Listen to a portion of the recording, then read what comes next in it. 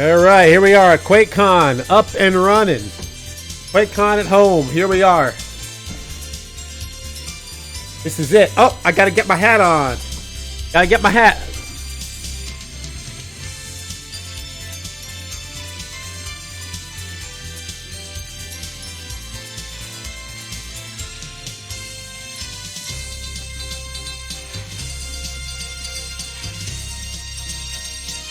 Gotta go with the Giants hat. Good morning, QuakeCon. Good morning, QuakeCon. Good morning, QuakeCon. This is QNN, and I'm your friendly neighborhood horse, known from coast to coast like butter and toast. Let's get to the news. Earthquake enthusiasts attending QuakeCon furious at the lack of real earthquakes. QuakeCon attendance has risen exponentially over the past few years. However, that rising statistic seems to be attributed to the flock of earthquake enthusiasts who descend on QuakeCon only to leave disappointed. When interviewed, traveling Idaho man said, "I love earthquakes. They're a way of life. That so-called QuakeCon is a lie and a cheat. I think I speak for my fellow Quaker boys when I say we've been tricked, backstabbed, and quite possibly bamboozled." Guy in duck costume feels rather foolish after mistaking QuakeCon for QuackCon. After a duck fanatic traveled 10 hours to see what he believed to be QuackCon, he soon realized his blunder upon entering the Gaylord Texan. The duck man said this: "I walked into the building, duck costume. I turned off my music. And yet not another duck in sight. Then I get told that I'm at some kind of gamer event or something. I must be going quackers." QuakeCon and Gaylord staff launched investigation for person responsible for sprinkler system spraying balls instead of water. After a small electrical fire erupted in the BYOC, QuakeCon and Gaylord staff were puzzled to find that the sprinkler system had been altered to release pure balls guarana instead of water. Local authorities are now seeking any information that may lead them to the meme lord responsible. "This is no laughing matter," a local Grapevine sheriff stated shortly after laughing at the word balls. With blood donations at an all-time low, Red Cross begins taking involuntary blood donations. By the way, make sure to click the blood reaction to the post on the event stage to nominate a friend to give blood. New QuakeCon branding guidelines call for large trademark symbol with art cowering beside it. A lawyer for Cinemax who would like to remain anonymous said, straight from the horse's mouth, "We wanted to go even bigger with the trademark signal, but decided to rein it in so it's not so noticeable." Here's a good one. Gamers mistake BYOC for Bring Your Own Cornucopia. Attend wrong festival, have time of their lives. With no in-person LAN, infamous cat burglars can't wait for you to leave that sweet mousepad unattended in your home before stealing it. And now, let's take a look at that jam-packed schedule while I take care of some horsey business.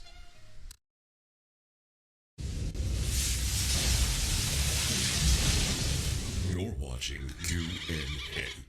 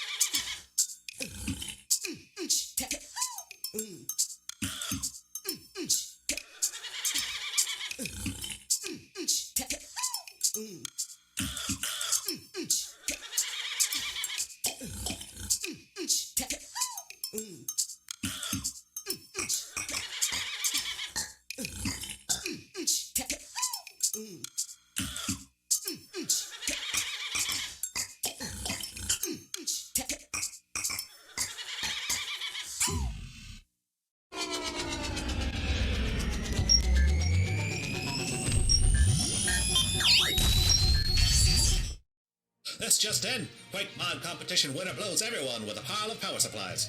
A representative from Modest Inc., who judges the contest, said, "He just blows away with his abstract PC, drawing the viewer's attention even towards the plight of the power supply. The jumbled mess of PSUs demonstrates the intense emotion of the artist.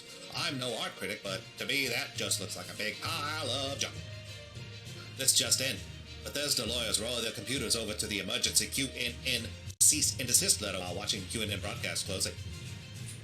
Hey, fellas. Local father makes up for spending daughter's college fund at QuakeCon with rocket balloon. This just in. Computer monster materializes from nothing, raining horror upon QuakeCon and the world. Curiosity gets best of local recently divorced mother who's decided to try Gamer Boy bathwater. Her funeral is to be held Wednesday at noon. Local grandma brags she stabbed someone over a game of Quake Champions in the nursing home. Grandma said, "I told that little wussy grandson of mine to tell me when he wants to go to a real LAN party." Hold your horses, everyone. QuakeCon to experiment with injecting deodorant into attendees. This sucker is being rushed through the FDA approval process to get this into public use by 2021. Local area man so geared up for QuakeCon he's just looking for lines to stand in. QuakeCon staffer books wrong MPT. Instead, attendees will enjoy Master Pancake Teacher. Funny no more? Say it ain't so, Joe. Master Pancake plans to analyze all 18 hours of Ken Burns baseball at QuakeCon 2021. Local guy furious that shirt he ordered one day before the event didn't arrive before said event. Airyman said, "I don't get it, man. When are they gonna get it right? You keep being you, buddy." With blood donations from QuakeCon being unusable, Red Cross again dumping it into the ocean. The blood mixes with dolphin DNA, which turns out is what caused COVID-19. Poof! And a story like that's gotta be true. QuakeCon attendees learn how to make Waffle Dragon with QuakeCon Q at Master Pancake Theater. One QuakeCon attendee said, "There are so many crafts this year, yay!" This just in, whooping crane migration patterns affected due to whooping mating calls by attendees at QuakeCon. Gamer Boy 2014 said, "It was all fun and games until the buzz descended on us." Also in Whooping Cranes news, Whooping Cranes protest QuakeCon over attendees' offensive imitation with stereotypical sound. Said one Whooping Crane at the scene, "Whoop! Hold your horses, everyone. QuakeCon makes surprising move into home furnishing market with QuakeCon at home." Photo confirms either horseman at QuakeCon was not actual horse or it killed human and wore its hands. Bethesda executive has vision for QuakeCon 2020 after shopping for throw pillows. And finally, QNN issues cease and desist to QuakeCon for Horsad on QuakeCon at home hoodie instead of receiving one. Finally.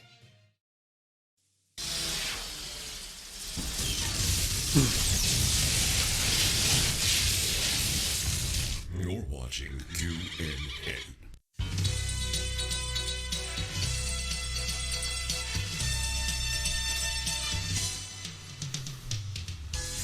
Live from Dallas, Texas, Llama News Network presents This Llama. High in the sky from the LNN blimp. There's gaming. There's the blimp again. Uncomfortable encounters. Blimp. And falling down.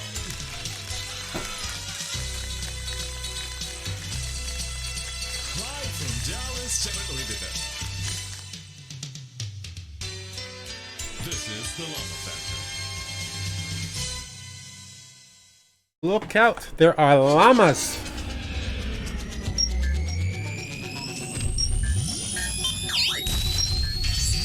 Quick housekeeping, please do not post that restrooms need cleaned. If it's dirty, it's your house. Go clean it yourself, guy.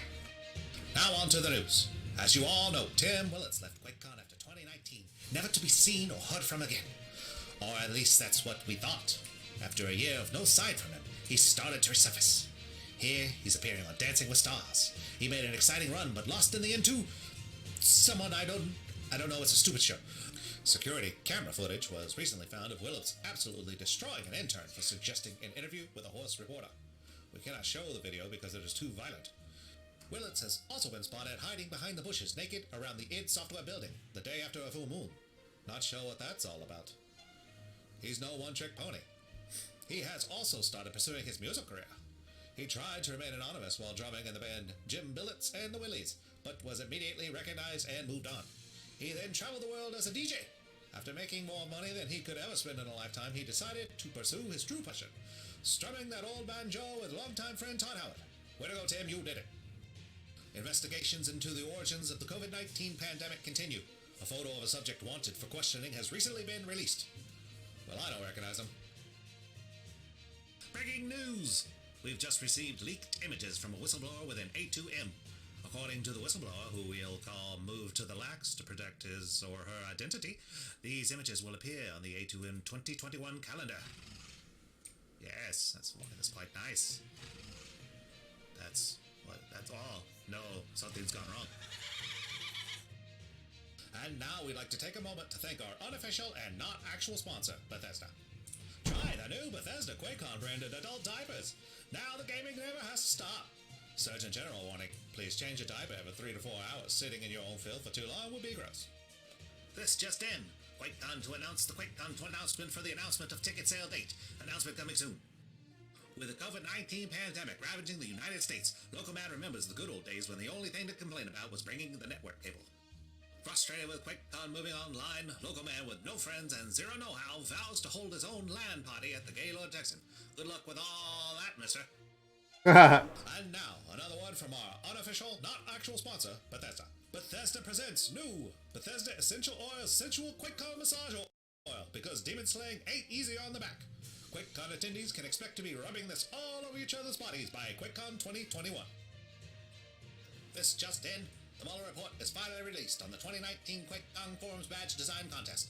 According to Bill Barr's heavily redacted summary of the report explains that the special counsel and his staff thoroughly investigated the allegations that members of QuakeCon Forums and others associated with it conspired with the Russian government in its efforts to interfere in the 2019 QuakeCon Forums Badge design, or sought to obstruct the related federal investigations. The special counsel issued more than 2,800 subpoenas and executed nearly 500 search warrants. The report does not recommend any further indictments, nor did the special counsel obtain any sealed indictments that have yet made public. Wow, everyone sounds incredibly guilty. Oh, this just in, Congress will do nothing. And now for your entertainment, please enjoy this video starring myself. Wake me up when September lands.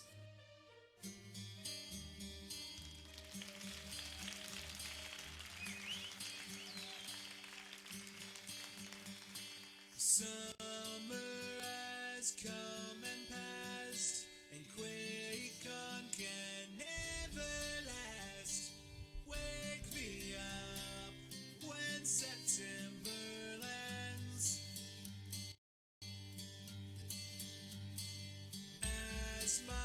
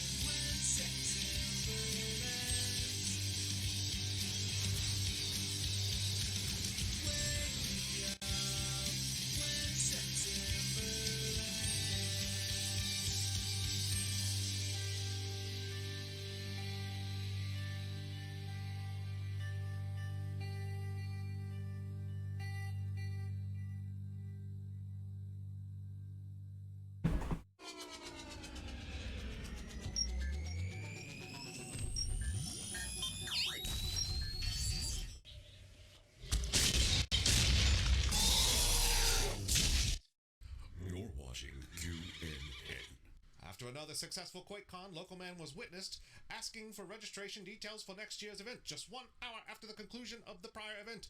In unrelated news, QuakeCon staff break world record for longest sigh and loudest facepalm.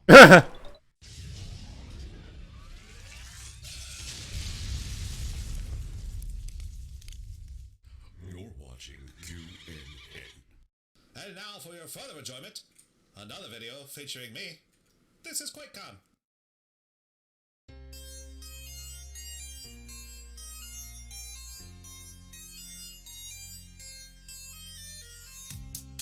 Want to game, where to go? Brave the heat for just 1 week. Towing gear up the hill. Suddenly you're standing still.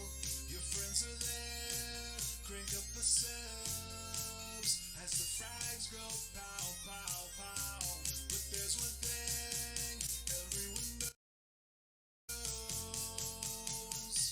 This is QuakeCon.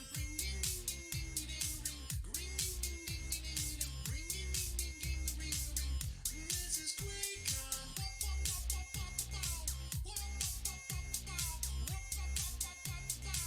This is QuakeCon. Hotty, hotty, ho. Hotty, hotty, hotty, ho. Hotty, hotty, hotty, ho. This is QuakeCon.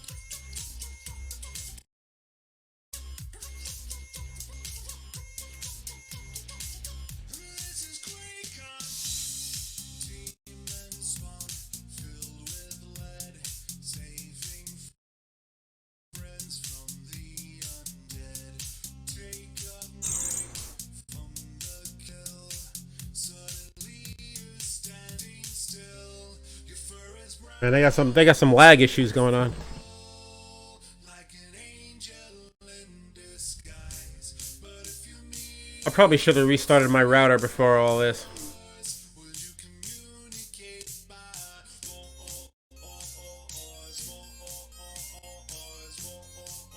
how would you speak to that?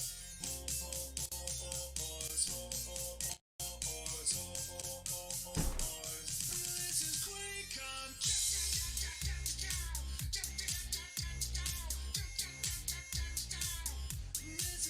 QuakeCon. This is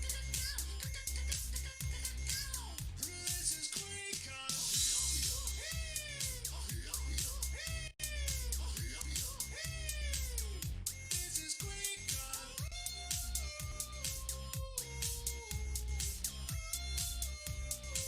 This is QuakeCon. The secret of the con, ancient mystery,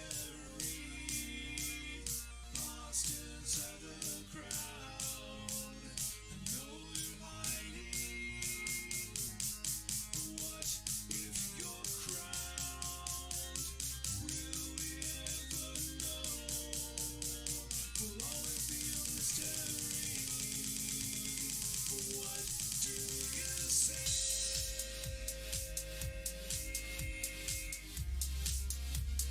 QuakeCon is the answer. If we could, what if you're crowned? Will we ever know? I want to know.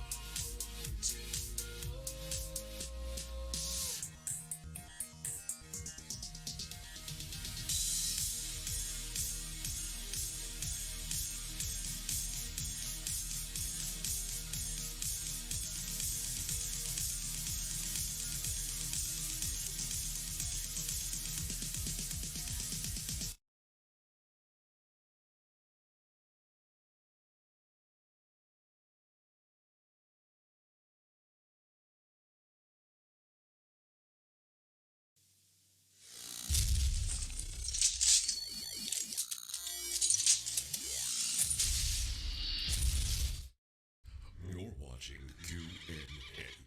And that's it for QNN on Good Morning QuakeCon. See you next year if there is a next year. Goodbye.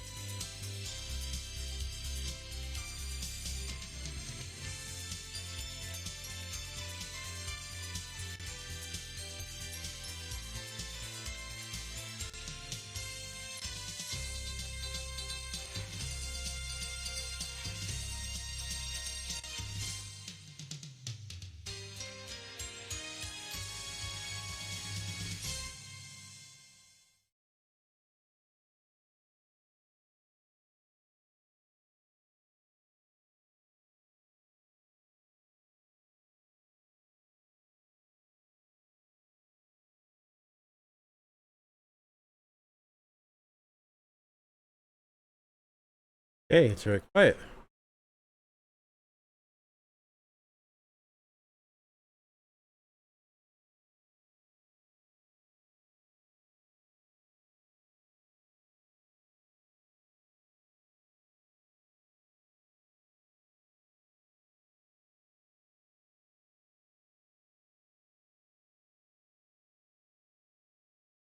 No, no, no. No, no, no. Have changed. Have changed.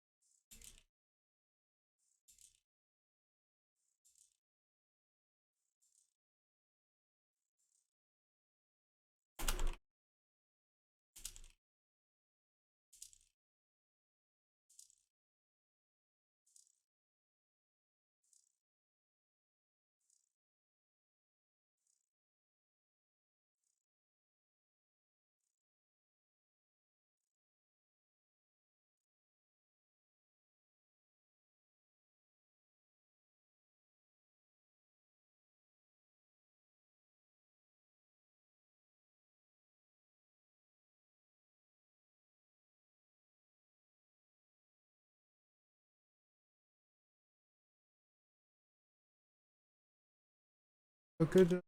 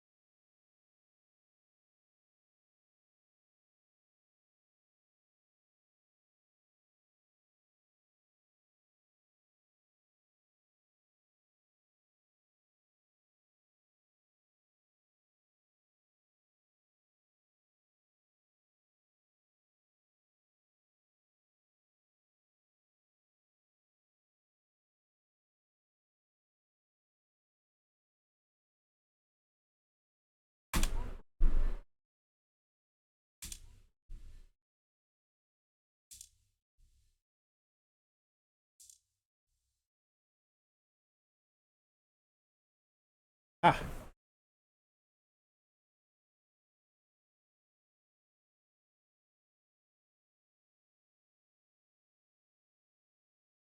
All right. So things seem to have gotten a little bit quiet here. Find something else to pop up over here. Let's see what we have. QuakeCon. Um.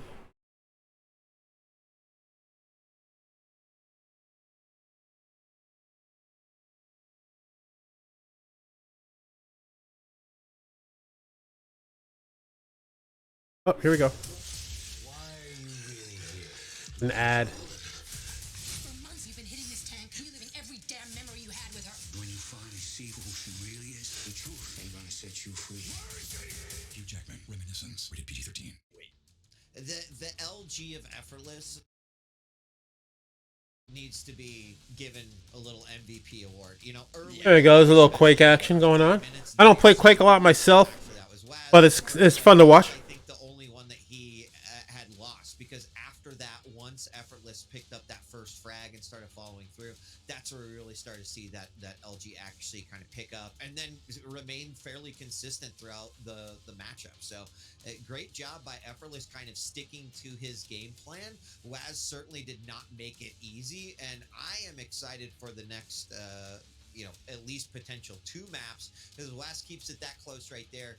curious to see what can happen here in the upcoming matches. Our next map is going to be Exile, where Waz is going to be playing the Anarchy, and Effortless is going to be playing on the Ranger. So a great way to kick off this matchup. Definitely close. Yeah, neither player really showed any kind of overextension. Very calm, calculated plays. We saw Effortless during the later weeks of the Pro League, where he was playing a lot more methodical rather than just being hyper aggressive and just trying to rely on his aim more than anything else. And we know that Effortless is more of an open play. He does have a few weaknesses, but he's tightened those weaknesses ever so slightly coming into this final, and this is the perfect time for it, especially a player against Waz, who's no walkover at all. We talked about it before, where in scrims he had back and forth matches against Sygib and even Dahang, and even though against Rafael is a little bit one-sided, which, let's be honest, is pretty normal and what people would expect, but against Sygib and Dahang, that's huge, and I'm sure Effortless has taken note of that.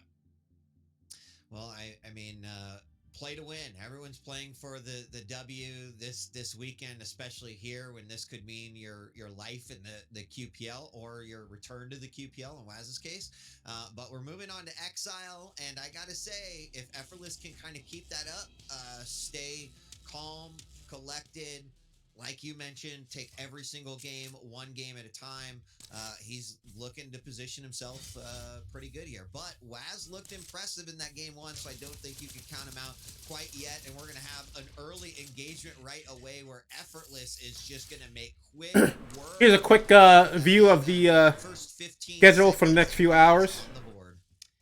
He didn't use his inject either. Maybe he was hoping that he could. This is the thing I'm probably gonna be showing the most.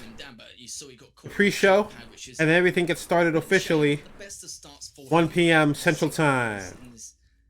Next couple of minutes, as Effortless has picked up that mega, just waiting to see what he's going to be up to. As both items aren't segregated at all, and Effortless is just coming in hot with that shotgun. He should be able to clean him up, but will Waz be able to get away? Just standing his ground to see.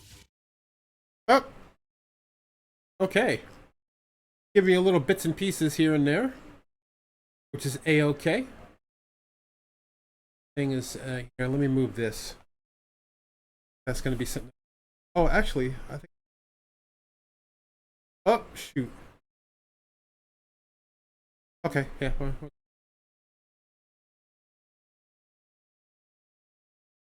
Alright, no, we're good. So, in this case, let me restart my music. Crank the volume.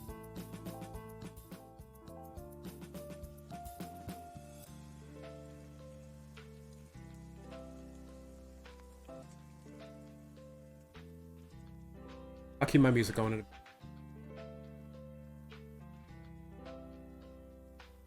This is it. That's what I'm going to be doing all day. Just chilling, trying to catch whatever panels and whatever shows they got on, and just try to experience QuakeCon as if we were all there.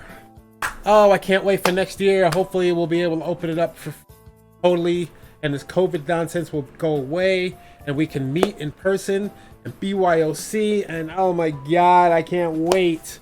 I can't wait. I'm already thinking about next year. Can you believe it? We just started QuakeCon today, and I'm already thinking about next year. But I want to be there. I want to bring my PC down. I want to go there. I want to check into the hotel. I want to do this. Ugh. But hey, this is cool, man. They're making an effort to bring it to us anyway, even in this weird little, QuakeCon at home way. It's different. You kind of gotta figure it out. You gotta kind of like try to experience it as best you can. But it's just weird, It's like, I have no idea what I'm doing. I did it for 20 hours last year, and I was just kind of going back and forth between just trying to show you guys as much stuff as I can. So that's what I'll do today and tomorrow and Saturday. Just show you experience as much as I can. And just be with it. Have fun, I took 2 days off from work for this, and I've been looking forward to it. And yeah, I'm psyched.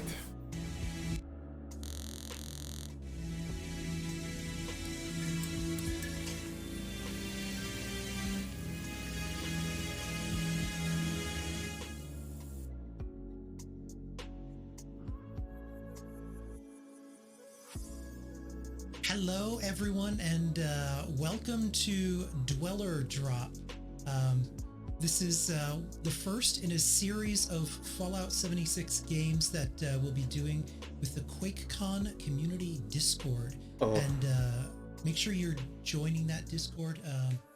Can we drop a link in the chat?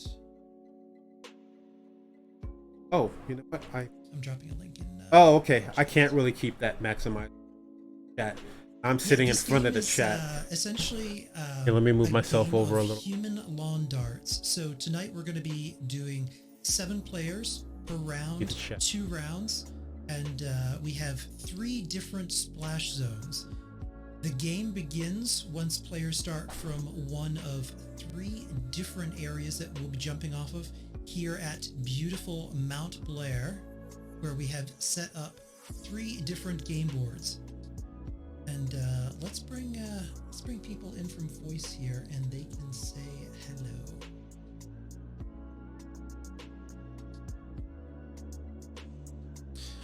All right, players, you're live.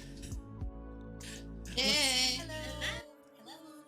Let's start off with Wreck-It Renee. Renee, would you like to introduce yourself to the crowd? Hi, I'm Wreck-It Renee. Actually, let me at least do. And We're Claps about to that. to fall to our death. There we go. That's a little bit better. and where would people know Wreck-It Renee from? Oh, I live stream on Twitch. You can follow me on Twitter, Instagram, Facebook, all over the place. I've been streaming Fallout 76 for over 2 years now. Nice. Street cred. Street cred. And RMA Awesome is here as well. And where would they have seen you before? El Gato Pub. That's Oh, you know what I This could is do? the pub. I'm right here at top. There we go. That's a little bit cleaner. What was up? And then how do I get him out of We it? have Yep. Paternalis. F11, baby. Hello. Hi. I'm a fall enthusiast. Happy to be here. Big fan of goat legs. She's- Big fan of fall resist. She's big into recreational falling. I am. So I'm hoping to take it home tonight. We have Cosmic Nicole. Hello. I'm Cosmic Nicole. I stream on Twitch. Yep, that's it. Well said. I'm awkward. Well, you're in good company. Repetric girl. Alright, I'm gonna go get myself something nice and cool to drink. I'll be right back. Stream on Twitch, and I am Headmistress Steel in the Out of the Shadows Mistress and Mystery podcast. Yes, an excellent podcast. And we also have Trunks M. In an attractive beehive hairdo and a really beautiful ensemble. I do like that you have the cape, though. That is definitely going to help you on the descent. Well, I can fall going upstairs, so I'm ready. Who hasn't done that? All right, now let me explain to you guys and our audience how this is all going to work. Down below us here at Station 1 is a splash zone, way down there. The goal here is to try and control your descent as much as possible. Now, there is going to be a center bullseye object that you want to try and hit for a maximum number of points. The other objects that you could potentially hit, from stash boxes to pieces of furniture that have been just casually thrown about like it's a yard sale, each have different point values. Blue squares and white squares also have either positive or negative penalties. Blue squares are going to be -2, and white squares are going to be +2. So where you land matters, but oftentimes when you die, your bag will appear someplace else, and unfortunately it is the bag that counts. So make sure that you have disabled anything that can possibly prevent you from dying when you land. So suppress any mutations such as bird bones, any sort of life-saving gear, perk cards, get rid of all of those. Now, if we're good, I'm going to head downstairs. Hello, Chad. I'm back with my cool drink. And we will get started. Just water.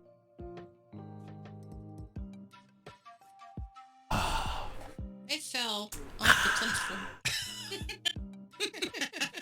I'm just practicing. This is the practice room. It's the practice. Oh, I mean, well, you made it easy for me because it's a little disorienting. I can never figure out which platform is one, so we know it's this one. Good. I can't find the elevator this time, but I got you the platform. Oh, Right. there it is. Here we go. Later. Are we Right. going up or yeah? Yep. Once you get back up there, then we will be ready to All right. commence. I'm going to sit right here on this attractive golf cart while I wait.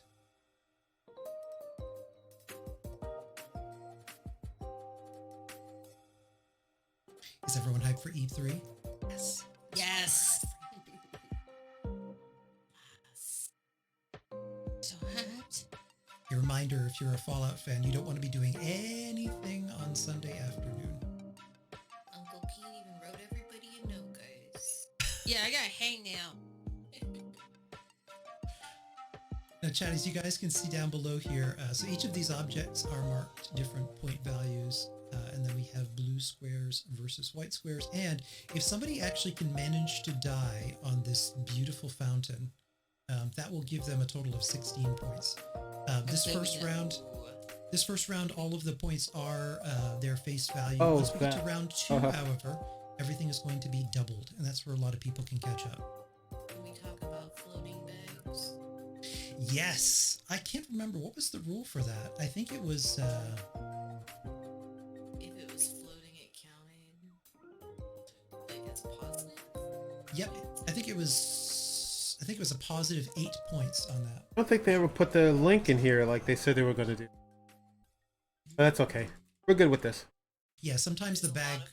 There's another game I don't play, Sometimes the Fallout bag 76, will but it's interesting to watch. All right, if we're ready. This to is gonna be a begin, Bethesda who would Games like to Day, take the basically, first so- plunge into oblivion. I would like to take the first plunge into it. Ari, May, you want to do it? No, it's fine. Okay. I think falls should. It's in here. You know what? It's I my do thing. Falls. and I I'd feel to get like- it started. Falls has the name, so really, Yeah. Right? you should go first. Indeed. You have to protect that legacy. Right. That's my aim. Whenever Right. you are ready. Whenever I'm ready. Right. Yeah, I'm gonna move myself back over. Oh, we have You can see a the possible death on white. chat isn't really that Give up. critical. Just give up. Drink myself Just down a give little in. bit so you can see Fade into oblivion. interface. All right, we have one bag on white. Or There's not really anything here, but I don't want to cover it up. I am but a small participant.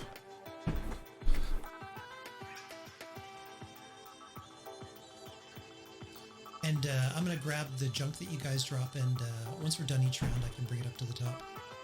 Make sure you have junk on your person when you drop, so that you'll drop your paper bag. Up next, Out of whack. All my monitors are out of whack. Nair Aramasa. What the heck is this? Go for it. What is this? Wow, there's something that pops out the side of my monitor. It's like a thing to hook a camera on or something, I guess. Never knew that. Holy smokes. So close. Fixed it. But yeah, look at that attractive leopard sprint suit. That is beautiful. Oh, I did it again. I do that sometimes. I accidentally turn the monitor off. Nope, that's going to be Oh, but it's still up on the stream. That's cool. 2 points for Rick Renee.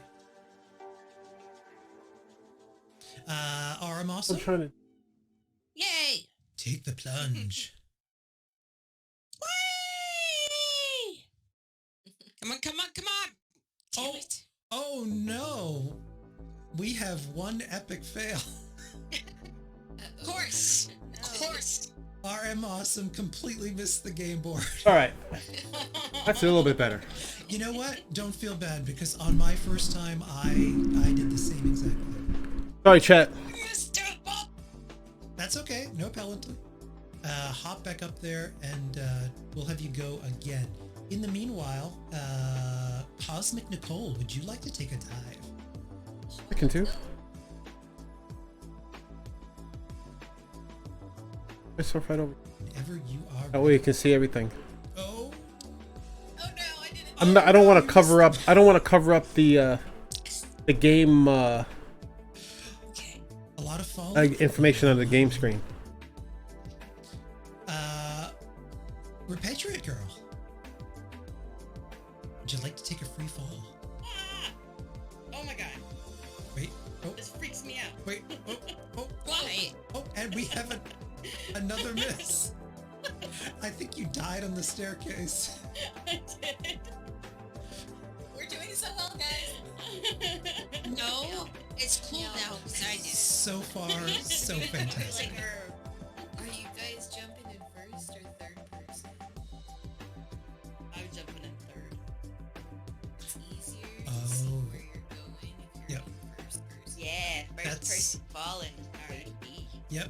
First person fallen. Trunks, you want to give her a go? Alright. Now, I have to believe that this cape is going to help a little bit. So far, we're looking good. He's on target. No. Oh, I got Up. BYOC ambience. He won. hit the bullseye on his very first fall ever. Now that deserves a round of applause.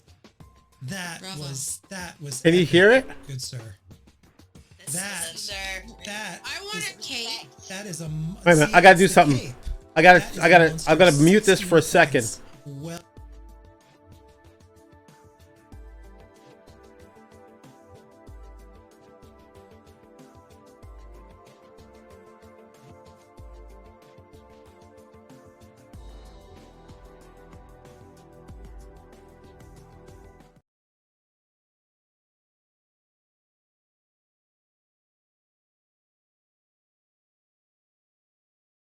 Oh yeah, yeah. You guys can hear it.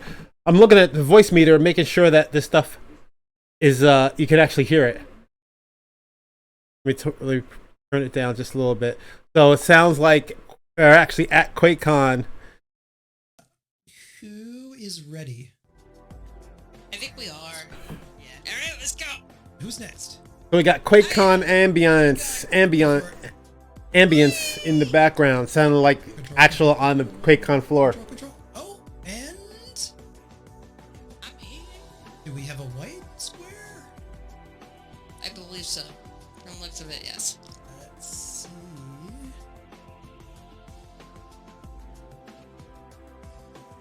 That's what it sounds like to actually be at QuakeCon. The craziness that's going on. God, I miss it. You can give up. Oh. Instead of waiting for You the can time. die now. Yeah, I'm like, I'm just waiting for you can pass into a the announcement. So we have a white. It's 37 minutes long. 2 points for RM. Awesome. So we got Cosmic Nicole and Repatriate Girl.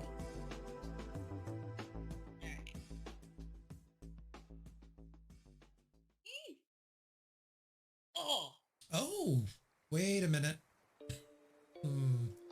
This could potentially be a miss. Uh-oh. We have a miss. oh. Damn it. We have a miss.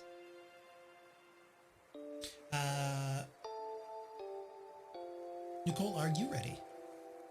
Yes, just grabbing a piece of scrap here. Alright, third time's a charm. You can do it. I believe in you. Oh, wait a minute. Now this could potentially be a floater. Nope. Wait a second here. Let's get the camera. We're gonna have to go to the, because this looks, we have a floater. That is 8 points. Code. Nice. All right, so Repatriate Girl, we just one more fall, and then we're gonna switch to the next zone. Alright, I'm trying to get up there. You can do it. I'm lost. Boy, that's I truly have no idea what the hell they're doing, but this is some kind of Fallout You 76 should see me trying. stuff. You should have seen It's me just trying to strange. save I don't play myself. this game I was so either. incredibly lost. And then there was one mole miner I could not find. Crazy. It's crazy. He was inside. That's all I can just say. Shooting into a corner. I finally got him. You can kill me. Pick up this stuff and I can drop it off the top for you. It's rubbish. Let's try this again. Shrubbles did not make it.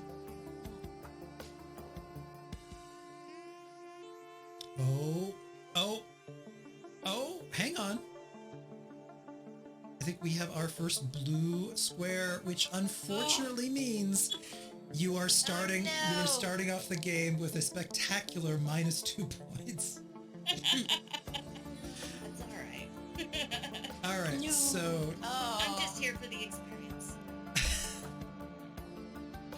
it's the thought that counts, it's the memories we make. We're going to switch over to zone number 2. I'm gonna hop up the top here and drop off some junk for you guys. Sorry, guys. I'm actually gonna drop off the top.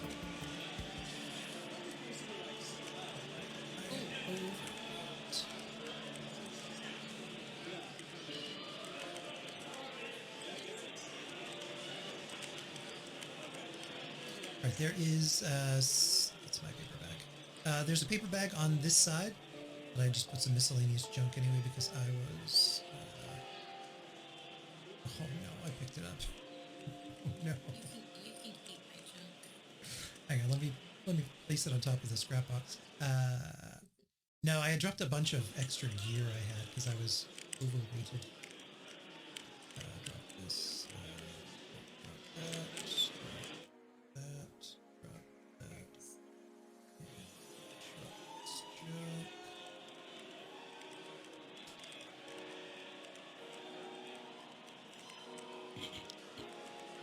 Okay, hopefully this bag spawns.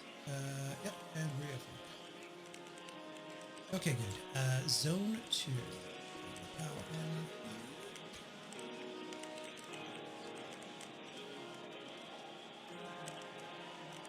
Let's go.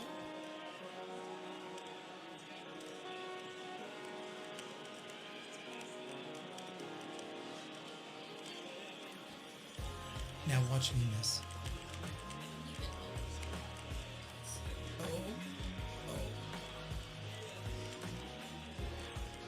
That could have been. No. You got it.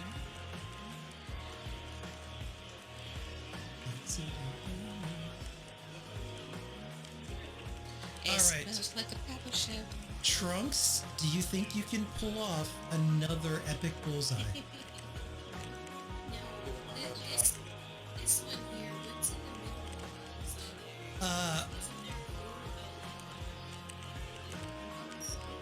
Yes. Yep.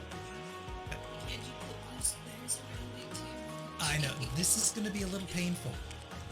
If you land on the rug, it's -4 points, whereas the blue squares are -2. So this one's a little tricky. Today's special object in the center is this attractive hand-carved table. It's a bear with a trout in its mouth.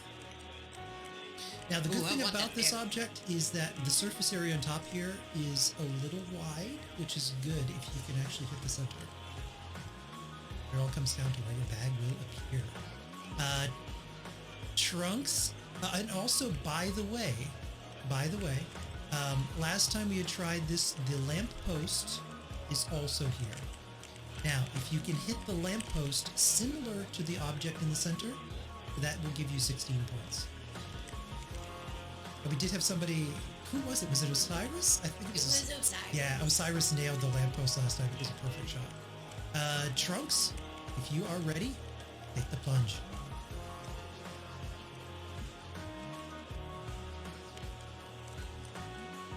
Oh, Oh, well, wait a minute.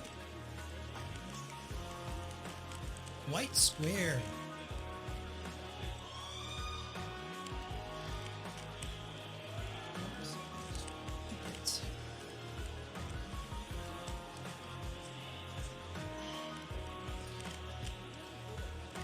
And anybody in my chat, make sure to hop on over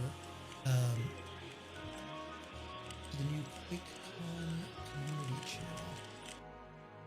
And please make sure to follow that channel. Rightio. Cosmic Nicole, would you like to go? Where is he putting this stuff? Oh, hang on. Lamppost? No. White square? White square? Oh, no. No. I think that's going to have to be a blue square.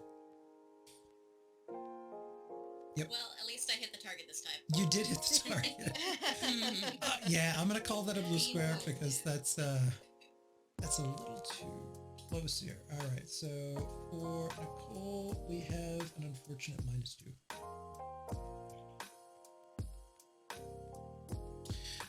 Next, Waterfalls of the Desert. Would you like to go? Oh, I stopped it by accident. Go for the lamppost. Oh, now this is going to be a gamble. Osiris can do it. This is going to be a gamble. I want the lamppost too. Oh. I think you're going to hit. Wait a minute. Oh no. Wait a minute. Where did he put that link for the QuakeCon community channel? It's a miss. Swing and a miss. Now you hit it. You did. I actually died on the lamppost. That's unfortunate. I think it's that spiky bit on the top there. That did you. All right, respawn and we'll try it again. In the meanwhile, RM Awesome, would you like to have a go? Yes. I'm Go for right. it. I want the lamppost. Oh, you know what? You. Maybe I have to go to Bethesda. We have one phase through the floor. That's because I died first time. That's the way I want to go. When I go, I just want to phase through the floor. That's it. Wreck-It Renee.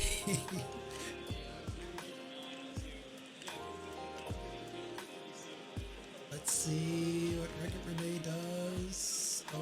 Oh. White. No. Blue square. Oh no.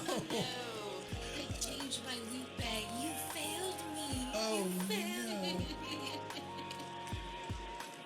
All right, Repatriate Girl, are you ready? Let's see if we can do this one.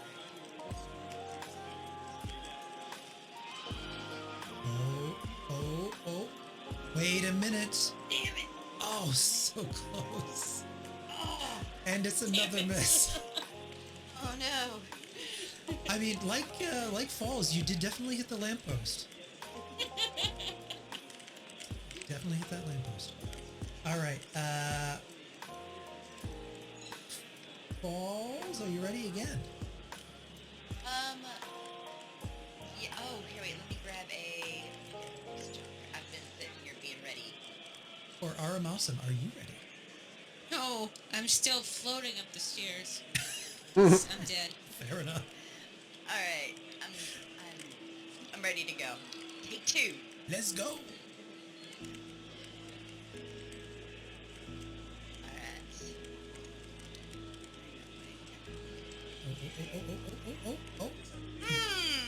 Oh. That was a terrible shot. Are we gonna have? You know what though? You're good. I thought that was gonna be a blue square, but you got a white square, so that A is white square. 2 points Take for it. you. RM Awesome, are you RM ready? No, I'm not. I'm ready. RM Repatriate Girl, are you ready? All right, I'm Running almost up ready. the stairs together. I'm like, oh good, there's Adrian girl, get power.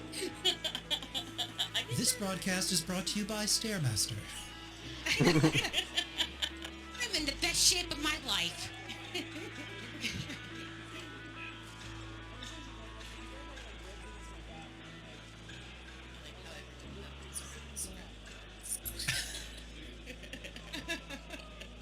This All right, game is I'm really just a clever ploy for me to milk you off for junk. It's a long You're gonna game. get so much. You're just gonna get My a lot of perfect leather. plan. All right, I'm ready. Ready to go? You can do it. Take the leap. Hang on. Oh, wait. So close. That was so close yet so far. So close. Your junk is mine. And your soul. Well, yeah, the soul is given, but I mean, it's Repatriate girl. Are you ready for the leap? Yes. Oh, oh, oh, oh, oh, oh, oh, oh, oh, oh, oh, oh, oh. Oh no. Oh, wait. You know what? That could have been bad.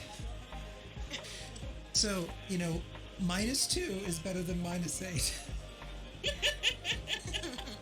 Boy, so far we are off to an interesting start. So far, Trunks, the newcomer to this game, is really showing everybody up. And then once RM Awesome can actually land, we can move on to the next zone. No I'm pressure. just making sure. No pressure. Taking my sweet time, so by the time Osiris comes on, he'll be asleep, so he loses.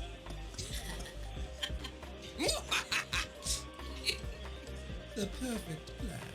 The perfect plan. Hey, Ken. Yes. Brian's been trying to come Oh yeah, I did get that. Yeah. Okay. Yeah. He too.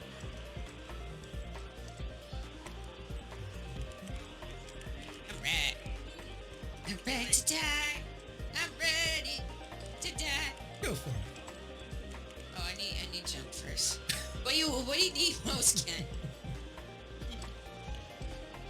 No, you can't have my precious wood.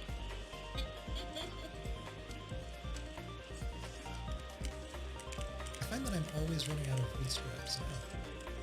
Yeah, me too. Since I started That's why building you my can't have any. since I started building in my shelter, it's been a never-ending quest for lumber. Alright. Ready to go? Oh no! Oh. Wait! Oh, we have maybe give up. Let's go. Die! Oh. Die! Oh! You know what? We need to move on. So I'm just going to pretend that was on white. My feet are on white. Good enough for me.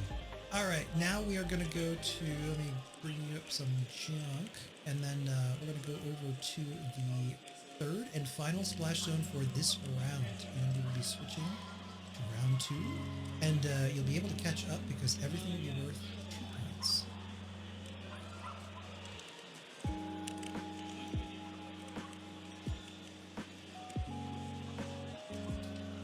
If anybody needs junk, I'm gonna drop it in this bag.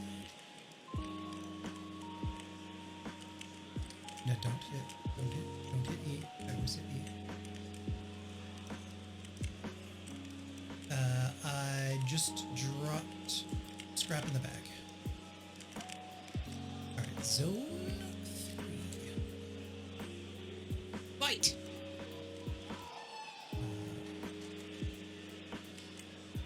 Drop it.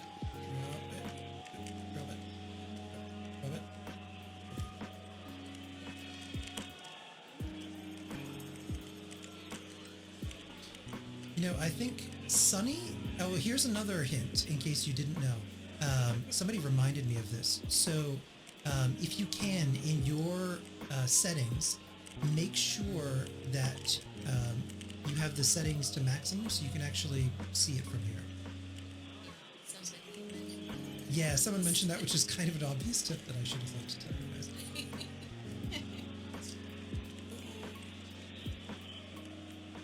Ow. I mean, it was kind of fun going blind last time. I had no idea what I was doing. I was doing good. So. Yeah, I did better in third person. Yeah. In third person versus first person? Yeah. Nice. All right, the third scoreboard.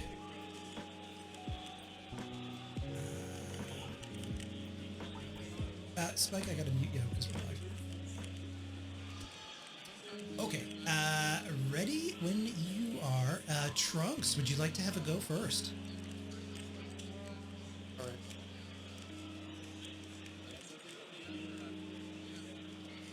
Are we aiming for the middle again? We are.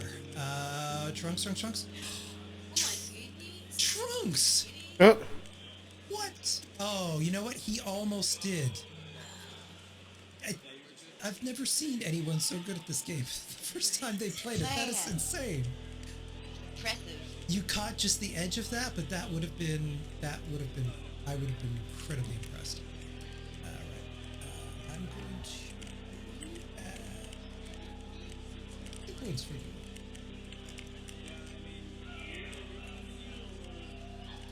Next up, who would like to take the dive? Go for it.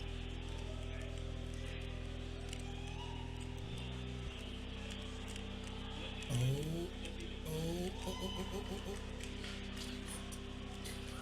Well, you know what, Renee? At least it's a white square this time. Yeah.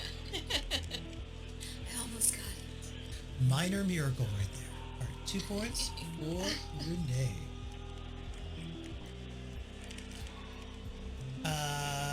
Repatriate Girl, would you like to take the dive next?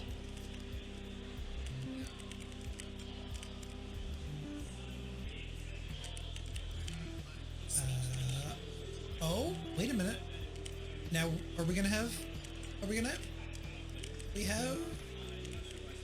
That is definitely a floater.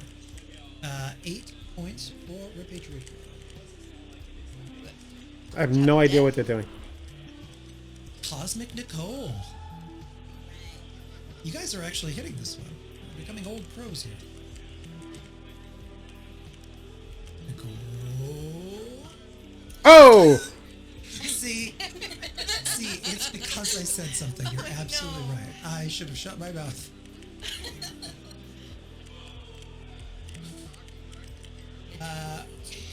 I should have kept my mouth shut. That's how it works. Falls, would you like to take a dive next? Indeed, I do want to do that. Okay.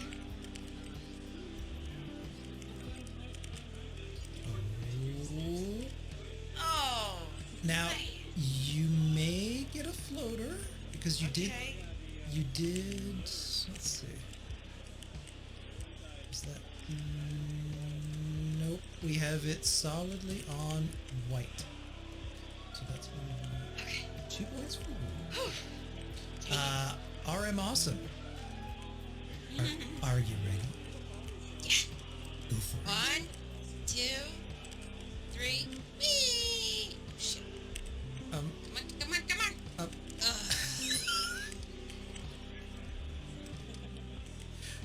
What makes it for me is to just see you fly by and then just hear the noise of you hitting the ground below. I also forgot to get some wood, so I'm sorry. Well, there I you hit go. the pavement pretty hard. I'm like, oh yeah, damn it, what? Forgot my keys. All right, Nicole, are you ready to redeem yourself? Yes, hopefully. Go for it. Oh. So far, so good. Right on target. Wait. It's either going to be a blue or a floater. I'm going to need the camera for this one because it looks like a floater. Oh, you lucked out. Look at that. It is off the ground. So 8 points for you. Nice.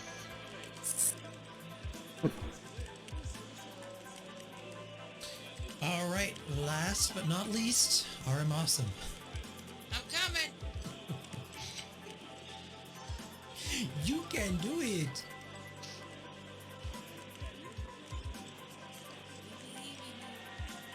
Do you?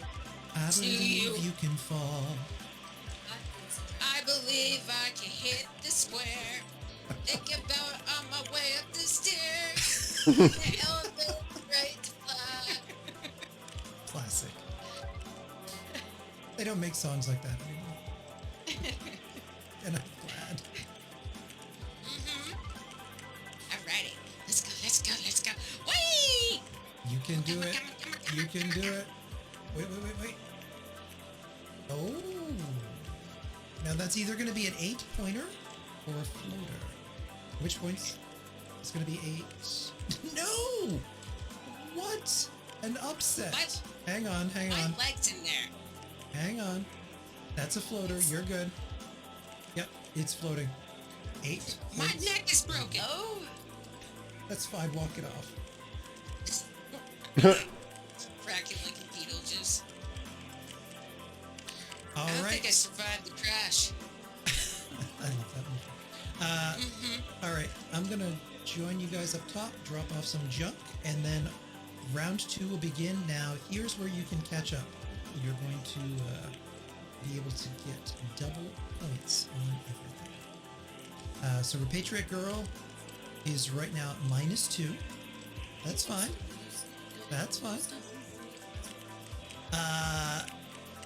No, just gain. Say it's not gonna be like negative. No, that would be brutal. I'm not a monster. Trunks at 20. We have Wreck-It Renee at 2. Cosmic Nicole at 14. Waterfalls at 6. And Aramasan at 12. Alright, dropping this bag here. Drop it down.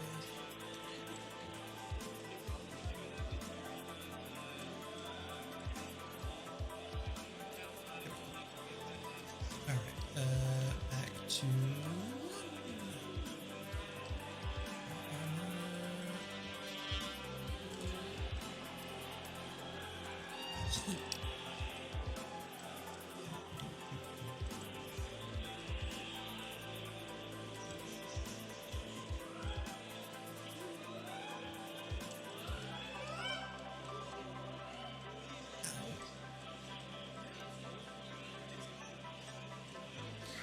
Rightio.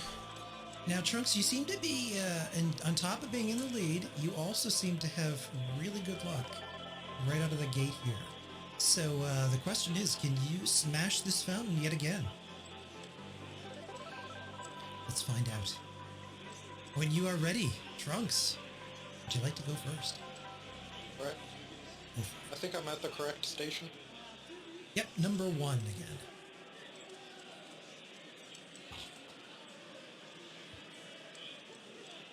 So far, so good.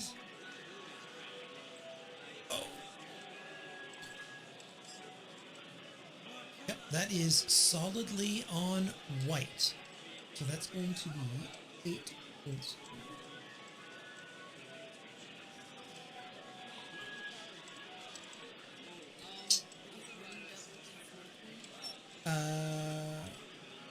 Yeah, see?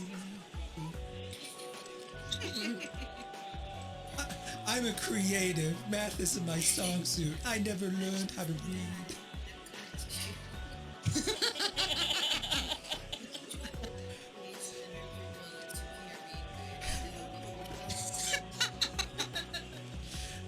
All right, Wreck-It Renee.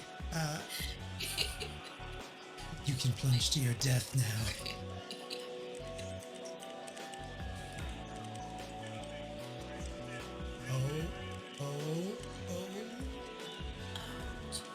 Oh, now hang on. You might be okay. This is gonna be... I don't want to drop it. I don't want to drop the bag. White square is better than blue.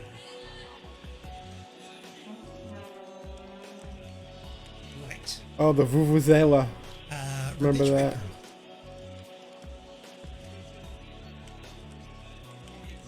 We are ready for you. I'm coming up. Oh, are you gonna overshoot it? Or, nope, we're good. Solidly on the right. No floater. No floater. Cosmic Nicole. Here we go. Hang of this. As you fall past it again. Isn't it so much fun? It is Fallen fun. I the love best it. thing in the game? Yes. Glad y'all are Hang on a second. Do it. Sully's camera. Nope. It's different.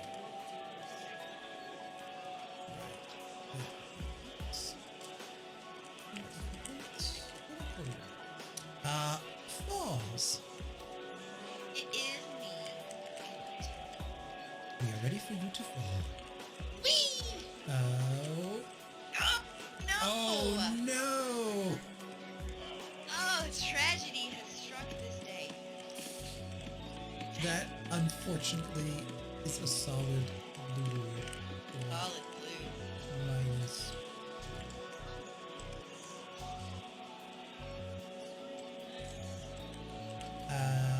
RM awesome. One, two, whee! Come on, come on, come on. Oh. Wait a minute. Wait a minute.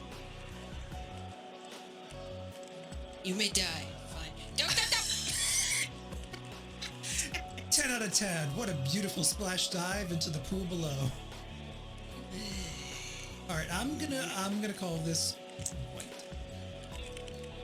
So we have 4 points for it. Okay, good.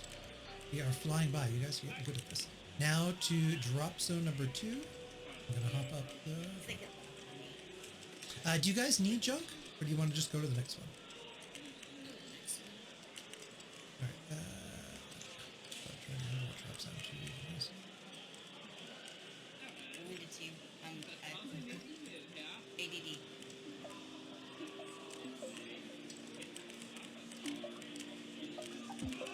I believe it's this one. I need to put markers down here. For this.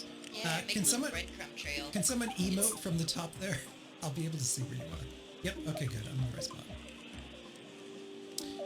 Now this one again. We are back to. We have the lamppost, and we still have the bear table in the middle. So this is where, like, this is how Osiris beat everybody last time. Is on these double points. It was brutal. Whenever it is, yeah. I think the trick was he landed it at kind of that front corner, and then he just stuck on it. I'm ready when you are, Trunks. In the lead. Would you like to go first?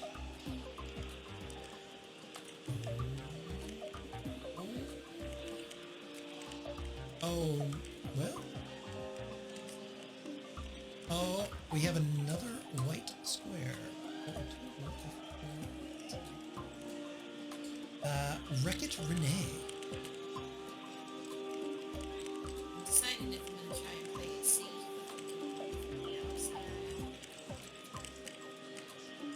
Go big or go home. Cash you outside. How about that? I'm there. You can do it. Go big or go home. You can do it. Oh. Although, maybe. Yes. Yeah, you at know what? least I got this. Still it's on white. That's stupid. That's going back to that paper bag. don't use the 6-pack. The 6-pack is cursed. All right, repatriate. You gotta see this movie. This is a little scene from Step Brothers. I've never seen it, and I've been wanting to see it. I heard it's pretty good. That was just a little thing on my phone. Sorry about that, chat. Hey, I'm just happy I made it on the Hang on a second. Where's your bag?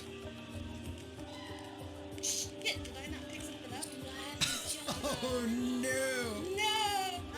Well, you know what that means. We go to the penalty round, and you get a public shaming. Oh, shame! Ding ding! Shame! Ding ding! You should be ashamed of yourself. Shame! Ding ding! You. Cosmic Nicole. He'll skip to you. Oh, can I not? Oh. Oh. I think Nicole's going to have. Oh, you know what? This is a video from the past. This is not live. Look at it. It even says 2 months ago. Who's next? Y'all are like the last time you missed and you didn't go with me. Why am I watching this?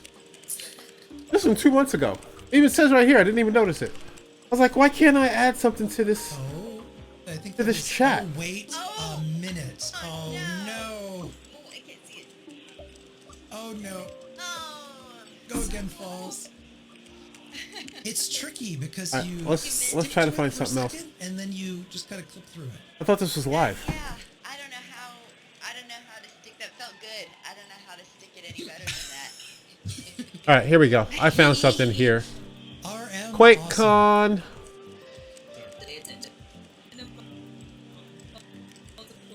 So as of right now, let's see, Kyle's is moving into what I believe is the secret level. And sorry, no. Why is that still playing? It looks like it's like even though I think he did leave a secret. Plus, well, which would give him quite a score at this point.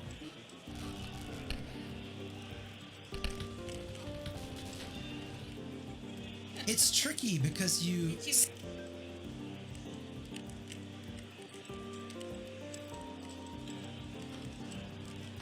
Why was that still going? Okay, this is live. This is live. We'll play this instead.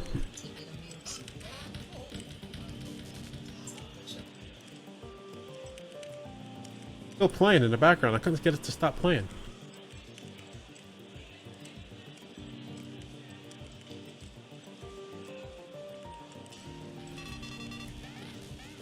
Looks like everyone's back up to 100% health, and wait a minute.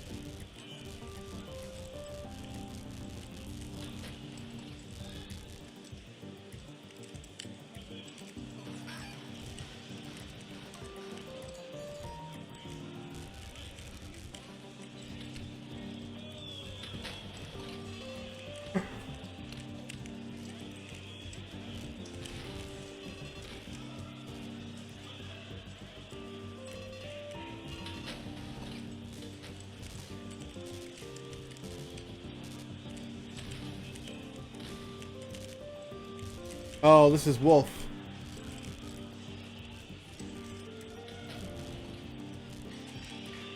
Yeah, we're here. There's PetCon.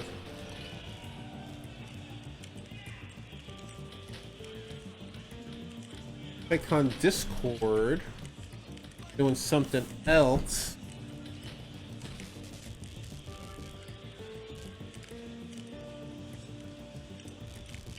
What we got?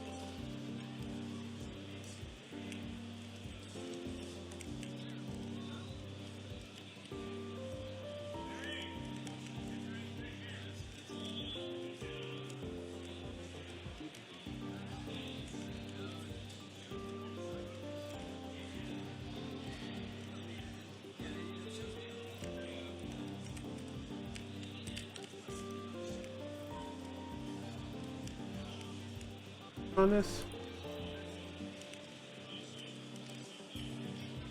Join us in Discord and show off your pets and your artistic skills. Winners will be declared at 10 p.m. Eastern Time in Discord. Okay, it's just in Discord. And I think I know what that is. Oh, this is it. This is. I see it. It's just a Discord channel. Yeah, I'll show it to you real quick. Whoops. Did that just happen to happen?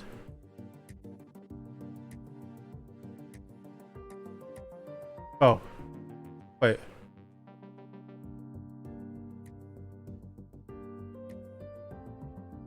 Oh no, I did it again.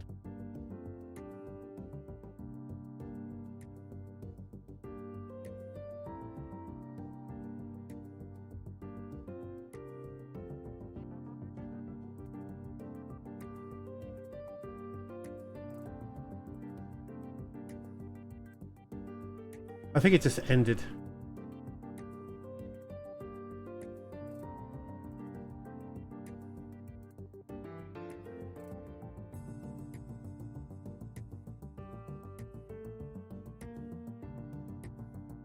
Oh, you guys.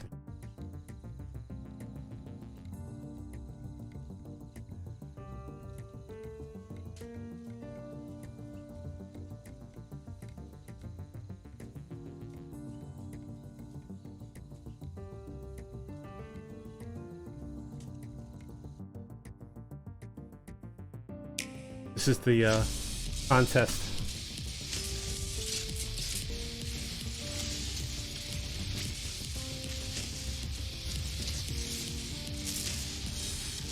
Here's PetCon. People's pets.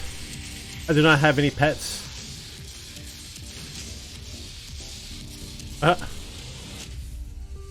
Oh fuck.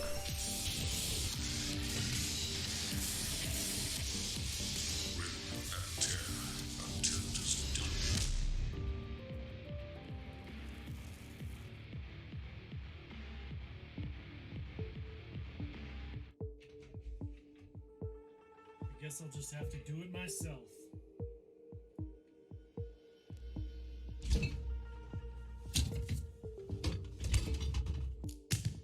The ambience done. Restart it.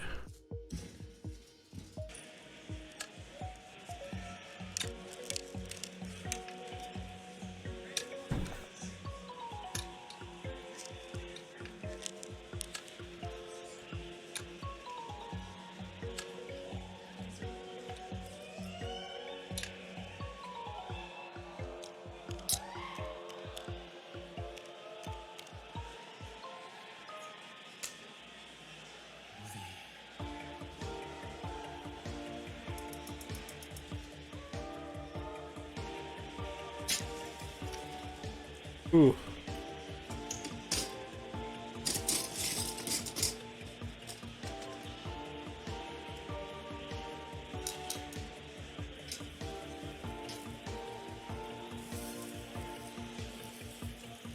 Oh, that looks good.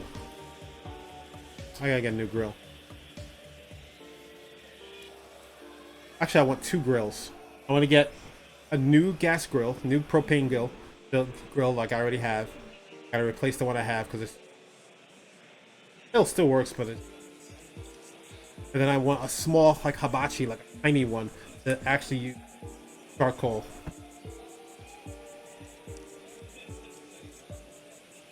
To cook, you know, little smaller things.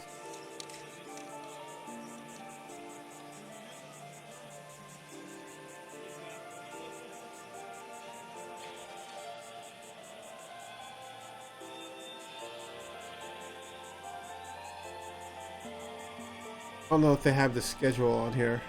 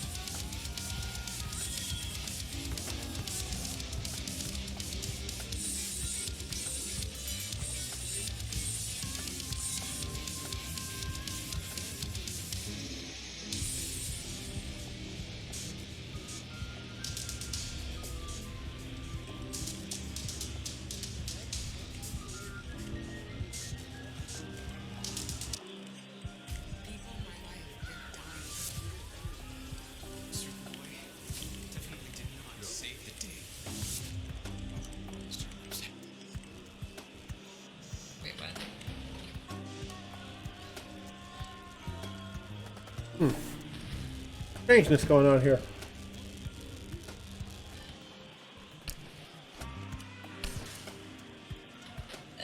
Hello. Wait, Hello, everybody. where'd it go? Blank screens. It does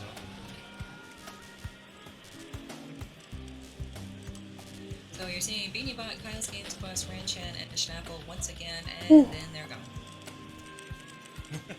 Also, the opening for Quick Draw TV2 is up. If you would like to sign up, we are still looking for some contestants. It is going to be in the Quick Draw TV2 voice channel. Just hop in there and they will give you the, they'll get your name on the schedule. There is still some technological issues going on, but hopefully we can get that kicked off soon. We still have just a few minutes of Wolf 3D, but like I said, if you would like to check it out, it is going to be continuing in the Discord after this. Okay, let's switch over to we got some stuff going on at Bethesda. Relegation match for the NA region about to happen here as Sib is going to be taking on Davis as one will stay in. Of course, Sib coming in through the challengers in the last stage, and now Davis saying, "All right, yeah, I'm here for to contend for your spot, so let's do it." We're going to take a quick break. When we return, we will see the next best of 5 to determine if Sib will stay in or if Davis will be joining the ranks of QPL. Thank you so much for joining us here at QuakeCon for the QPL World Championship. We will be back with more right after this.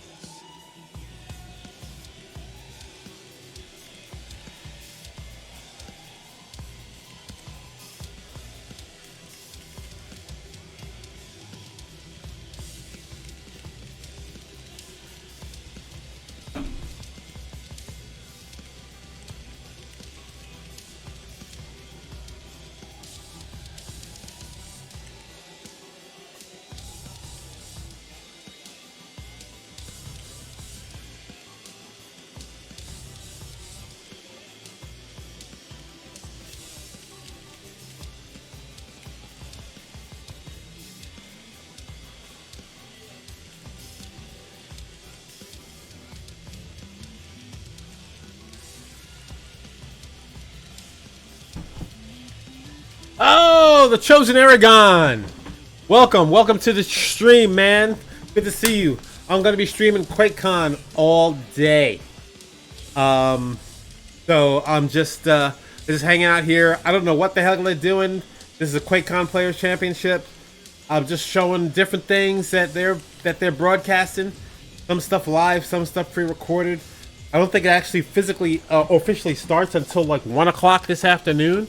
But they've got some stuff going on. I got the QuakeCon ambient sound going to make us feel like you're at QuakeCon. Doing the whole thing. I took today and tomorrow off from work to do this. So I'll be streaming all day. Maybe later I'll just stream what you're doing and stream it out to whoever's watching. So thanks, man. Thanks for hanging out and dropping by. I appreciate it. The Chosen Aragon here. Let me put him in there.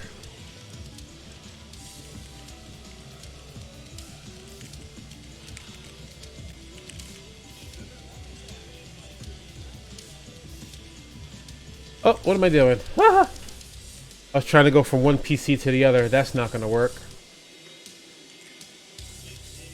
Let me put a link to promote you.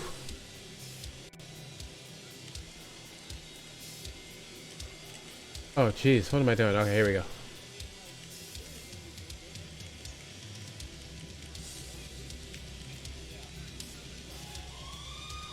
Boom. There we go.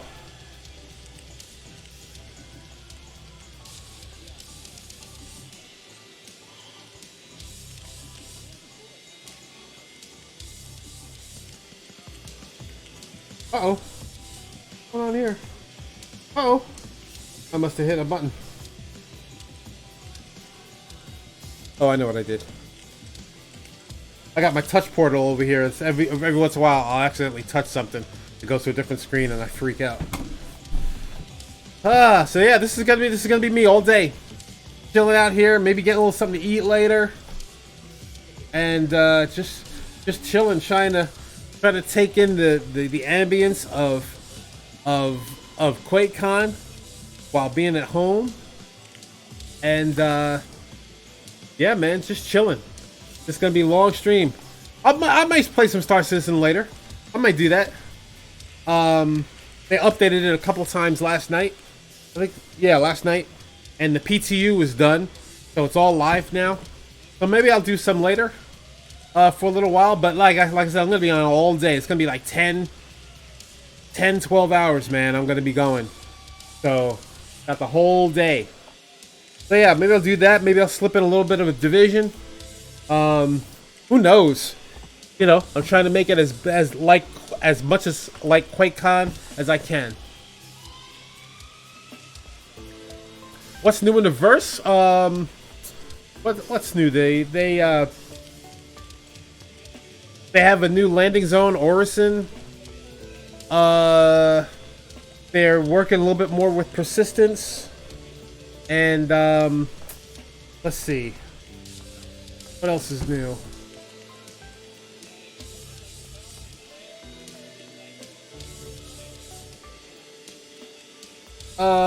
Here, I'll just put it up.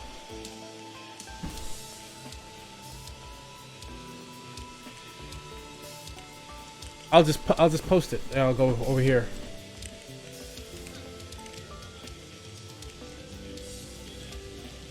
I will post the latest and greatest.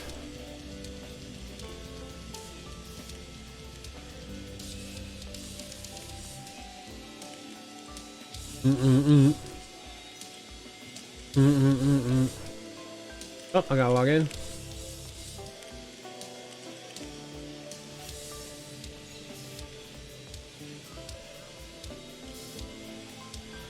Oh, good lord. Authentication.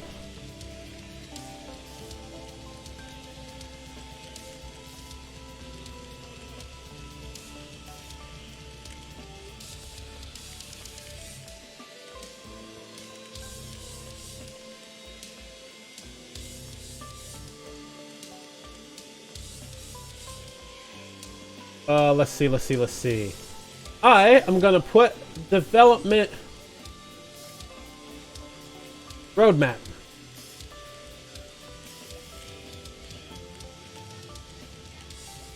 Release view.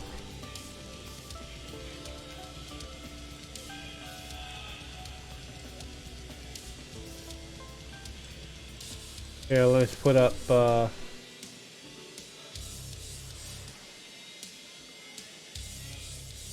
314.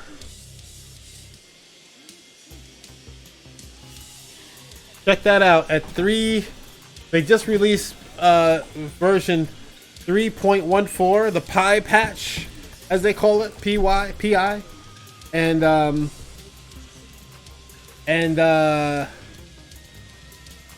let's see. So they got Crusader, design and creation of the gas giant, Orison landing zone. They released power management, integration of the capacitor system, and rebalance of all connected systems to accommodate. Alright. Then radar scanning and ping. Implemented radar scanning and ping. Missiles, guidance and control rework. Missile operator mode, giving players the ability to select and fire specific missiles. And the law system, version 2, surrender. Ability for criminals and ships to surrender to security rather than be killed. Ships and vehicles. Canvas sliced ship HUD. Oh, so they implementation of new ship HUDs using the canvas slice system on all ships. And Constellation Taurus was released, and Cortec planetary volumetric clouds. That's what they've put up in this latest version, and it's looking pretty good. But a lot of people are saying that there's still issues with it. So I'll probably jump in at some point later today, and take a look around. Yeah, I mean, this is probably the most controversial match in the QPR history we're going into right now. It's going to be entertaining. He's been on both sides, right? He was in it originally, and then he got knocked out, so he understands the pain and the beauty of this match. But he has looked indifferent this season, slightly reserved. I think he's got high highs, but also we've seen some really low lows. But if we look at the context of this match, I think Forley and I spoke a little bit briefly earlier today, is that he understands how to play a more rounded game. Whereas I think Davis is full throttle forward and might pay attention. Yeah, man. Yeah, it's pretty cool. Definitely got to go to Orison. Orison is a cool place. It takes a little while to get down to it and get back out of the atmosphere, but that place is so cool. I like hanging out there. It's the new landing zone. It's a typical landing zone, but everything is floating. It's like a city floating in the clouds above Crusader, and it's really cool. That's kind of how Laz approached the game, right? We talked a little bit about his risk factor and how it was high. He had moments where it's like, yeah, 30 health, whatever. Opponent's got a railgun. Let's shoot. Let's shoot our shot. See what happens. To your point, Davis could play this way if Sib is comfortable with an opponent that does that. It changes the dynamic of the game that we're going to get. And obviously a lot will come down to what our picks and bans look like, which we'll get to in just a moment. But this will be our last relegation matchup of the day. Everything else after this is going to go to best of 3 for the remainder of the day. Be activating that B stream soon. Make sure that you can catch all of the action from the round of 16. And of course, that's going to kick things off with De Haag and Cooler. But we're not going to get ahead of ourselves quite yet. Let's move on and take a look at the picks and bans. I'm very, very interested to see what sorts itself out in this one. We're going to kick things off with Awoken. We're going to have Keep, Bale, Deep Embrace, and Molten. I like this map pool already. Who wants to comment first? Dave, you want to talk about that clutch a little bit for me, buddy? Not much to say. I'm surprised Davis didn't pick it up himself. He knew it must have been coming at him, but I guess he's not multiple on it. But yeah, Sib gets the clutch. I mean, it's not a free win. I don't think Sib's clutch is anywhere near as good as Arazi's, but it's still a dominant pick. I quite like the Sorlak pick against it. He's gone for the I'm going to fight fly with fire rather than play a bit more strategical with Athena, but we know what's coming with the clutches. But if you look down the board, I think Sib's got some really strong picks early on. He's got combat heavy, and I think that plays really well into the strategy. You talked about Forley, the fact that he knows that Davis wants to run at him, so he's picked champions. By and large, he goes right. You have a clutch, you have a death knight, you have a kill, which says fine, if you want to run at me, do it. I have utility and stack to back that up. As we move into the later stages, Athena comes out for Sib. I think I've seen him play that a fair amount, at least on his personal stream, and Deep's a good back for it, and advice to round it off as, by that point you have to pick what's left, and unfortunately he advised, which is pretty scraping the barrel, but it's decent. I think, everyone's kind of waiting for this first matchup, right? Clutch versus Sorlag right off the bat to kind of see how that goes. I also like Scale versus Keel on Veil, getting thick in the middle of it. That one should be good. If we make it to a deep embrace, I like the Athena versus Nyx. I think this is going to be a good set, but again, it comes back to kind of the hardcore mechanics of Davis plus forwarding his way to a victory, potentially with Sib. Has the experience of Quake Pro League. He might play a little more patient, playing around it, and kind of let Davis, ruin things for himself. In all honesty, just kind of maybe getting too over aggressive, and Sib just playing more patient. Sometimes the best move in Quake is no move at all. So we'll see exactly how it goes down, but I think it's going to be fantastic. Yeah, this is also the first time that we've seen a couple of these maps here on day one, right? So fill out the map pool, and then of course after this, our best of 3s will begin. But put your predictions in now if they are up. We've had some very, very close ones. Let's see. No, we don't have one yet. And it's gone. Don't do that. You tease me. You tease. Or just pretend what you would, how many points you would put in. You can just throw it in the chat, whatever. We can pretend this time. Gentlemen, I'm going to pass this one off to you for our last NA relegation match. Congratulations those who made it in. Congratulations to those who've kept their spots. But now all comes down to this Sim versus Davis. Gentlemen, I'll be back, and I'll see you on the other side. Thanks a lot, we appreciate it.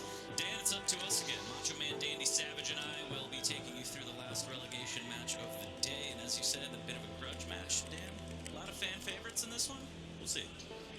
It's more of a grudge match between Sim and Twitch chat than Sim and Davis. That's the dichotomy here. I don't know what you're talking about. I see nothing in Twitch chat. A lot of turkey legs out there. We'll see. But what do you think? Same as always. Kind of Davis wants to get up to a good start. If he can get ahead of steam against the clutch of all things too, might be a good start to Davis. But I don't know. You think the measured play needs to come out? You think he can brute force his way, especially against Sip's clutch? I definitely think he's in more caution because, as you rightly pointed out, Sim can play that slow paced game. That can really falter someone running at you. So it's always risky when you play like Davis. It can look amazing and feel amazing, and if you do get an early lead, you do snowball and you feel invincible. But at the same time, if you're running into that brick wall, Sim is prepared. You're essentially throwing your life away. So it's finding that balance, working out how Sim wants to play. I think Davis needs to actually play a slightly slower start, understand what Sim is doing before he launches into it. And as you rightly said, he hasn't been at this stage on the level we're playing at now pretty much ever. So much like we talked about, we casted the Besieged game earlier. Can he handle that? Will he adjust if he needs to? Well, let's see if this one will go all five. I mean, we've had decent luck so far, Dan, but I think I hear everybody in the arena probably warming up. So I'm assuming we're going to get into the first map here shortly. Last relegation set of the day, chat. It's going to be Sib versus Davis. Davis trying to break on through to the other side. It's going to start off on Awoken. It's going to be Sorlag versus Clutch, and we are live right now on Sib's point of view.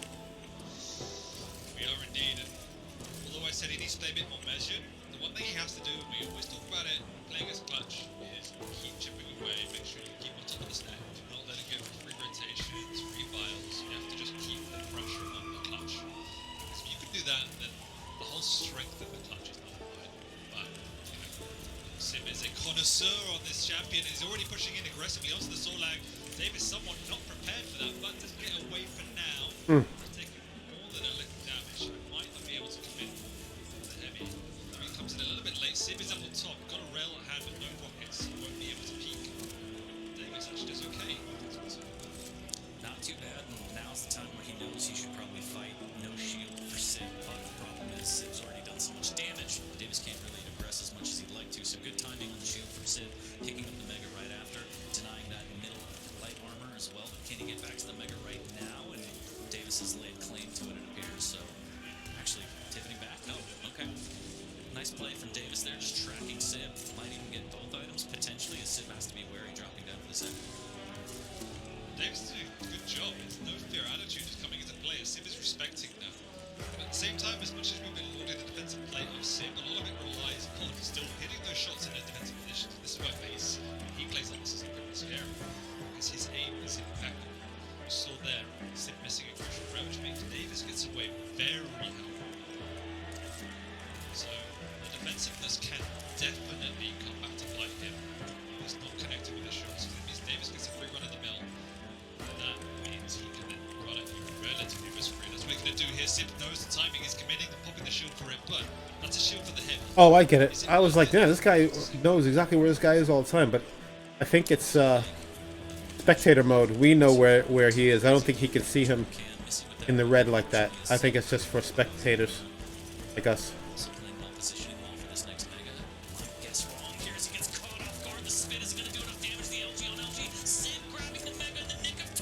Oh. Wow. Questioning the lightning gun choice. It seems to pay off, but I thought maybe use the rocket trying to boop him off that Mega.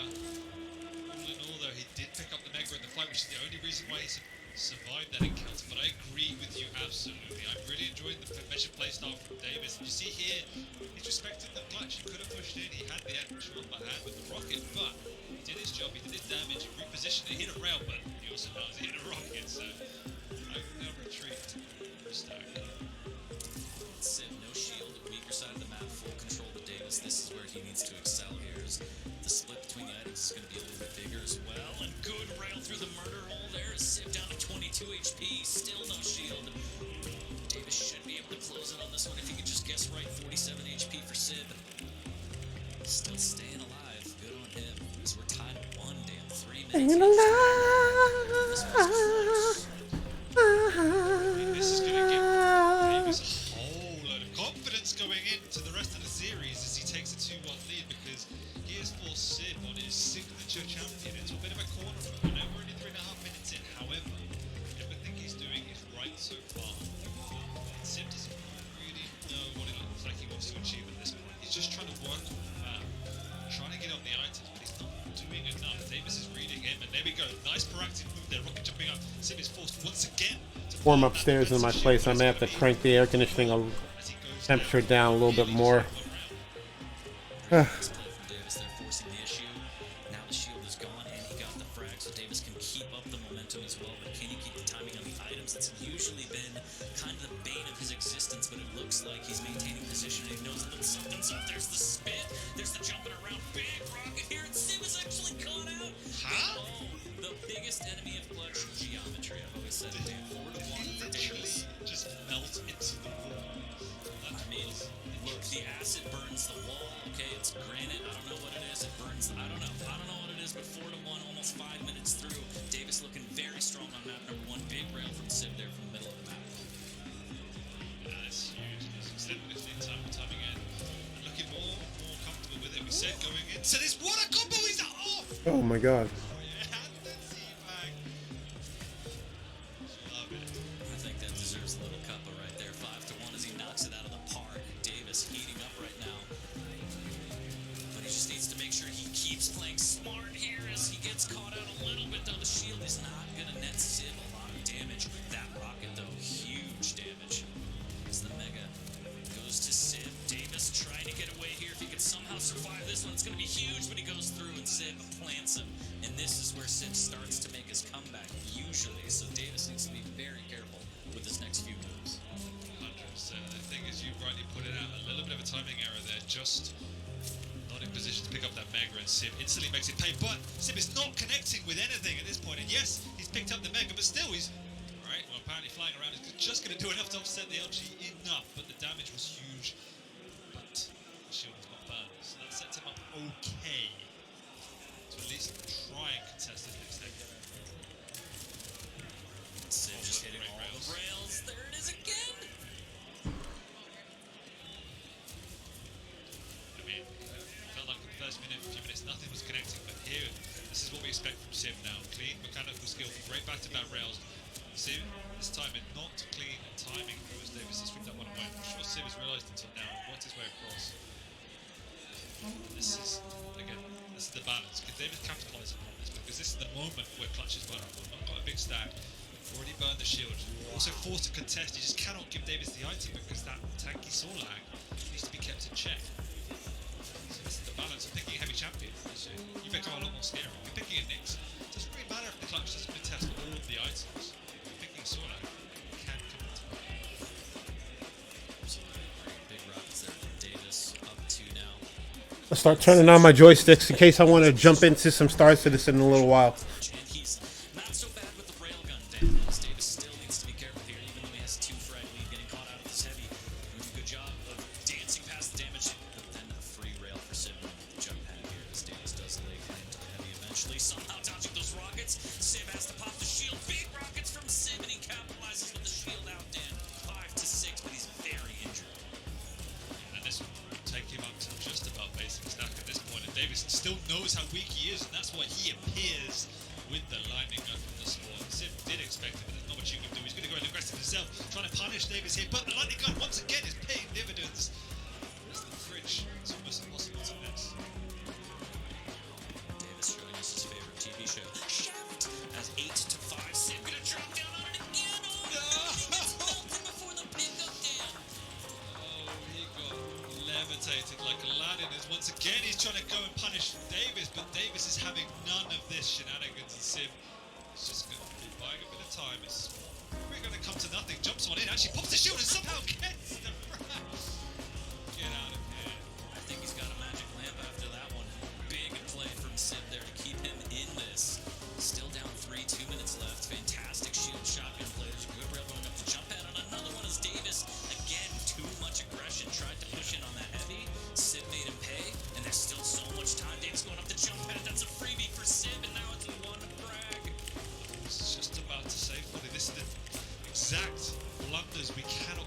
they want to sort of compete for the PPL, you can't have 3 frags for absolutely nothing that Davis is giving up for free. You know, look at the clock. There was 0 reason to do it. However, he's still got a lead. He needs to mentally reset to keep this lead. Big rail there from Sib as well. Again, he has the shield, so if things go horribly wrong, it's not that bad. Davis has to make a play to try and bait it out while avoiding this damage, but he's taking all these rails. Luckily, finally 2 misses come out, but Sib has the mega to back up off on. And again, still the shield in play here. Shield is there. He knows he can pop it, but he wants to use it at the right time, and he doesn't want to use it if he doesn't have to. Davis escaped himself away.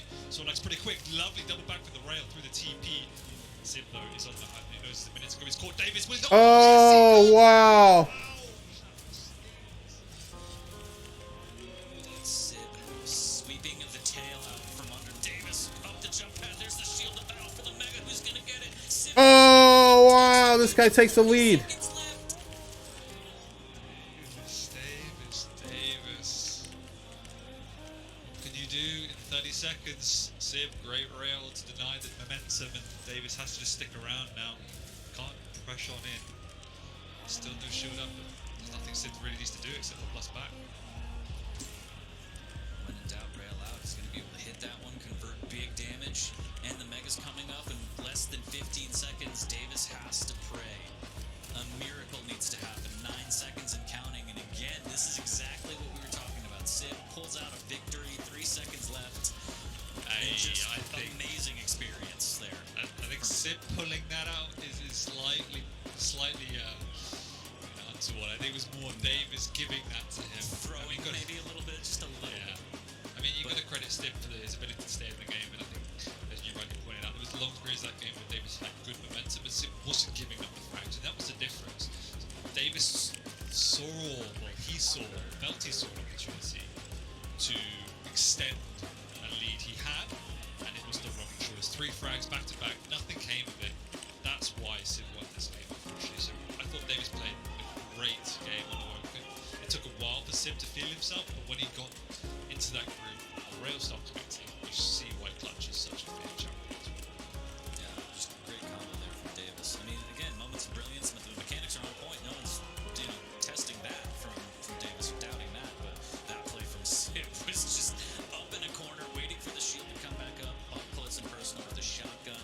10-9, and Sib, showing everybody that he is proficient on clutch. He knows how to play patient. Very calm and collected throughout that whole event. Even though he was down 3-4 frags at a time, no big deal. He's been there before. And just a really, really job well done, Sib. Davis just coming up short. Almost getting the map victory to start off this series, but again, that over-aggression just bit him in the ass. 100%.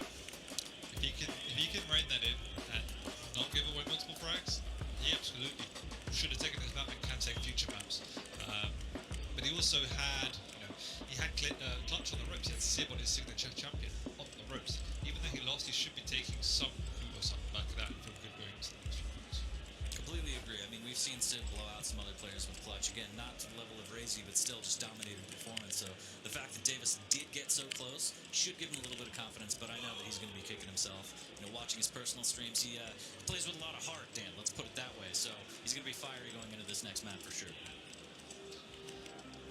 I was liking his picks, though. I think it's fairly balanced across the board, but the picks that Davis got definitely fall into his favour as well. I think we're going to corrupt to keep on the stroke here. Again, a champion he can force the issue, and he can play fast and really abuse the mechanical skills we saw coming out. His lightning up was superb. Yes, it was against a clutch, but it was still the right decision, the right use of that weapon. I mean, it was really effective. And corrupt to keep is a map you want to do that on, but then balancing that by really kind of effective use of the heavy machine gun. And I think that balance is what we're going to see out of Davis here. The predictions are very balanced as well. 48% in favor of Sib, 52 for Davis, so pretty much split down the middle. And we'll see if Davis can split the series down the middle here with the map number 2 victory. Again, as you mentioned, going on to CK. Davis is going to have Strong, and Sib's going to be on the DK, and we're going to see if everything's going to be okay. We'll see. Davis needs to bounce back on time 7-1, kind of reset the game. Yeah, it'd be mentally hard if he loses this map now. Going to his pick, he would have felt again should have won map 1. So again, very big map coming up for Davis in his life to get into the PBL. Yeah, that just he's gonna want to watch that in the World game back for sure, for sure.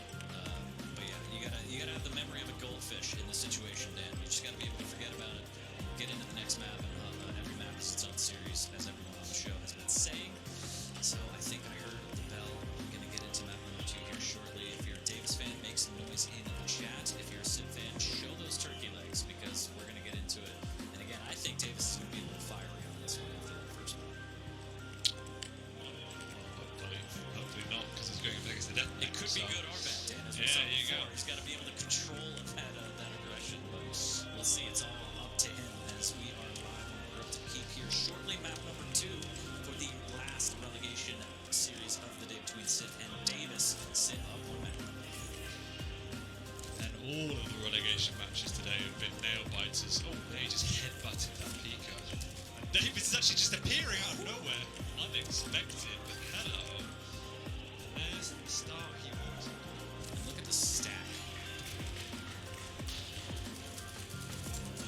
Sid trying to make it happen with the nail gun, taking a lot of damage from Davis, not following the nails, not taking damage to the face. I like this here. Might have a nice clean cutoff here. Can he reach? Good swap, and Davis up 2.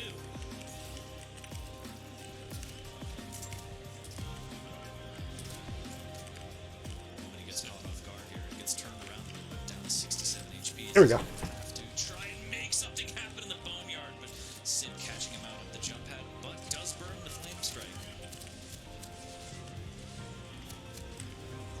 Trying to force Davis away, but some pretty good chip damage coming out with the machine gun and the Pico. Sid hurting from that exchange. Mega is up now, but Davis is not in the best position to compete. Although he just forces himself into the position he needs to be in. Yeah, bad positioning doesn't matter. My name's Davis and I have rockets. 3-1. He's got mechanics. We've said it before, so a little bit of a fist fight here early on. Slowing down Davis, waiting for the TP exit. Sid warning him with a shotgun. Davis not aggressing. Reads the double back. There's a rocket in the air. Sid goes flying, but the shotgun prevails. What, 10 HP, Dan? I can't even tell from this side, but Peeker in hand for Davis and map 8 HP, but there's the combo we were talking about.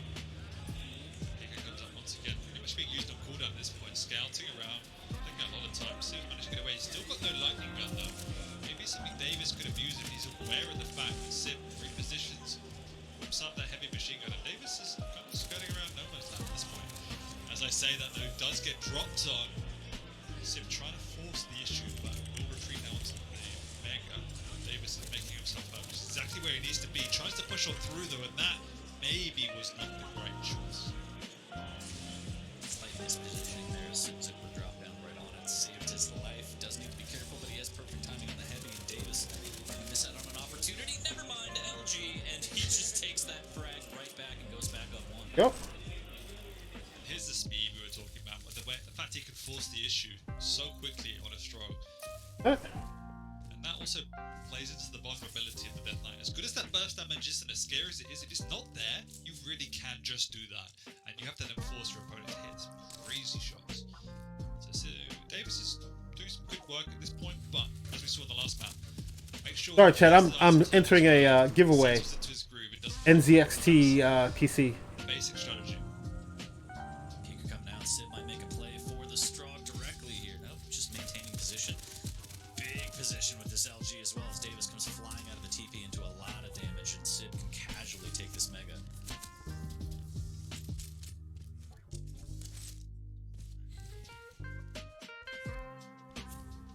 Sid though, doing a good job of making sure he's got that consistent mid to long range damage. Better use of the heavy machine gun at this point. That's why we see Davis sitting at quite low. And they're almost happy to just keep exchanging major items.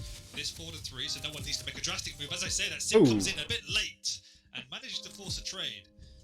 Maybe getting the timing just a little bit wrong there, because it could have been a good play if he was on the right time. So Davis here though, making the wrong decision, getting that peak right. Just a bit late again for the mega. Yeah, not really under any kind of cover. Sib's able to take that, tie it at 4. As you mentioned, item control, pretty even between the players. I think 7-8 in favor of Sib in terms of majors, 8-6 in terms of lights in favor of Sib. So Davis isn't doing a terrible job with the item control, but it's that mid to long range damage that he needs to be able to keep up and making sure he positions better for the peekers that he deploys here. So he does sweep in and steal a mega. But the flame strike is up for Sib. If he drops down with a rocket, this could be big pain. Davis needs to get out of there, and it looks like he does. Yeah, he will. Sib knows Davis wants a weapon gun. He's trying to defend that weaponry, or at least delay him to the point where he can steal away the heavy. And that's exactly what he's done here. So he knows he does have the items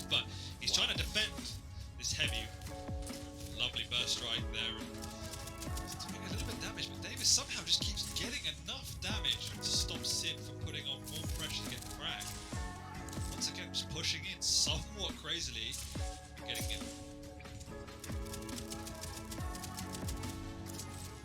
Somehow just keeps surviving as Sib doing a great job of keeping damage up. No matter where he is on the map, really good use of heavy machine gun. Dropping down more heavy machine gun, just enough LG to keep him out of the way. And Sib is just going to rotate these items now as he has full map control. Davis going to get caught out of the jump pad and gets melted down with the LG as Sib takes the lead a little halfway over this one. Yeah, you felt that coming. Sib was playing very that's why. methodically. Whilst he wasn't getting the frag, he's taking and cycling both major items and just continually chipping away at Davis. Whilst Davis is restacking slowly, damage coming out is making an inevitability. Oh, here it At is. some point, he will be going down. And now, unless There he we gets go. a drastic step change and gets some crazy shots, he's losing control of this map very quickly.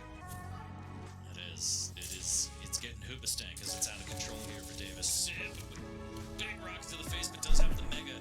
Davis kind of has him cornered, but still doesn't really have the weaponry to make anything happen. Rockets and LG, can he pin him in the corner? Looks like he does.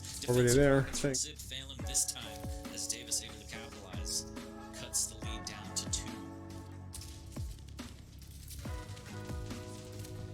Really nice LG there, but the flame strike. Wow. Okay. Death Knight things. The balls are on fire. This- What are you gonna do? They're huge. 8-5. Sib 3 frag lead yet again.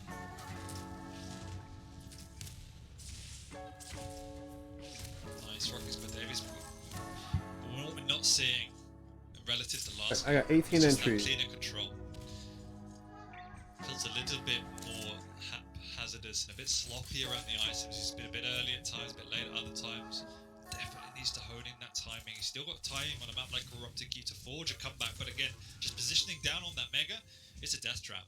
Sib capitalized upon that mistake. Even though he was only a few seconds early, it means death. Sib hit a 46% LG. Playing nice and slow now. 3 minutes remain for Davis to try and get back into this. He's going to drop down into big LG. Davis, nice frag there. Able to rotate between the red room and the heavy. Pick that up. Maybe cut off at the rockets. I think he got a glimpse of Sid just a little bit too late, but good fancy footwork there as now he pops the peeker. Good damage as well on the pickup. Ooh, but that rocket from Sid, but Davis sends him to the sky with the LG. Very weak, but good frag there from Davis. Yeah, but as you rightly pointed out, it was a huge rocket, which means Sib can just do that, sweep it off the spawn, doesn't even need to. It's not even a risk at that point. Ba-ba. What? Oh, misses What with the happened here? flame strike though. Somehow Davis just ends up burning down, but survives the encounter. Gets a good spawn by the heavy, and it might meet here. He gets all the weaponry on the pickup, and Sib is in no man's land. He didn't realize what was happening. Has to back on up. The mega will be up for him to recoup though, so it does work out okay in the end. Oh, man, I haven't been to Blues News in a long time. Progress now. He cannot afford with 2 minutes to go to give an inch, but Sib is just positioned on the high ground, dealing out the damage. And it looks like Davis just has to retreat.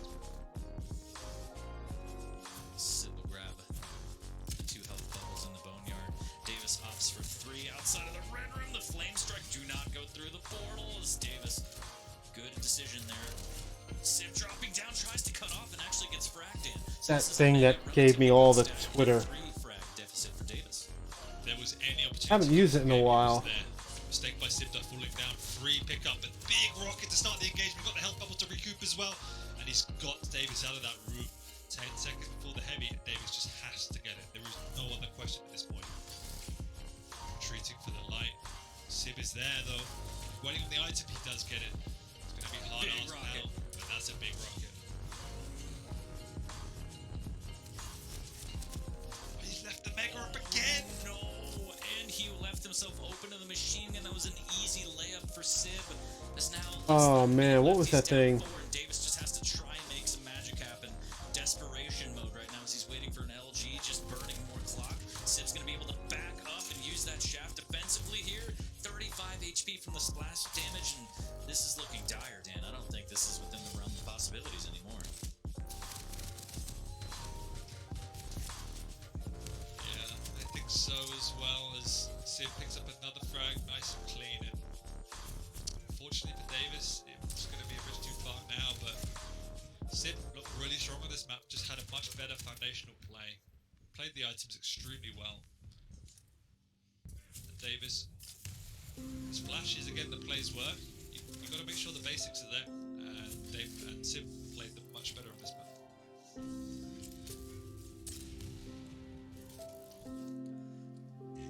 So 14 to 10 is going to be the final score on map number 2 in this set. And now the stage is set for Davis. Can he rise up in front of the Quake world and come back and reverse sweep to get into the league, or is he just going to go out? I mean, he still can win, one by one. Of course, you don't want to view it as a mountain right off the bat, but this is a big hole to climb out of, too. Yeah, no, mentally it's incredibly challenging because as much as you say you have to take it one by one, you can never look away from the fact that a single loss means you are out of it, and Sim has that buffer. If he can throw away 2 games technically and still win, it just takes so much pressure off his shoulders, and you could see it as this series has progressed. Sim has got more and more comfortable. Opening minutes on Awoken looked rusty, but final few minutes are much better, and this map Oh man, I can't find it. was looking very comfortable by the end. Yeah, I mean, just really unfortunate timings on some of the peakers for Davis. We saw on that last one leaving himself open, didn't really expect. Oh, they were just tweet deck. That's it. Tweet deck. We saw that throughout the game, which was unfortunate. Boom. So it was really more of a matter of the item control for a while was about even. I think just giving Sid kind of the benefit of the doubt and not respecting the flame strike as much and not getting a lot out of the movement of the Strog and the peaker as well kind of cost Davis the game. Yeah, no, I would agree. You can see there with the items, it's just, it wasn't massively different, but he was down on lights and mages, so again, just was not in it. Output more damage, but just wasn't there in terms of map control. Well, he's got to dig deep. No other choice for Davis as he's up against it. Sib up 2 maps in this set. The next victory for him will put it away in a clean 3-0. But it's going to be Keel versus Scale on Vale. And we'll see if Davis can prevail, Dan, as he has to. 3 in a row. Tall order. Tall order for Davis. Tall order. But he can make a mess on this map with the champions and just the map's geometry. We've seen it in the past. Maxter versus Rafa. Oh. Outright brawl. Unexpected result. It has to start here. There you go. I do indeed. It has to start here. It has to be now. That's why I'm casting with you. It's always a mess with me. I love it. We'll see. We'll see what happens. You just muscle-bound miscreant. You're so handsome. But I heard the bell. We're going to get into it. Map number 3 shortly, chat. All right? So predictions are coming in. Let me take a little peek here with my spectacles. Let me take a look what we got here. It looks like 63% in favor of Sid on this one. So they're beginning to believe. The turkey legs are out in the chat. The stock for Davis, unfortunately, plummeting, Dan. But we'll see. I mean, at this point, I feel like Davis almost has nothing to lose. So why not make a miracle happen, right? I love the silver lining perspective you have. That's the only thing keeping me going, Dan. In life in general. But map number 3 right here as the life for Davis hangs in the balance with this map. Again, Sid versus Davis, the last set of relegation games for today. Keel versus Scale on Vale, and we're starting off on Sid.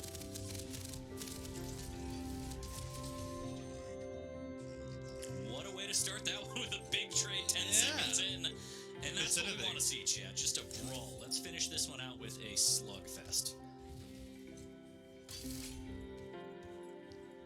If there's anything Davis is good at, it's getting off to a good start.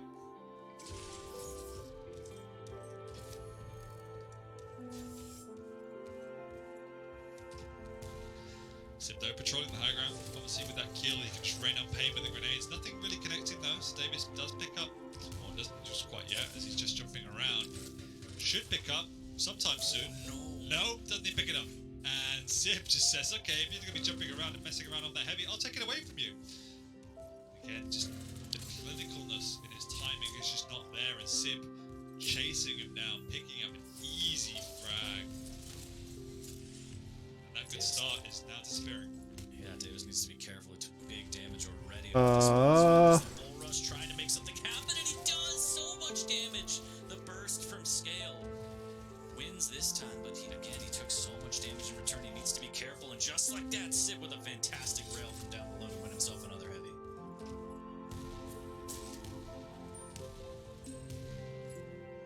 This is the benefit though. Even though you mess up, maybe give away a frag, when you do have this overbearing stack, you can continue to force the issue even off the spawn, and that's what Davis will enjoy, but Sib needs to counter that, which he's doing perfectly with the rail so far.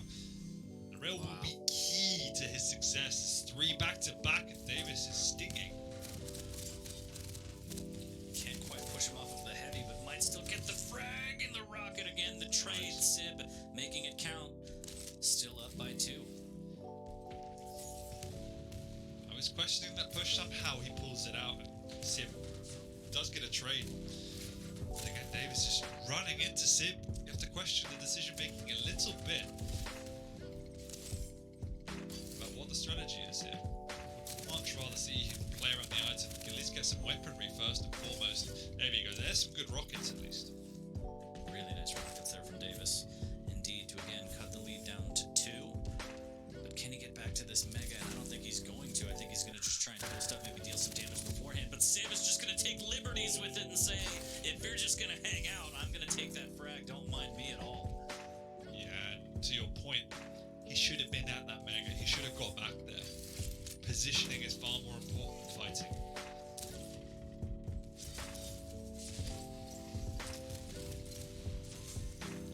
Sib again, just going toe-to-toe. 8-4 now. Problem is now, like, this strategy of plus board has not been working, and as the scoreline begins to descend and spiral out of control, your only solution is to do more of the same. And if the same isn't working, what do you do? Luckily, Davis does get a frag there, and a clean frag, but he's going to have to convert that frag into a bit of control and a bit of tempo control as well. Would love to see him do some initiation damage before just charging it. Almost gets a big rocket connection there, but instead, at the very least, able to maintain his stack. Ooh, a little bit of damage. Weak deck. Did a lot of damage, and now he has to think twice. Still going. But he does anyway. The LG's ready. Davis not landing a lot of damage in return, and Sib able to pick up that mega and get the frag. Yeah. And at the moment, Davis is just not playing a positional game. He's just running around the map. We need to see him win that battle for the high ground. Because until then, Sib I have the high ground. dropping onto him or railing him from a distance that Davis just could not contend at. And you can see Sib just waiting for that. This time he goes down, but you see Sib is not phased by the aggression. So Davis needs to find a new strategy at this point. Good rail there from Sib, knowing that Davis wanted that heavy armor. And yeah, he tried to Olay the bull rush, and no big deal if he got smushed, as he still has the lead. But this is the first time we've seen Davis really cycle the items. What can he make of it, Dan? All things considered, we've only had 4.5 minutes. It's a 3 frag lead for Sib at this point. And we have seen much bigger deficits turned around on a map like that.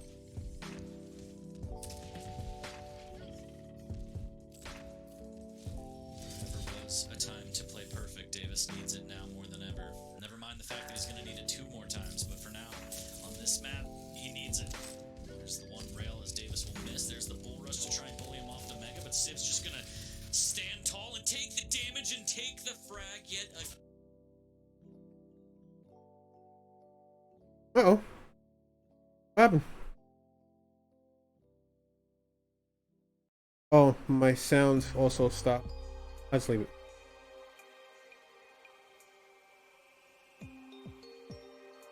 At their end? Yeah, everybody's freaking out.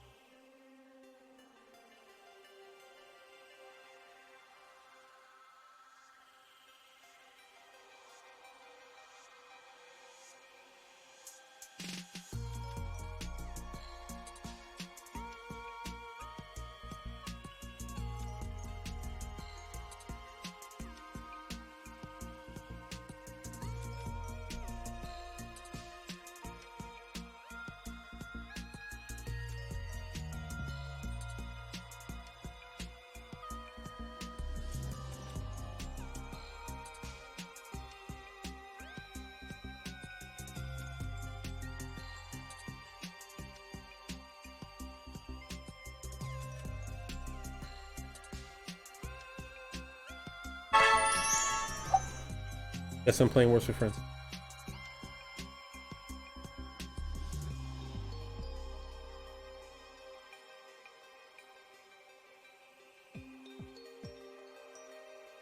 Okay, okay.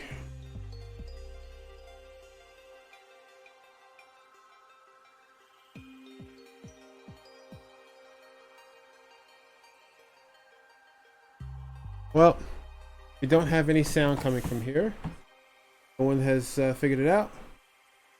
People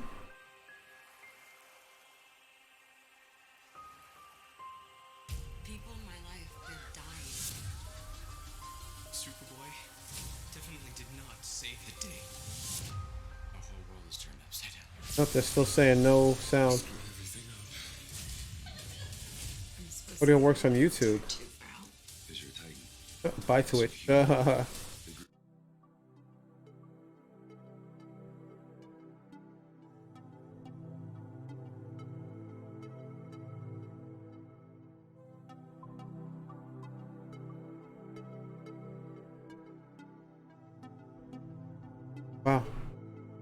The ad stopped. There we go. It's just part of being one. Yeah. Wow, Superboy, Super Dog.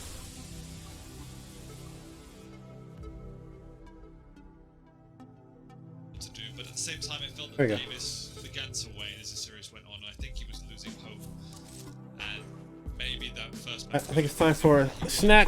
could have, should have won that. I want to get some yogurt. I'll be right back.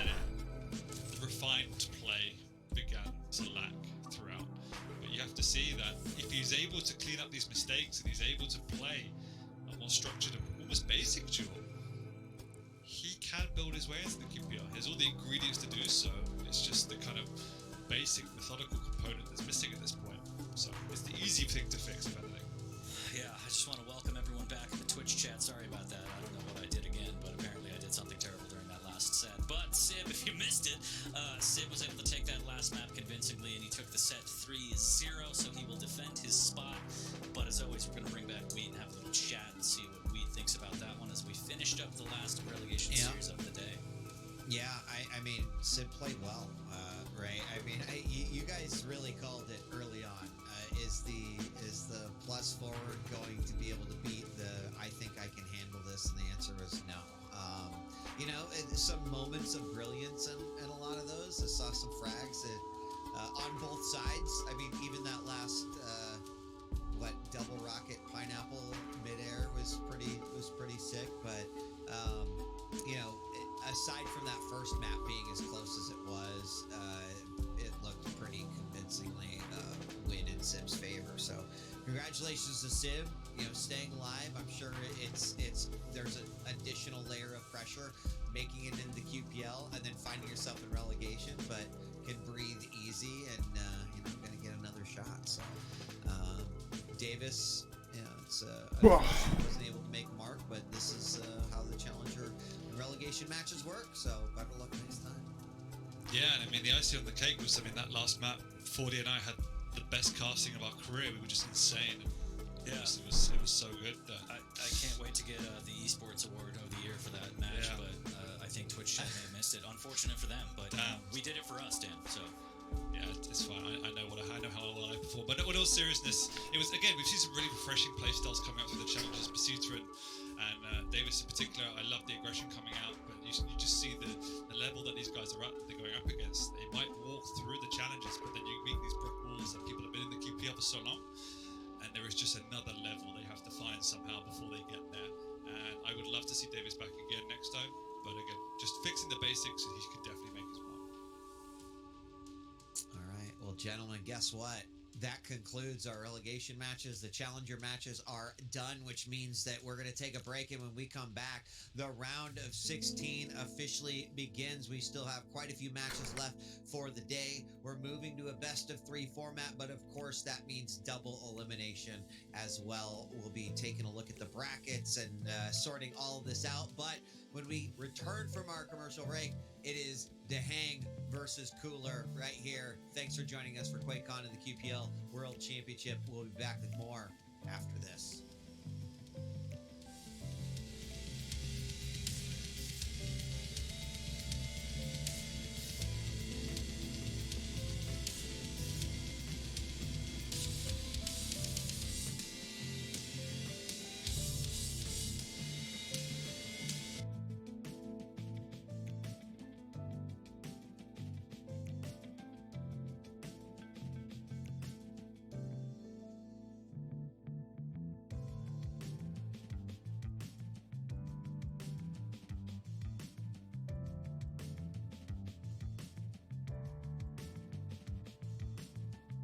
Oh, look.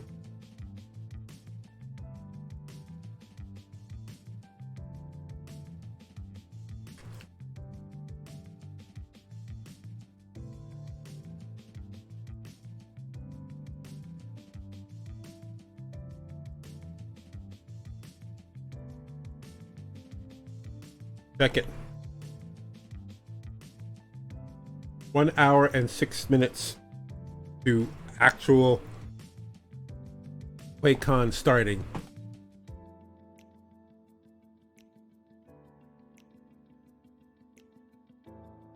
I muted this site. It just has music going on.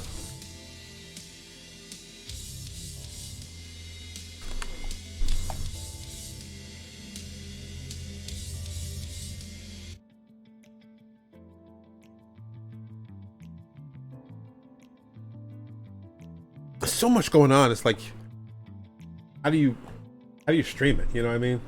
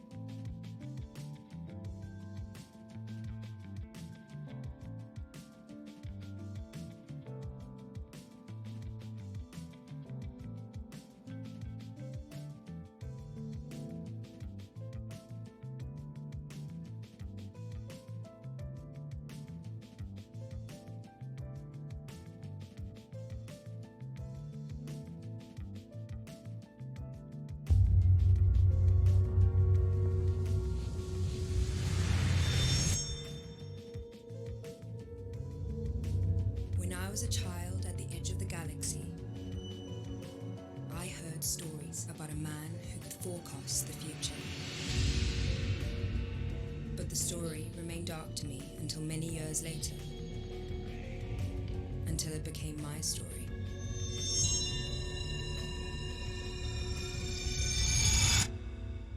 Until it became the only story. You're familiar with my work, psychohistory? Every mathematician has read your theory. It's not a theory. It's the future of mankind expressed in numbers. And the Empire won't like the future I predict. History is littered with charlatans and false messiahs.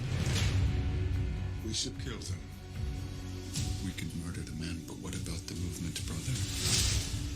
Martyrs tend to have a long half-life. His math was right. The Empire is dying. Wars will be endless. 1,000 worlds reduced to cinders.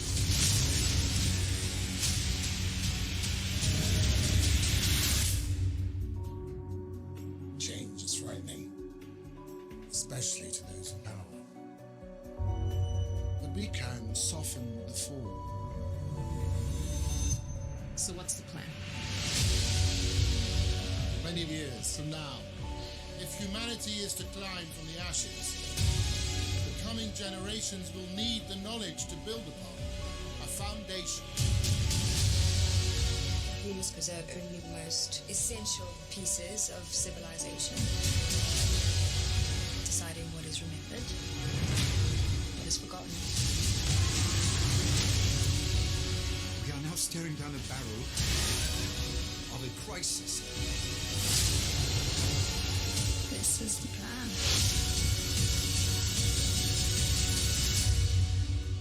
We're not turning around now.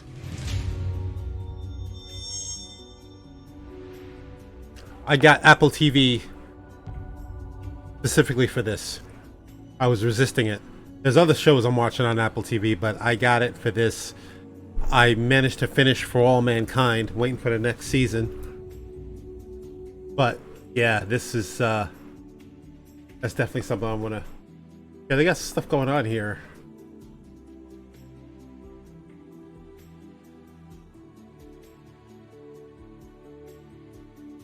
Oh, here. They got it. Trivia questions.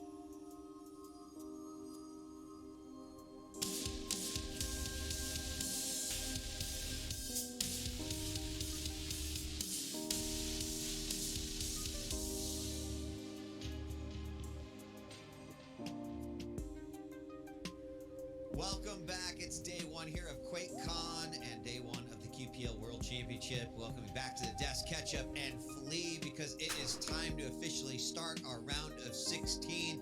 Congratulations to those players who kept their spots in the QPL, and also welcome, I guess, congratulations to Waz, who is our one challenger who made his way in 3-2 in a victory over Effortless.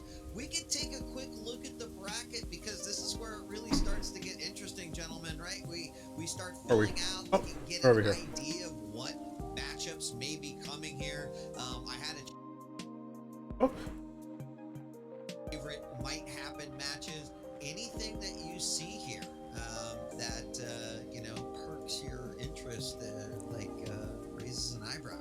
I'm gonna be honest with you. I think that Flea and I have been kind of lucky because of all the matches up first that intrigues me the most. It's to Hang and Cooler. Just so happens to be the next match that we're gonna have on stream. So that definitely intrigues me. I can't wait to get into it. Absolutely. Now I'm looking a little further down the brackets where I think we're shaping up to see Rafa versus either Avak, maybe Cooler, the Hang if he's in shape. So that could also be very interesting, seeing Rafa take on Avak or Cooler. Oh yeah, I love to play the what if, what could happen game here as we look at these early brackets, but over the course of today we're going to have this filling out a little bit more. Now I also, before we talk about our next two players in the upcoming match, want to let everyone know that we're shifting gears a little bit, right? We went from the relegation matches, those were single elimination best of 5. We're now into the double elimination portion of the bracket, which means that every single matchup is going to be a best of 3 all the way until finals day on Saturday, in which we'll go to best of 5s and then best of 7 for the finals. But you can now shift your mind, your brain. We're thinking best of 3, 2 maps, and you've won. You move on. You lose that, drop to the lower. You lose in the lower, and unfortunately, your time here at the QPL World Championship is over. So, gentlemen, I'll go to you first, Ketchup. You said one of the matches that you were very keen to be able to cover and watch was the Hang versus Cooler, and that is happening right now. So, your thoughts on that one, and let's kick things off and talk a little bit about the Hang. I mean, before we do this, I want to just real quick mention that, this is my favorite part of the finals, because the best of 3, it's like the Wild West, right? It's like the matches just go by so rapidly fast, don't blink and you'll miss it. Which, as one of these players in the tournament, I mean, this introduces an entirely different ballgame. We have a player like Dahang, who is incredibly methodical, very, very smart and calculated. Hasn't had the most successful, I think, of the weeklies compared to his other standard being nigh unbeatable, besides, the odd player here and there, and then of course Rafa. I think this is less for me personally that Dahang has underperformed this stage, and I actually would say it's more that there has been a rise of power. Xenoku and Maxter in particular have very much stepped up their game, and it's stiff competition for the kind of higher echelon of the Americas players. And this best of 3 scenario where 2 maps go down, boom, you could be either moving on or not. Oh, hey, Spiel, how's it going? It's a whole different ball game, and I love seeing how players can rise to that occasion. Oh, what was that? Foundation? Yeah, it looks good. Doesn't really follow the book that closely.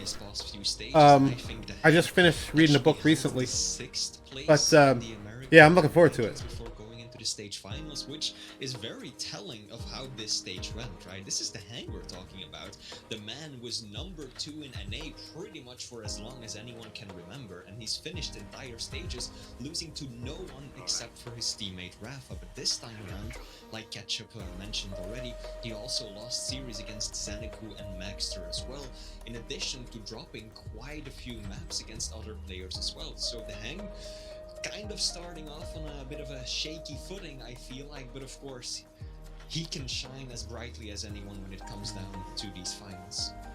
Well, speaking of shining brightly, or maybe not so brightly, his opponent in this matchup is someone who is considered a legend, who has been known across all of the versions of Quake that he has touched and played, bringing us some of the most legendary matchups versus opponents that you know and love. But during this stage, didn't exactly spark a ton of inspiration from many of the fans out there. Of course, I'm talking about Cooler. He did manage to avoid relegation near the end of the stage, but now we find him here up against a very worthy opponent, and I love to hear what you guys think about Cooler. It's always unusual in Quake Champions when you talk about Cooler, like being this kind of inconsistent player. He'll go from being a lower seed one time to winning an entire stage the next. You kind of never really know what kind of cooler you're going to get. You don't really know what kind of practice he's been on, because sometimes it becomes abundantly clear that he's not been practicing. But when he has been practicing, Cooler can win tournaments. And that is one of the things that makes him, I think, one of the more volatile players that we have. I feel like against the Hang, there's this whole new element of, look, they don't get to play all that often.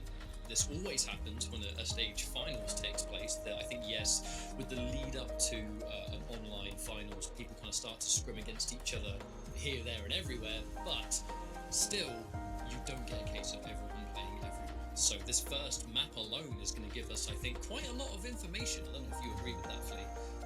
I definitely do, and I'm glad you mentioned that they don't play each other often, although I think that is a huge understatement, because the last time they played was exactly 2 years ago at the kickoff, way back in QuakeCon 2019, and it was Cooler who beat the Hang 2-1 then, and Cooler, of course, then went on to win the following stage. It was Kilson who won QuakeCon the kickoff, but Cooler got to secure the belt in the stage after, so he was already in a really good shape then when he took down the Hang the first time around. So yeah, it's a book from we're going to immediately see way back. Isaac Asimov wrote a series of books, and it's going to give fireworks. Well, speaking of fireworks and finding out what map 1 is, the picks and bans will be a crucial part of this story. So let's take a look at what we've got with Molten and Exile banned, and then Veil coming in along with Corrupted Keep, and finishing off with Ruins. Who wants to take us through the champs? Well, we can start off with the Strog versus Ranger here. Nyx quite rightly being removed, because Nyx has kind of historically been one of Cooler's kind of stronger champions, in my opinion. The Slash taken out as Corrupted Keep going to be the next pick. We have Anarchy versus BJ, and then Ruins, Sana, Sorlag. Kind of a bit of a popular remove, I think, from that kind of map sometimes, anywhere where she can fly around, build up that stack, and also get quite fast out there. And the Keel from Dahang, which a bit more, I think, appropriate to his style of play. He does like to play a little bit slower, does like to kind of play on the items, and if you're playing a game of items, then Keel on that map's a pretty damn good pick. It's nothing that immediately stands out to me as being odd in this matchup, right? It's all pretty standard. We're getting Ranger versus Strog on Veil, perfectly normal picks. Corrupted Keep, BJ versus Anarchy. You see BJ more often than Anarchy there, but still pretty standard. And then lastly, indeed, we get the Keel versus the Ison on Ruins, both very solid champions on that map. I think the main thing that stands out to me is that the Hang always either has the same stack or he's got a stack advantage, right? Medium versus light on the second map, heavy versus medium on the final map. That means that he's always going to spawn with an additional amount of armor to work with. But of course, Cooler is one of the best players to try and counteract that and play around his opponent having such an advantage. Nothing that will catch him by surprise, that's for sure. I'm just kind of curious over, I think, just the level of efficiency. When I look at Dahang as a player, he's always considered, like, you know he's going to do damage, you know he's very rarely going to have maps where his aim isn't so hot, but the timing is always going to be there. There's one thing you can count on with Dahang is that if there's an item on a map, good chance he knows exactly when it's going to appear next. Against someone like Cooler, who is famous for being a very, very similar player in terms of items, right? No one plays. Yeah, let's watch. Like Cooler, I'm gonna make a switch over here. just so intrigued. Oops. Yeah, this is certainly a Let's great way to kick off the round. do this, and I think I want to show what's going on here.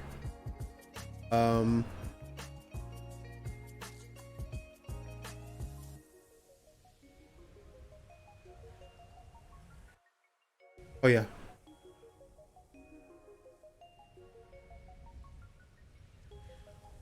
Blocking anything? No.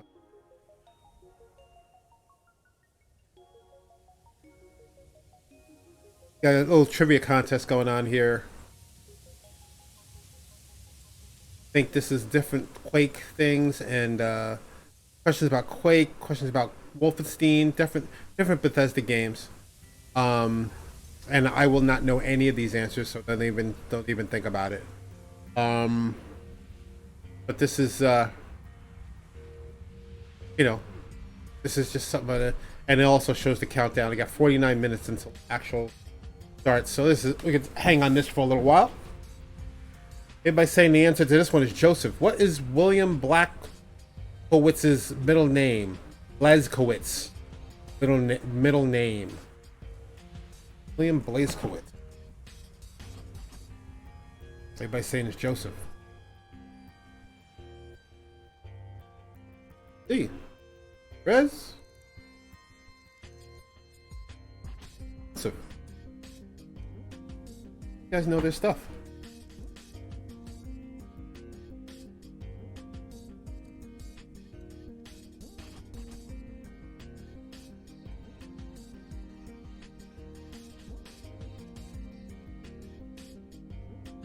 Quake, the Ring of Shadows, turn the player invisible except for what?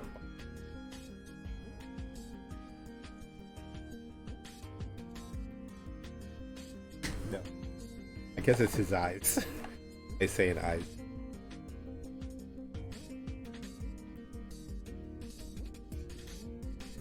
It's gonna be a lazy day, man. In this all. Or whatever I can find.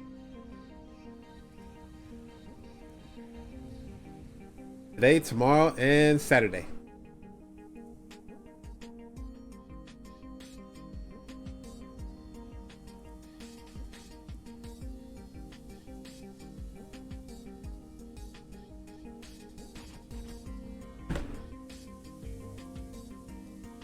Oh, excuse me. Excuse me, chat.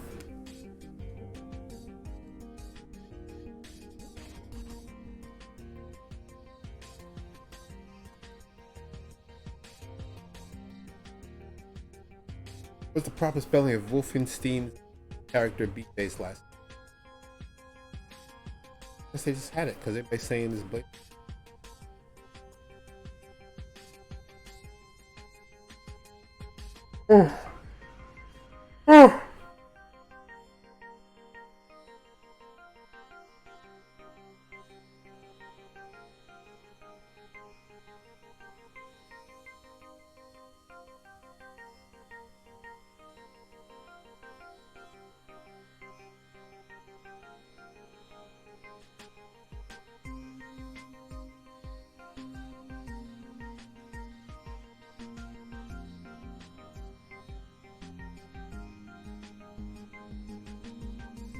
Dishonored. Where is Corvo's mark of the outsider located?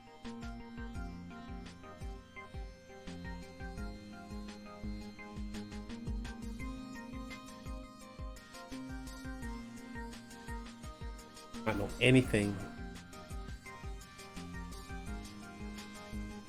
Not to say that they're not good games, they're pretty good games. I just haven't played it, or I haven't gotten around to play it, or it's just...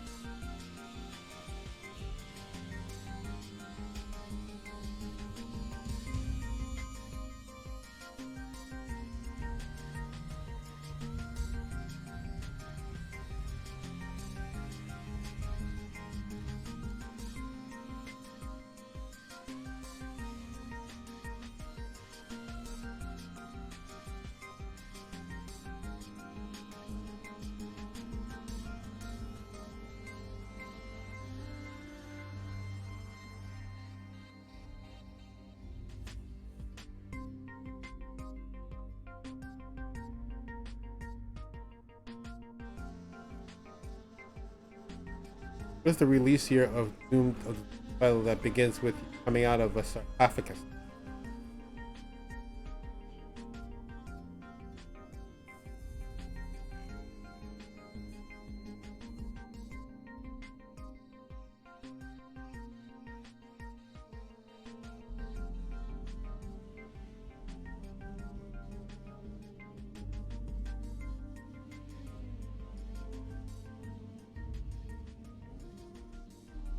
Chris?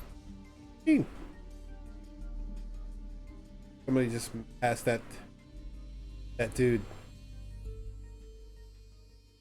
Ileana just took first place. What famous con within a con? Wait, con. Oh shit. I actually know that. Line con? Doom con? I get paid by saying Doom con. The answer I actually had a chance of knowing. Wow, Molly Wood.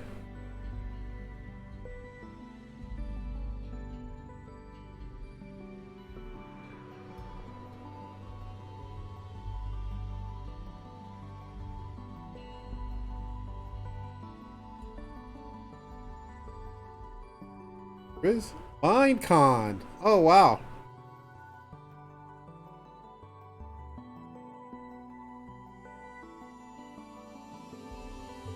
Oh! Resistor came back. What was the first game ever published by Bethesda?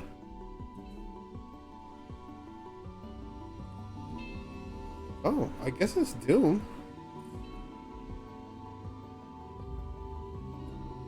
Or Wolfenstein.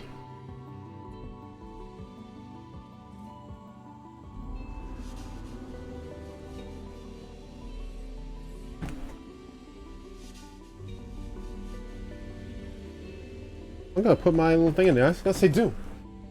I'm the only one who capitalized.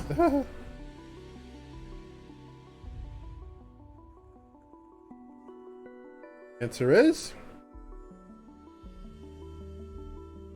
Gridiron. Oh wow. I don't even know what that game is.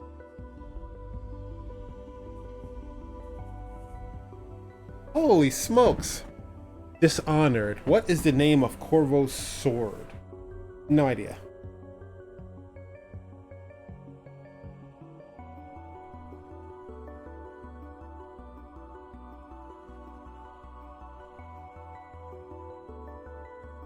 Cookies. I have one supermarket. Oh, not the got from. They also make really good oatmeal. Bakery. I have one cookie left. I think I'm gonna need more for the next couple. I just go ahead and get either later today or tomorrow. The folding blade. Correct answer is the folding blade. Blade. Oh, and there is. Resistor is your winner.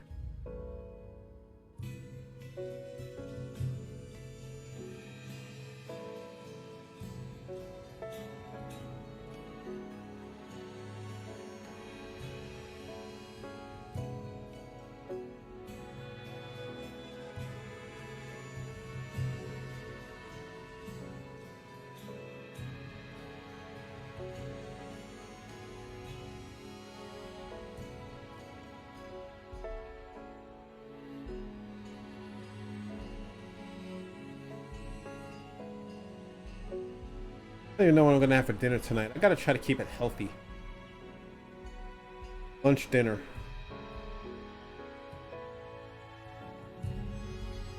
I have nothing to cook. I do have something to cook late.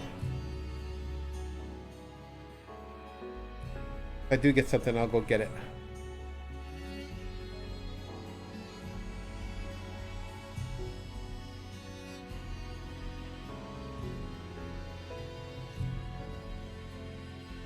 It's time for a round of QuakeCon trivia. Answer trivia questions in Twitch chat to earn points and appear on the high score list.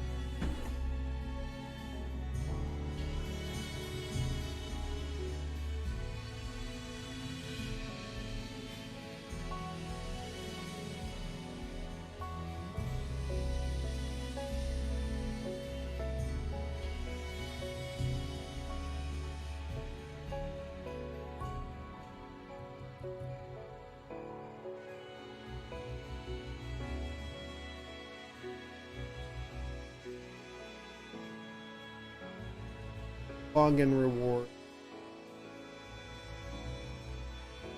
What does the C stand for?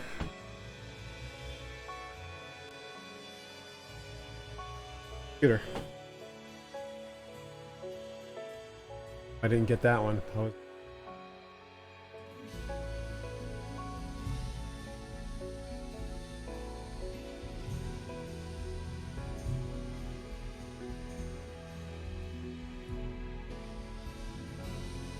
I should knew that one.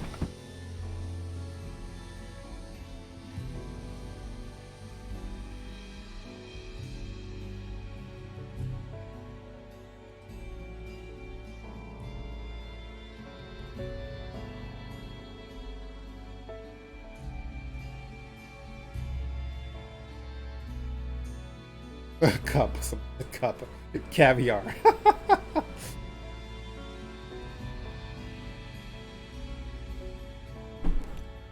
In the time loop in Death Loop is the result of a series of experiments run by a group of visionaries within what program?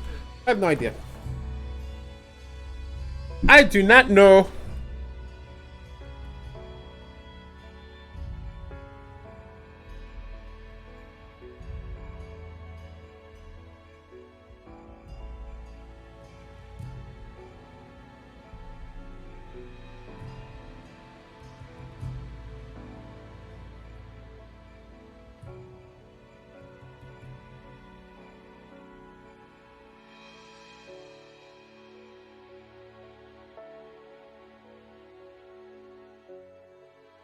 Aeon.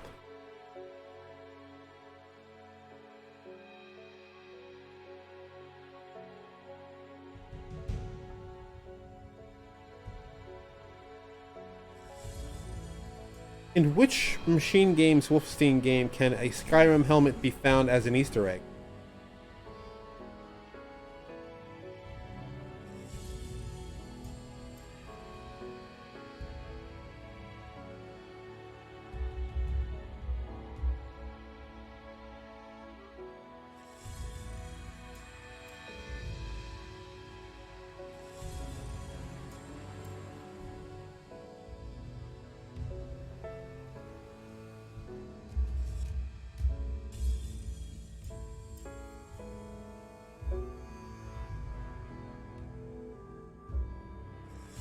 Answer is Old Blood.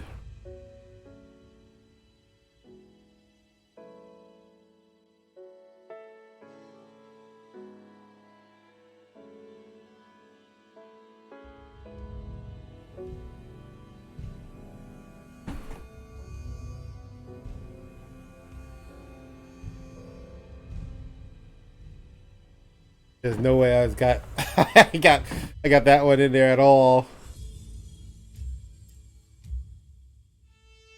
Masruda.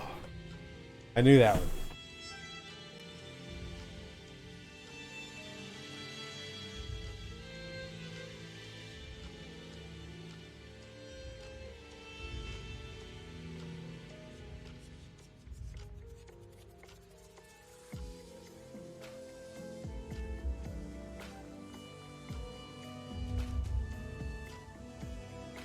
Gauge. Yep. You must recover.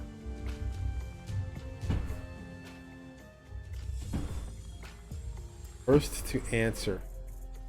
God, how quick do you have to be with that? Sebastian Calistanos faces some gruesome foes in the enemy, the evil within. But do you remember then? Do you remember the name of the spider lady?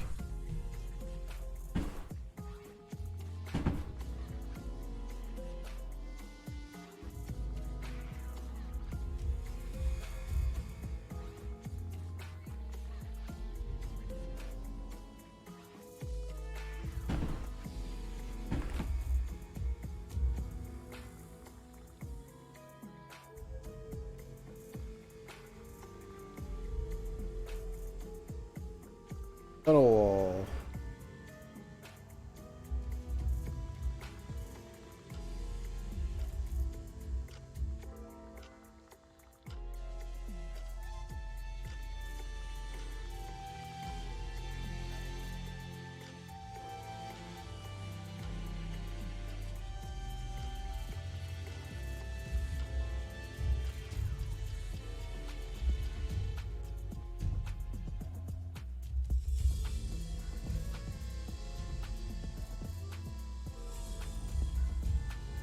What Latin phrase is the motto for of the Brotherhood of Steel?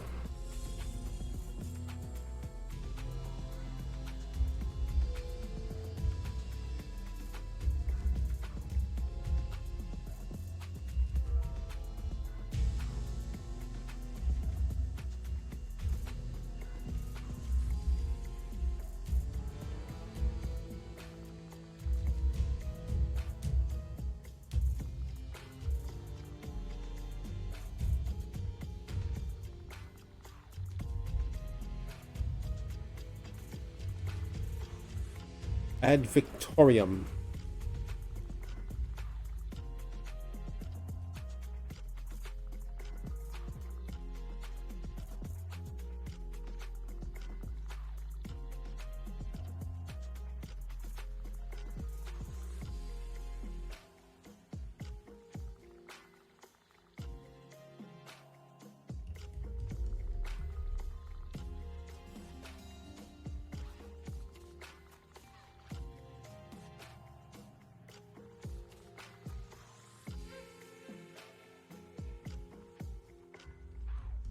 Oh, wow.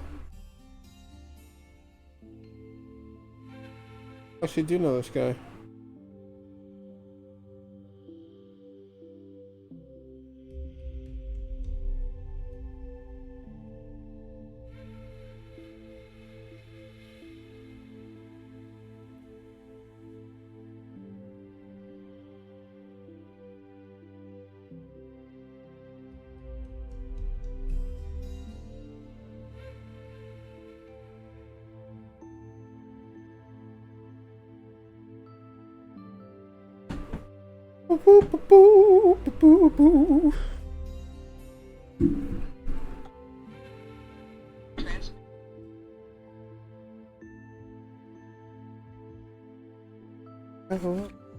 Oh shit, you know, I really do need some more.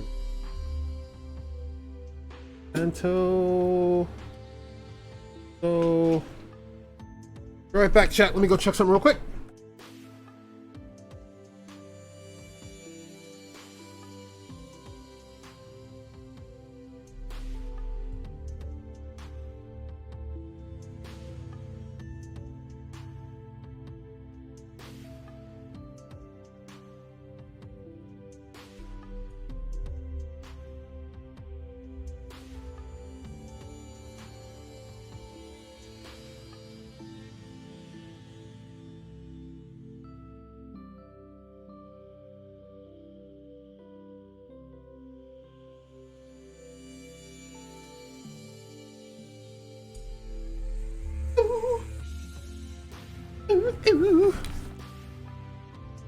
You know what? I'm gonna go get that cookie.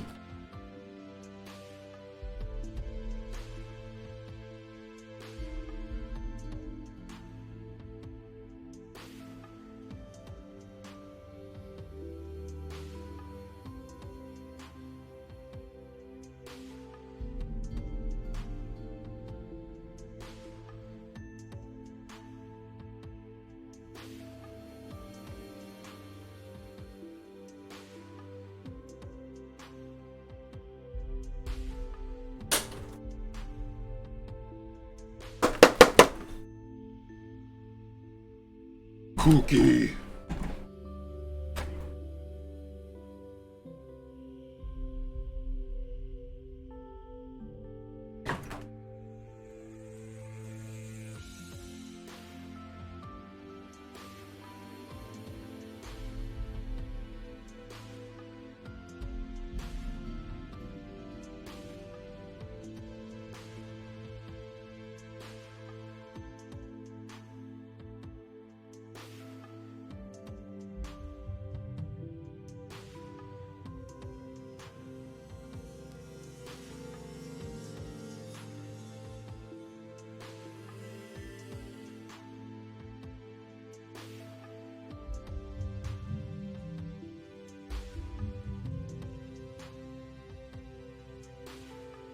Blow out your ass.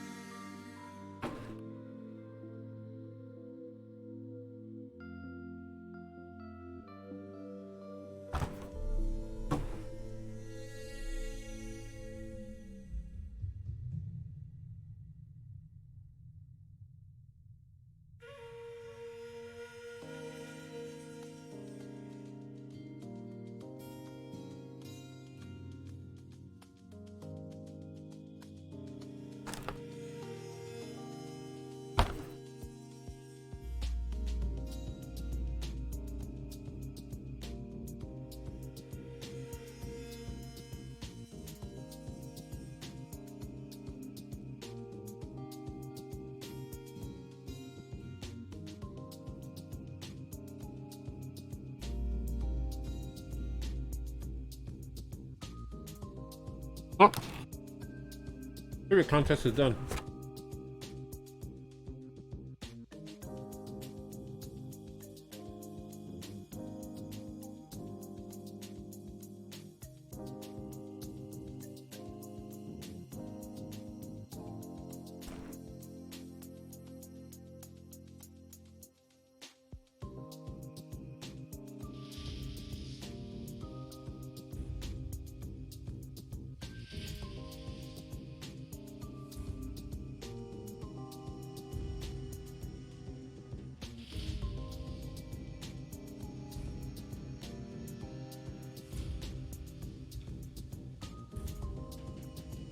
Ah, that cookie.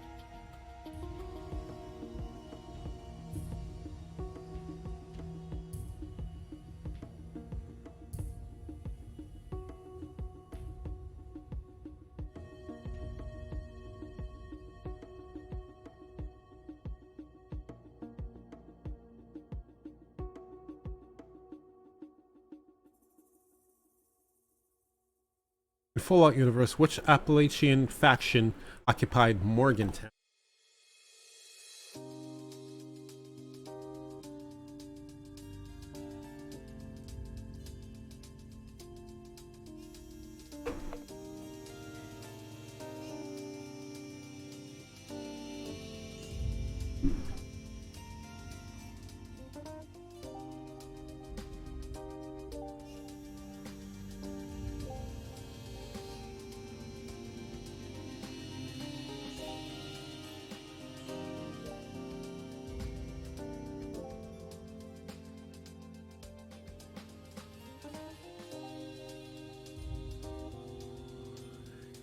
Responders.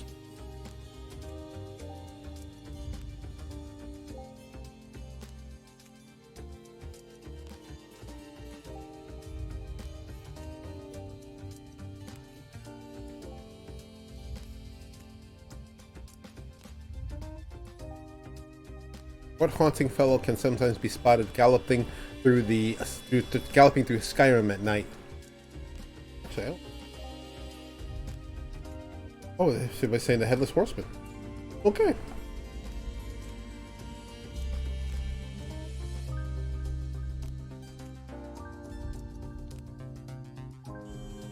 Oh, good.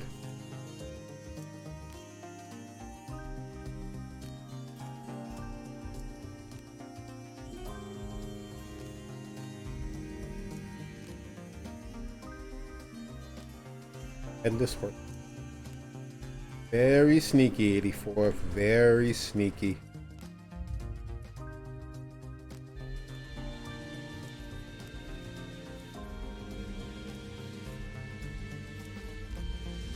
If I was to use the blink power in Dishonored, what would I do?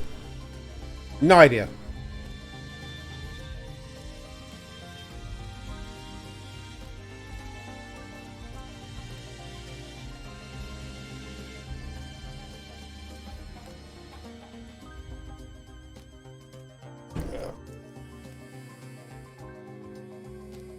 What are they saying?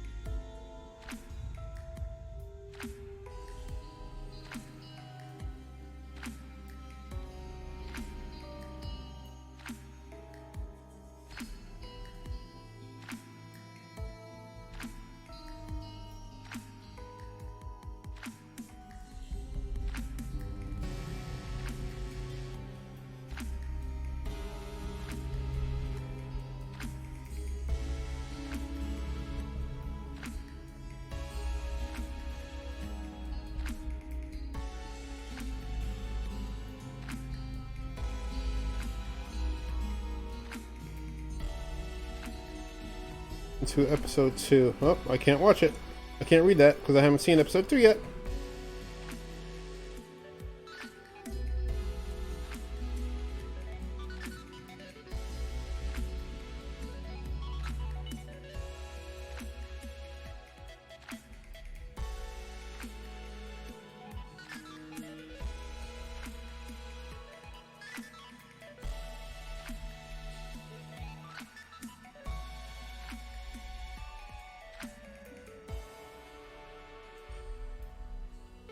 How do you finish the phrase peace, love, and pockets? I guess.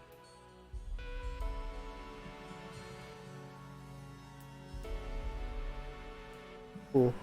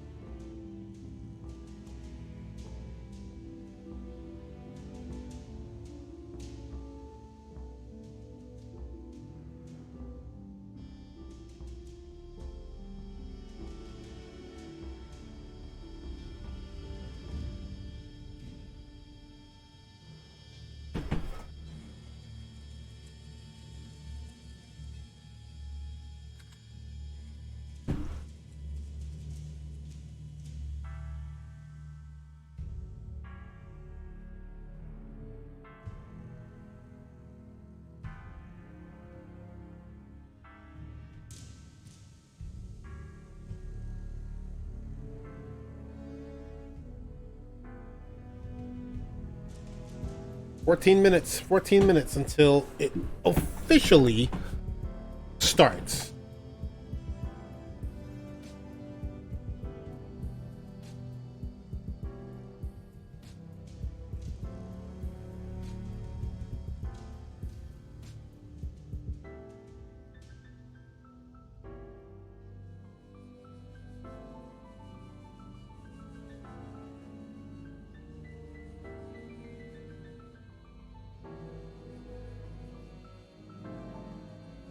Time for around a quick con trivia. Some more trivia. Okay. They love their trivia.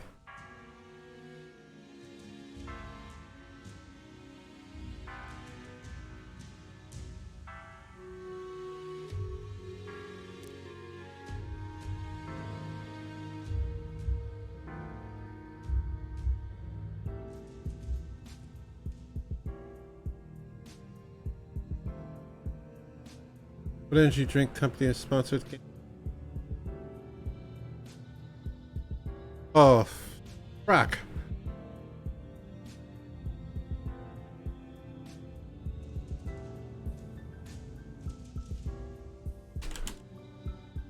I couldn't get it in there fast enough. I knew what it was, but I couldn't type it.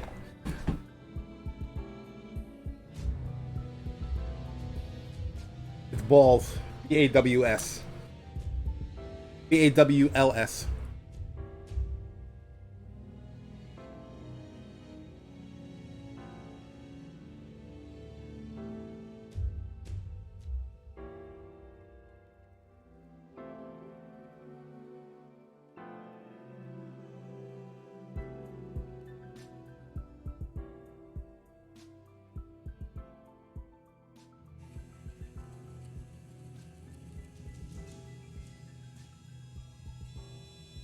Elusive Fallout 4 sneak peek presented.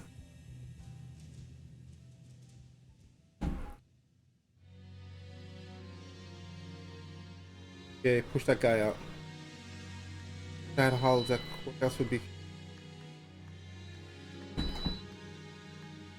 6464.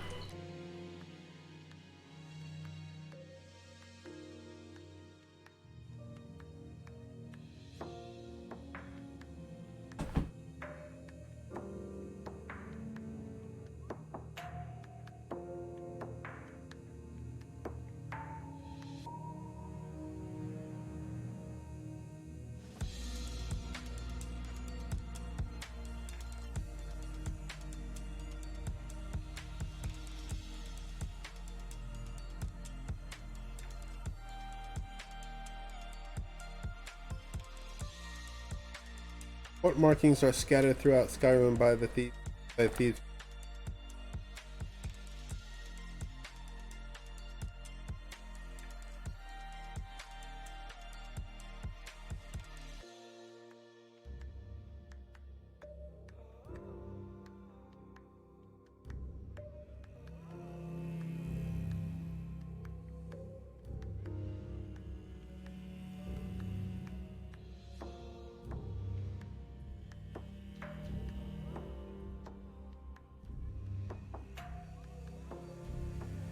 Shadow marks it.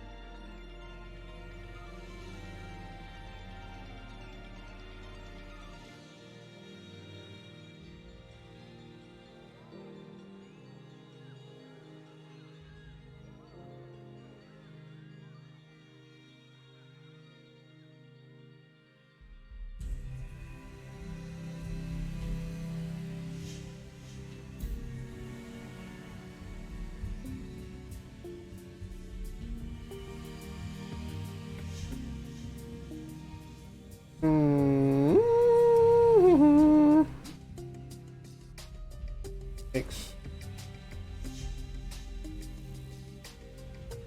Vitality Bolt. Oh my goodness. Expensive delivery.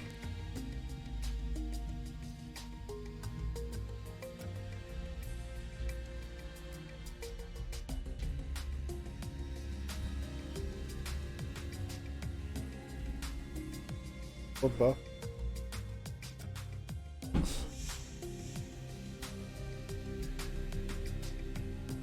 Yeah.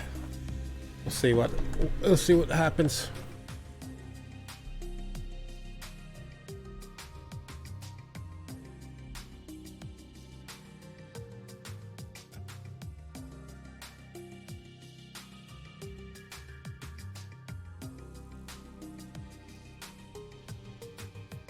Oh, that's what.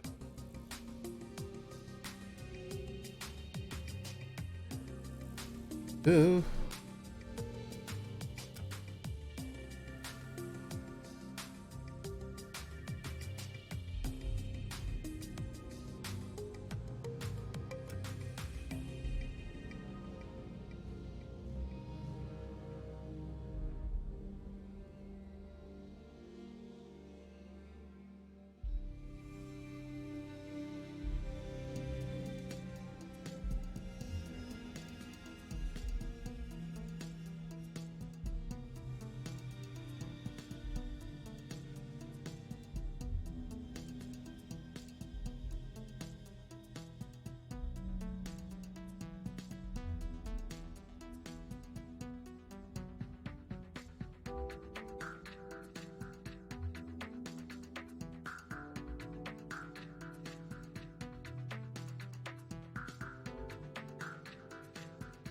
Oh, excuse me. Woo! 6 minutes. 6 minutes. 6 minutes and counting. 6 minutes.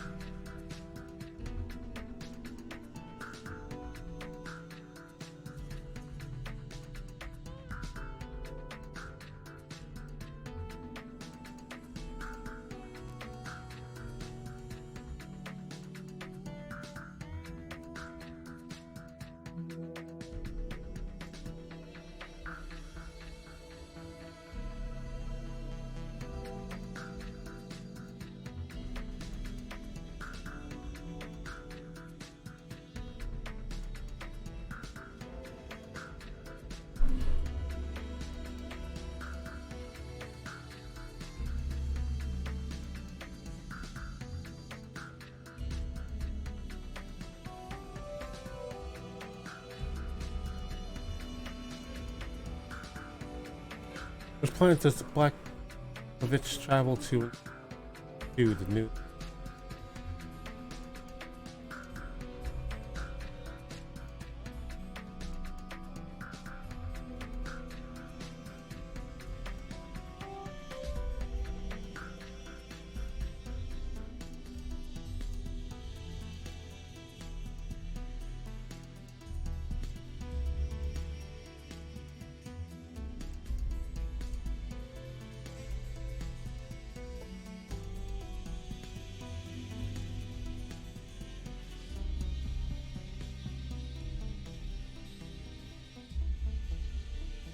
Venus.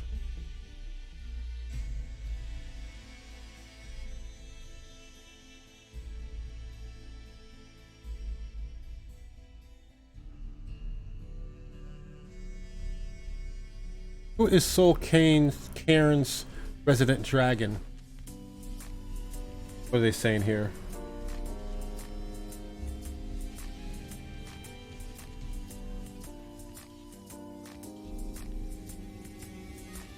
Urinir. Urinvir.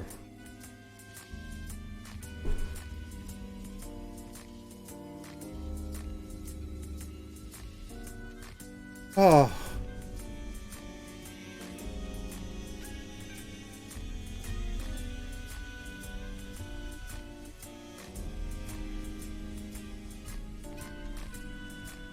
Riz?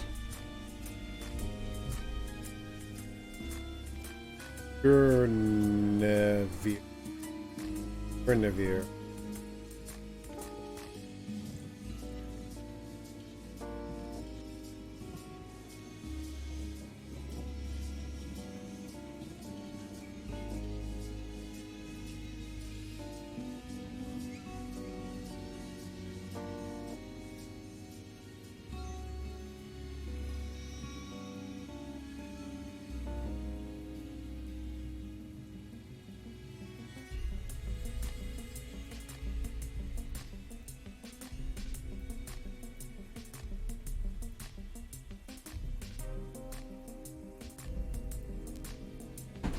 Two minutes, 53 seconds.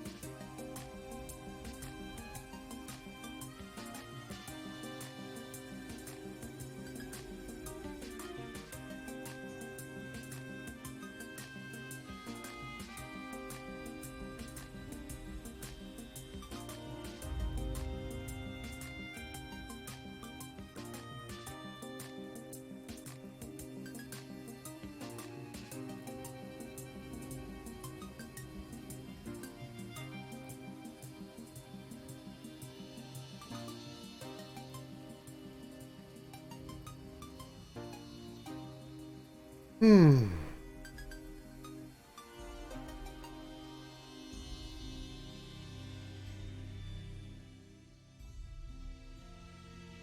right, here we go, people. Within 2 minutes, official start of QuakeCon.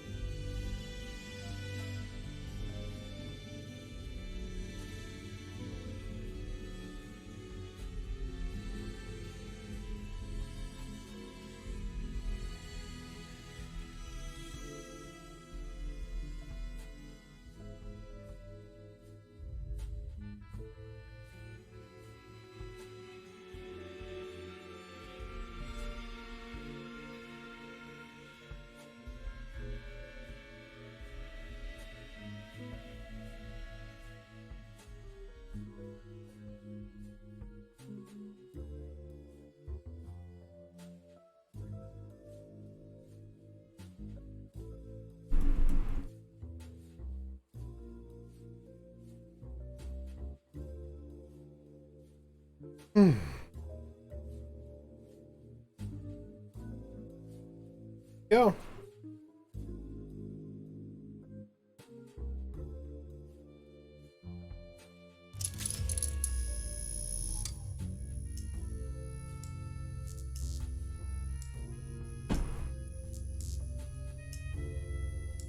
This is it.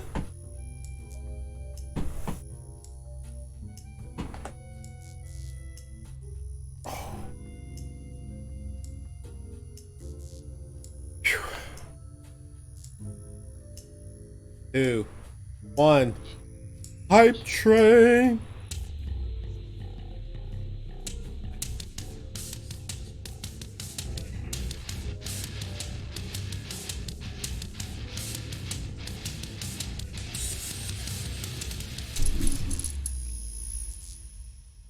Hello, and welcome to QuakeCon 2021.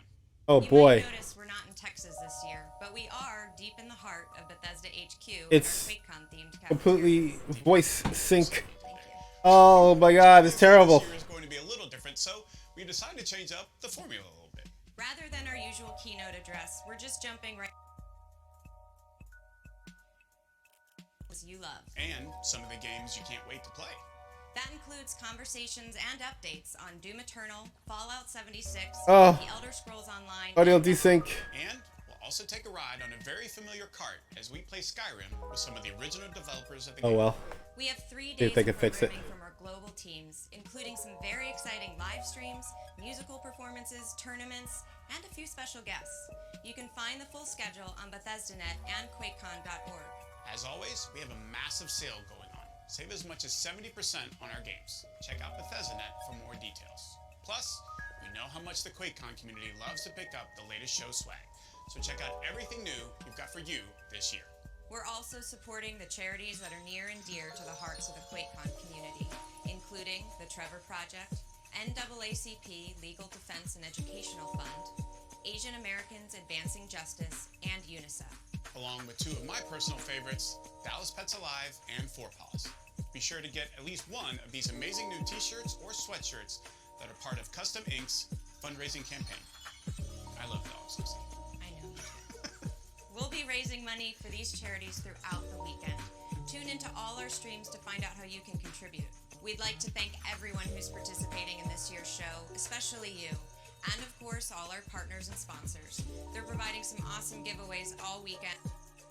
Oh. Thanks for more info. Most of all, we'd like to thank the QuakeCon volunteers for continuing to play such a pivotal role in shaping this show, even remotely. If you'd like to give them a shout out yourself, you can find many of them in our QuakeCon Discord channel.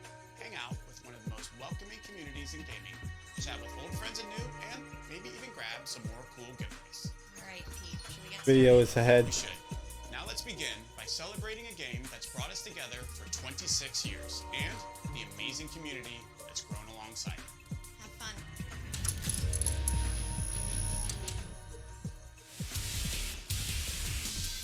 How do you think it's important for us as players, as people love the gaming industry, what our art form is about, to recognize those franchises that really changed. I don't think I need so to look at much the that came after them, just from the sheer chat. innovation, It's and annoying. differentiation and Everybody's pissed. kind of risk-taking the team took. Uh-oh. What's going on? Have they given up?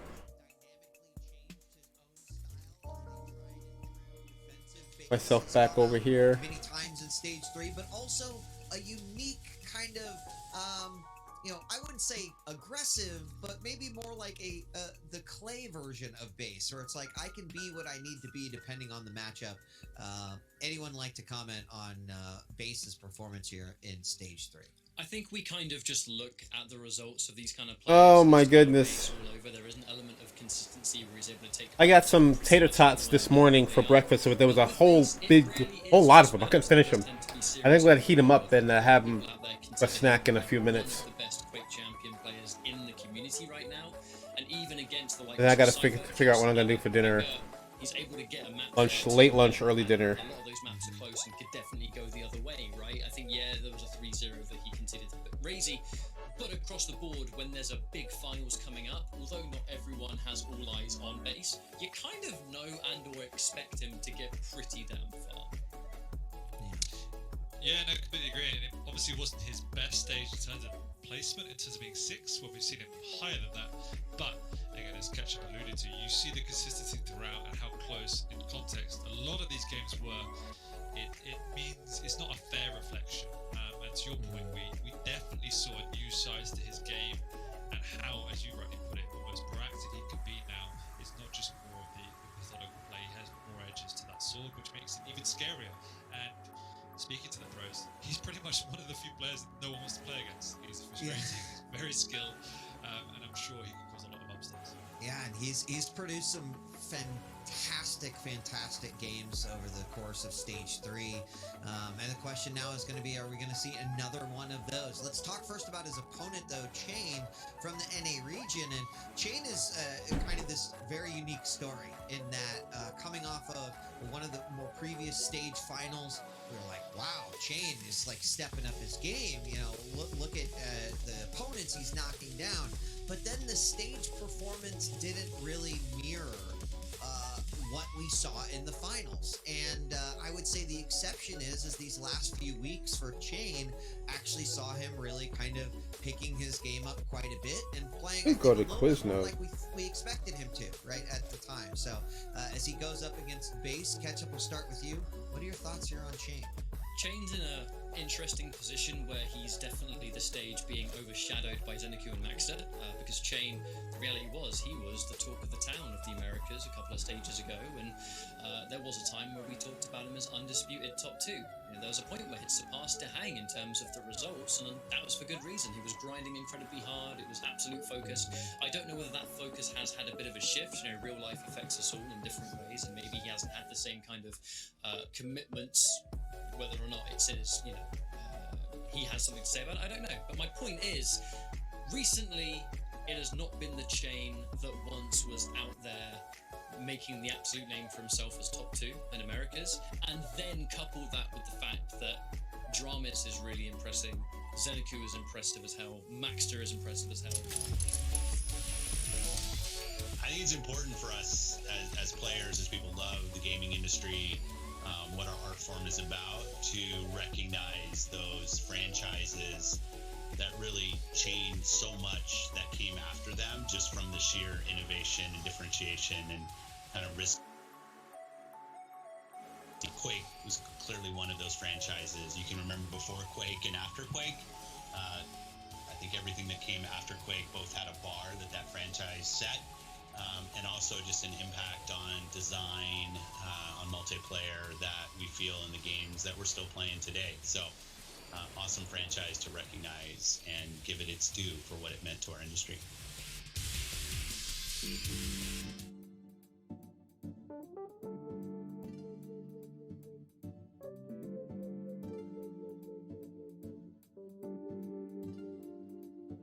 Yep, they're trying to fix it.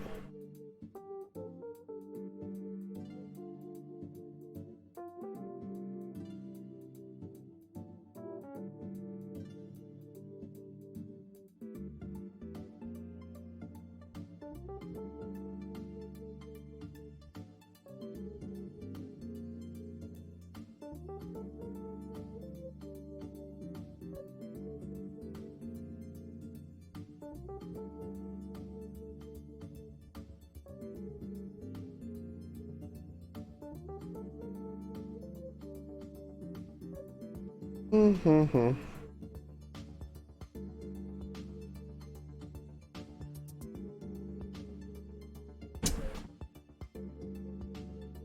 Here, while they're doing that, eat up my little snacky snack.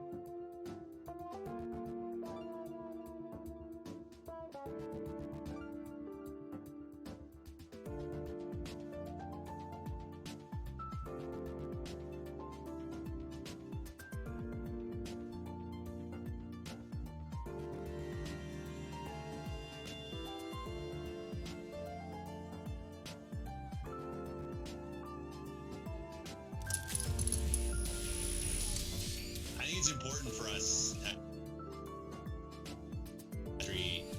what our art form is about to recognize those franchises that really changed so much that came after them, just from the sheer innovation and differentiation and kind of risk taking the team took. And Quake was clearly one of those franchises. You can remember before Quake and after Quake.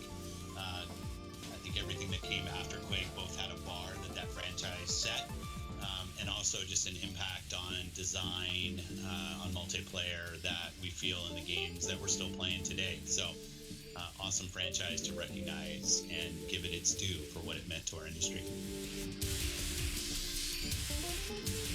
Hey everyone, it's hard to believe we're here celebrating 25 years of Quake. I'm Andre Carlos, Community Manager, and I'm honored to be hosting the Quake panel here at QuakeCon 21. I'm honored to be here with you, buddy. My name is Joshua Boyle. I'm Senior Community Manager at Bethesda Softworks. And now we're going to kick it to three industry legends and Quake fans in their own right. Hey everyone, I'm Marty Stratton, the Studio Director here at id Software. Here for my 22nd, I think, QuakeCon. Wish we could be in person, but happy to be joining you virtually. Yep, this is Kevin Cloud. I'm Senior Producer at id. I'm equally excited to be here. I wish we could be there in person as well, but I appreciate everyone getting. Erik Gustafsson, Executive Producer at Machine Games, a big Quake fan, but also a very big id fan, so it's a great honor for me to be here. Awesome. We're so stoked to have you guys here, but I know that before we jump in and talk about Quake and QuakeCon, Marty, I know you had a quick message for the QuakeCon audience. Yeah, absolutely. You know, the pandemic has been tough for so many people out there. You know, we've talked a little bit in some letters and different things, different streams about what it's meant to us from a development perspective. But you know, coming together at QuakeCon really means a lot to us. We've missed each other. Being in person, we're all excited to get back to work, back to the office, seeing each other in person. And honestly, I really have to hand it to ZeniMax for keeping QuakeCon alive over these last couple of years. I think all of us last year thought that we'd be back this year celebrating together and getting together, and that really, that, you know, this event to us at id is really that. It is about kind of that community, and not even us connecting with the community, because I think we're always connected to our community of players pretty well. It's just getting together and sitting together in the BYOC, you know, sitting together in the audience of, you know, whatever crazy activities we have going on, you know, getting together in panels. It's that perspective where, you know, everybody from id gets to literally just sit down, talk, have meals, drink together, and have this. Missed it the last 2 years, but we really appreciate the fans keeping it alive with us, watching the streams, participating in the fundraisers we're doing, buying the games. You know, we always put what do we got? sales around QuakeCon. That's a QuakeCon tradition. And you know, we say it all the time, but really that, you know, Did they correct the correctness? with our players, that's what fuels us, and there's no better place that we get that fuel than QuakeCon every year. So we're already looking forward to next year. We were looking forward to this year, but I know we'll be back together next year. And just want to thank the fans and the community for supporting us through the launch of Doom Eternal, all Nope, of these they didn't. this last year and a half. Showing Oh, well. up at QuakeCon last year and then showing up again this year really means a lot to us, and we'll have a great party next year together. Kevin, how about you? What were your favorite experiences, favorite moments at QuakeCons? Yeah, I think my first QuakeCon was in 1999. So that's, you know, it started in 96, and, you know, a number of the id guys attended even that very first QuakeCon. But 1999 is when it really, you know, became involved in a meaningful way. In favorite memories with QuakeCon are with my son. You know, going out and experiencing the games with him.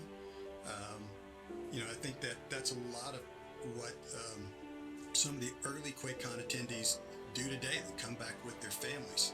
And it's exciting to see sort of this next generation of gamers out there enjoying, what we're making today. So yeah. It's cool too because we've actually Oh, it's closer. They almost got it over the fixed. years we've grown up with some of the people who either volunteered or have gone to early QuakeCons and now are actually employees of the studio. We've had many people here at ID that were like 16, 17, 18, their first QuakeCons, and were volunteers for many years, and then we hired them on staff.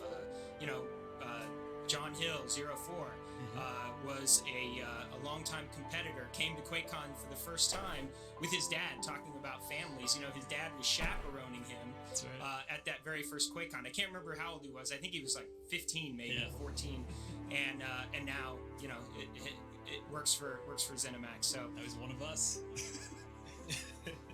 Yerk, do you have any favorite memories you have of QuakeCons past? Unfortunately, I haven't been to. And when I've been, it's been with focus on promoting our Wolfenstein titles. I do enjoy it though, and it's a very good opportunity to meet up with fellow gamers and also our friends at id Software, of course.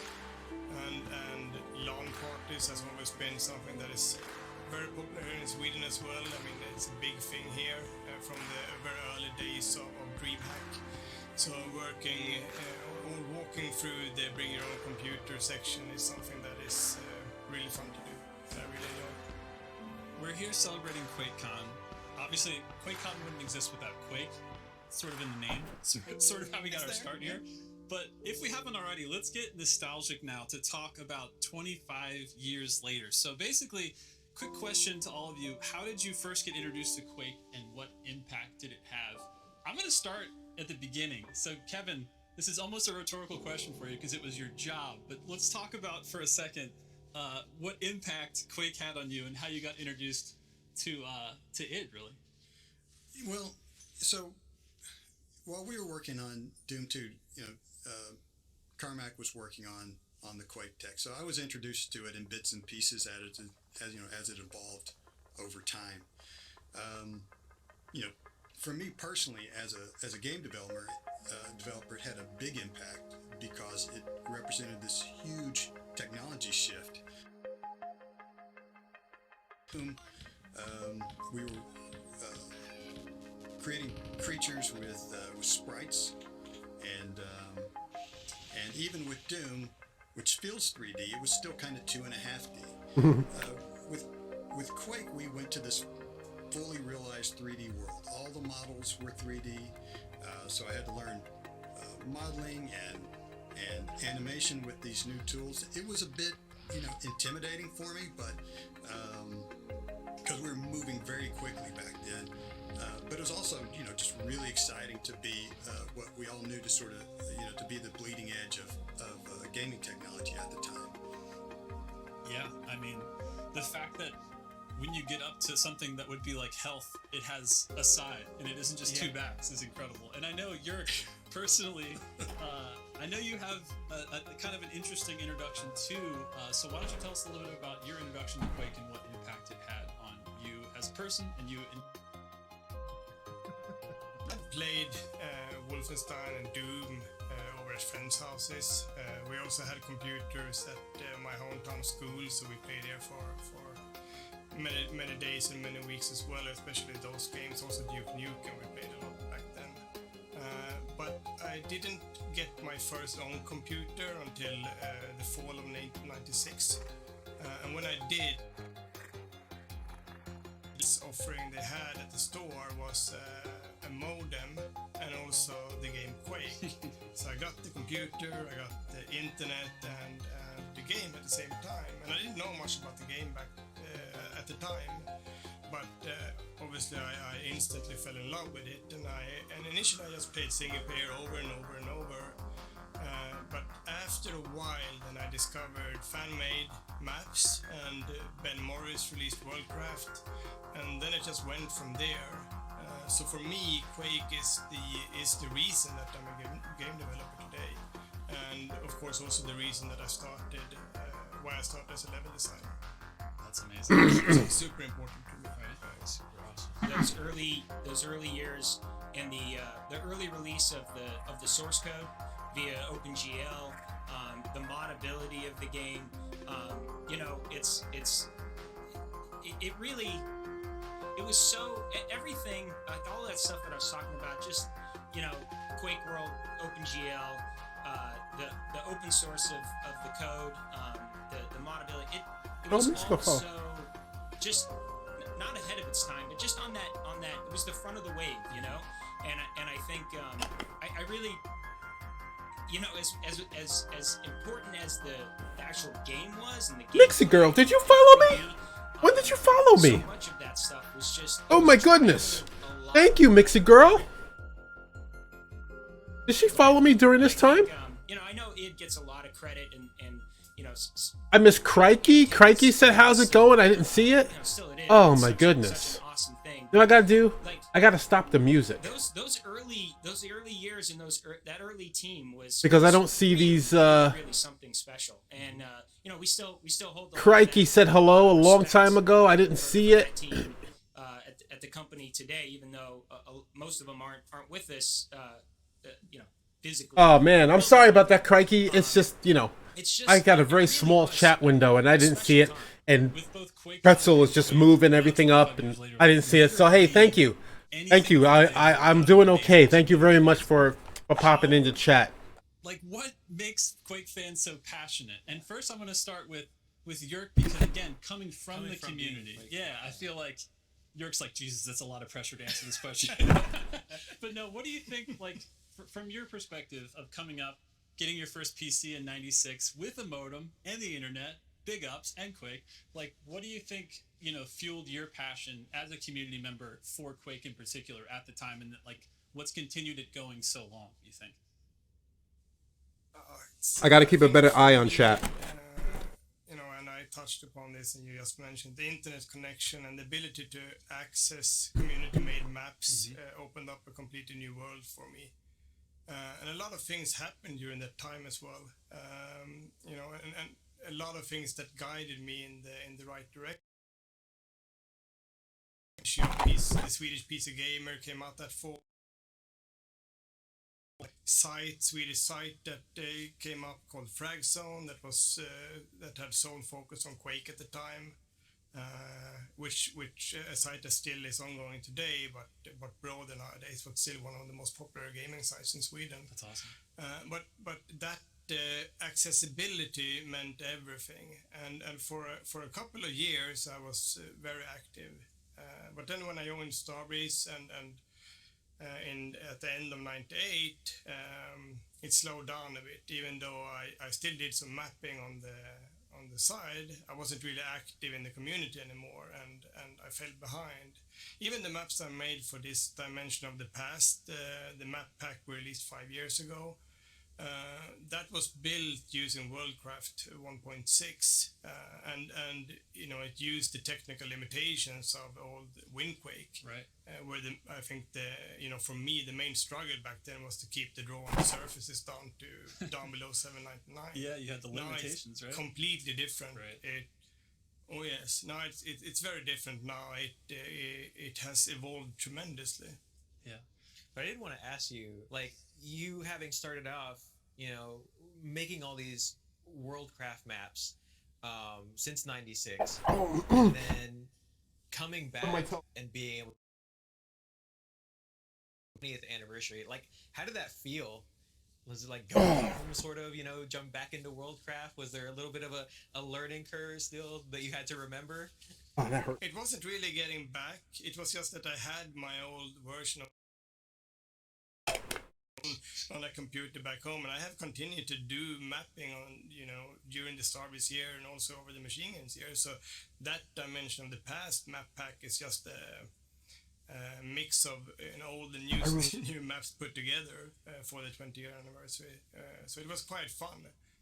But it was more recently when we started. We have a Machine Games Quake modding group, and when we started that a couple of years ago now.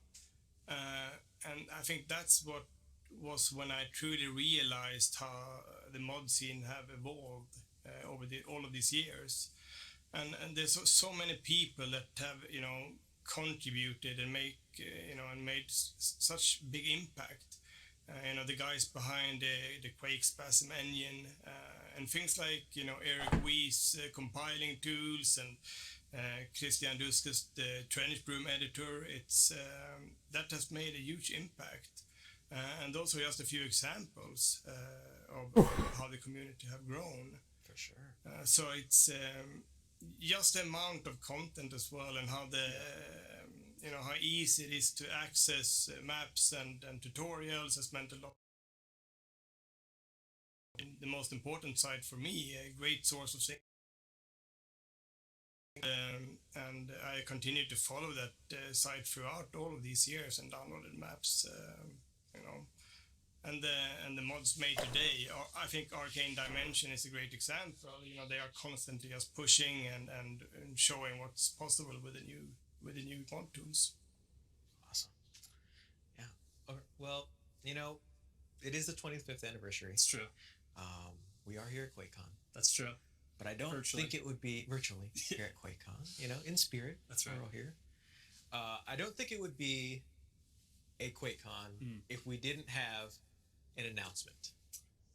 Uh-oh. You, my friend, are correct.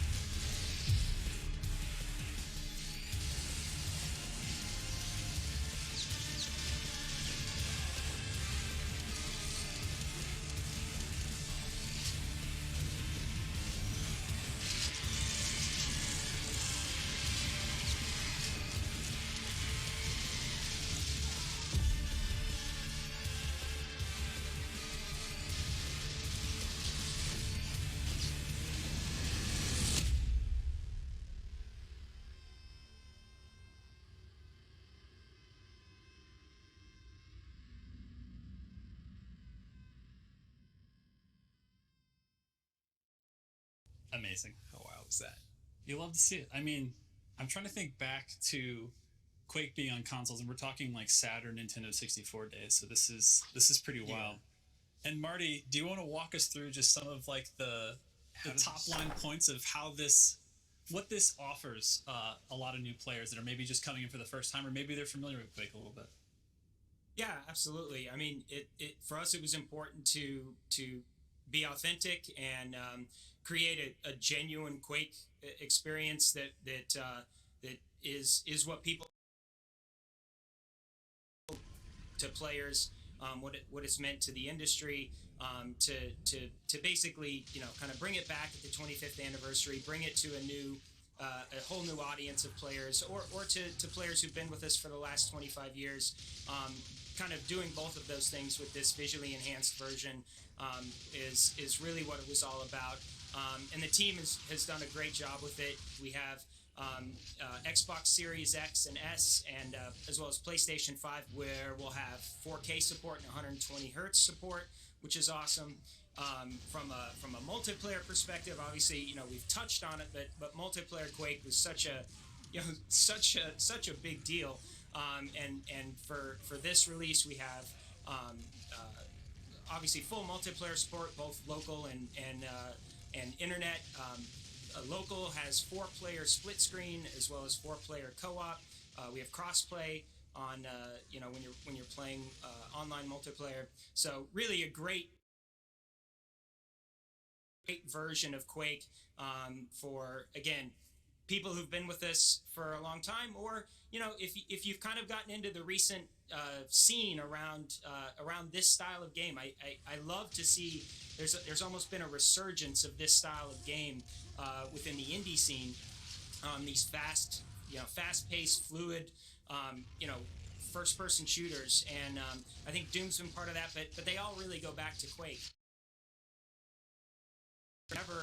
You've never played a Quake game, this is the original, and it's worth picking up. Absolutely. Awesome. Yeah, well said. And then, Kevin, it's not just visual enhancements, right? We've got some pretty cool audio stuff going on as well in the enhanced version. We do. I mean, I do want to give a shout out to Night Dive, and that's the team that's working with us on the project. Back in I guess it was QuakeCon 2019.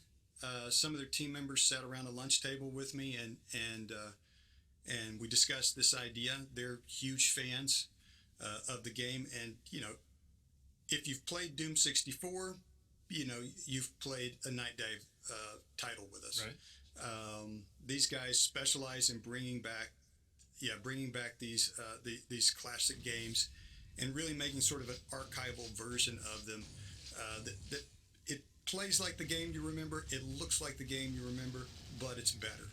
And so, I just want to give a shout out to those guys and the effort they put into it. So, on the sound side, of course, we included the original soundtrack.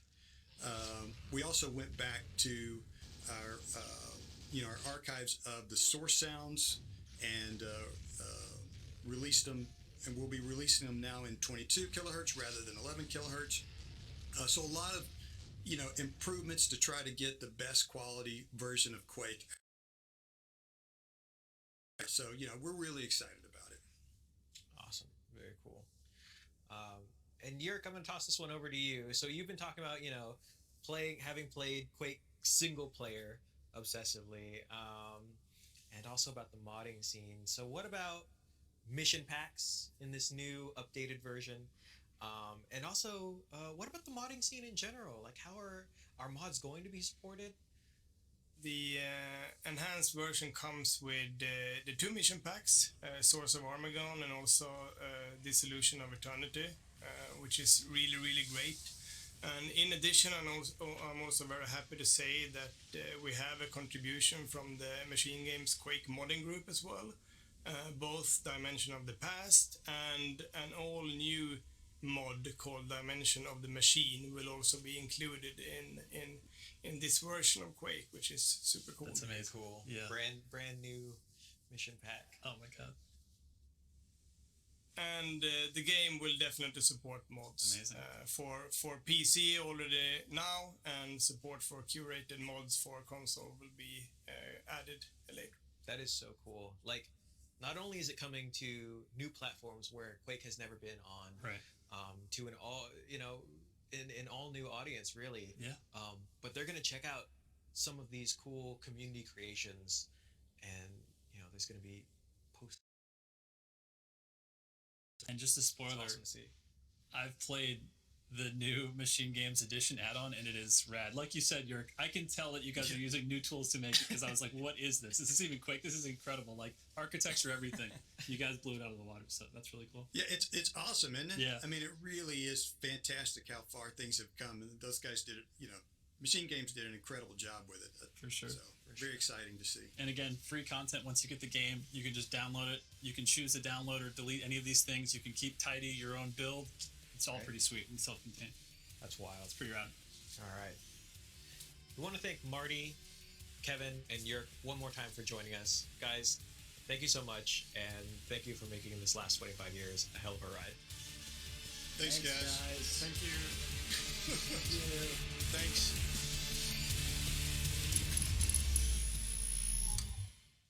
Hello, QuakeCon. Hi. Hi, Jason. Hi, Jess. There's our intros. Well, we are super excited to be here. Obviously, we are in Bethesda, Maryland. We are not in Dallas, Texas, where Unfortunately. we usually would be.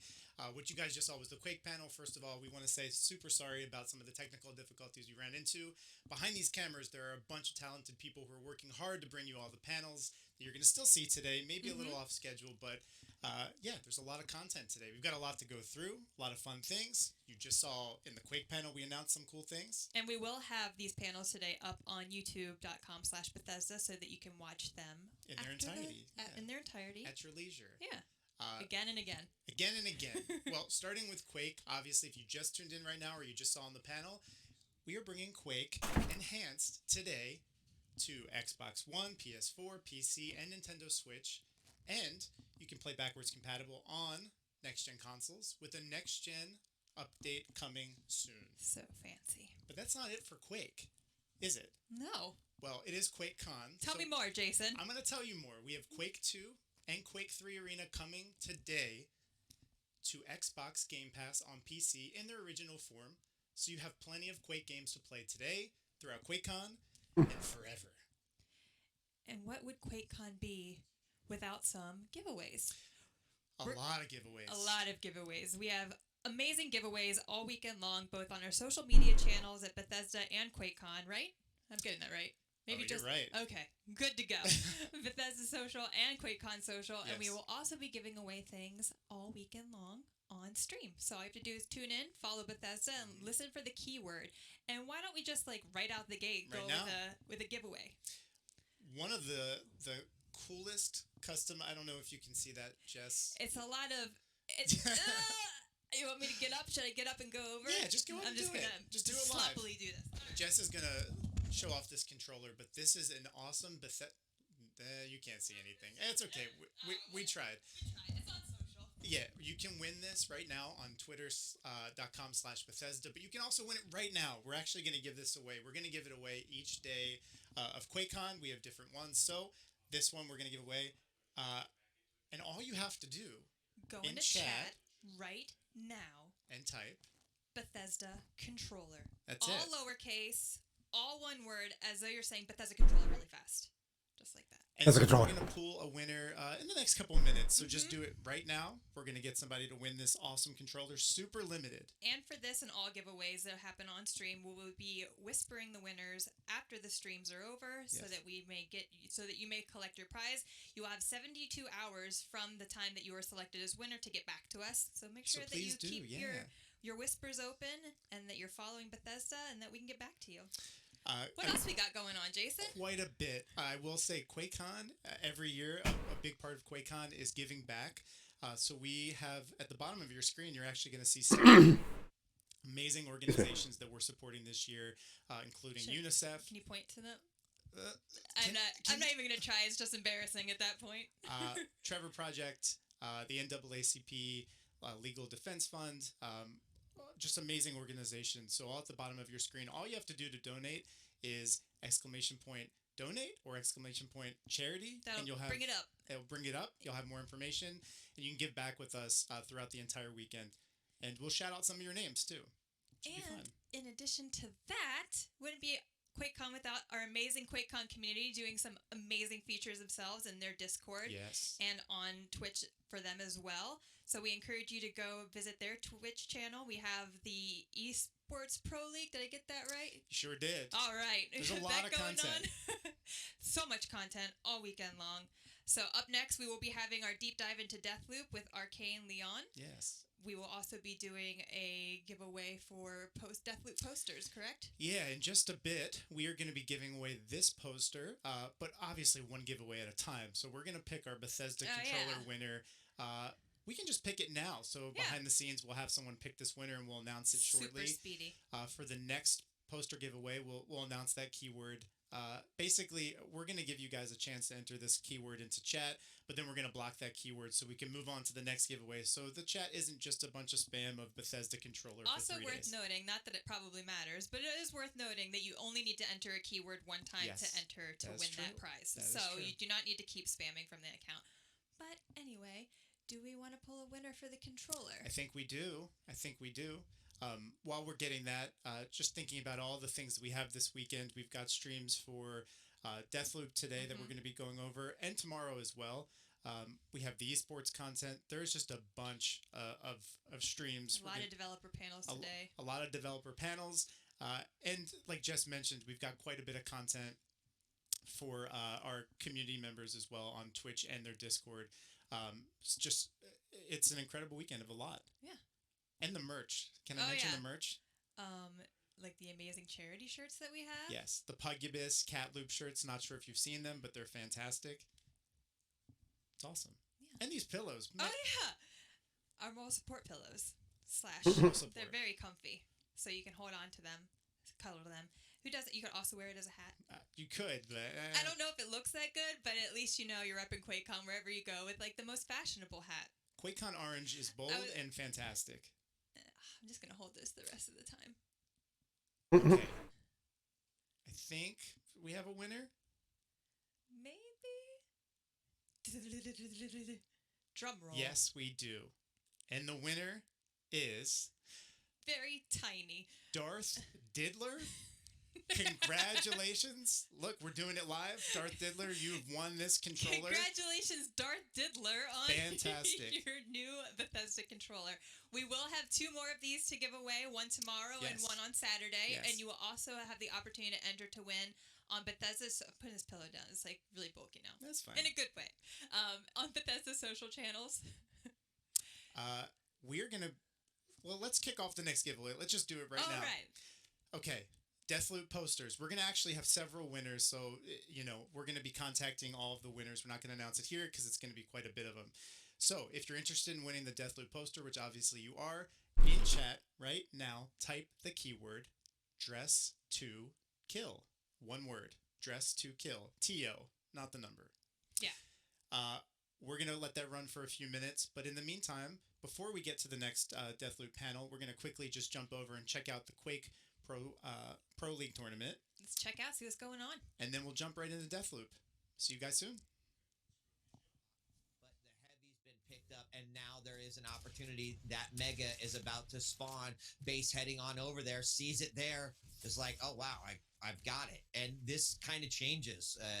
I would imagine that we'll see Base kind of shift his game a little bit, having control of both of these items. We see the piercing sight come out. He knows exactly where his opponent is. I'm donating. He kind of actually jukes him. Nicely done by Chain playing games, but this is going to set up another potential item cycle here for Base as he grabs that heavy and will make his way to Mega. Just want to say, I really, really like that first push by Chain, because what he's doing, as we just had another engagement, oh no, he falls off, and that means Chain will regroup, but what Base is doing by forcing these fights just before...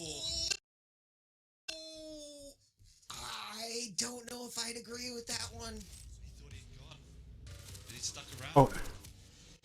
Might be able to get a frag here, but what Base is doing here is that he's forcing Chain to fight if he wants the item, and he won't win the fight because he hasn't got enough stack, which means he's then either going to have to try and take it to the death to get the item, or pop a Ghost Walk when he's so weak he then has to give up the whole map.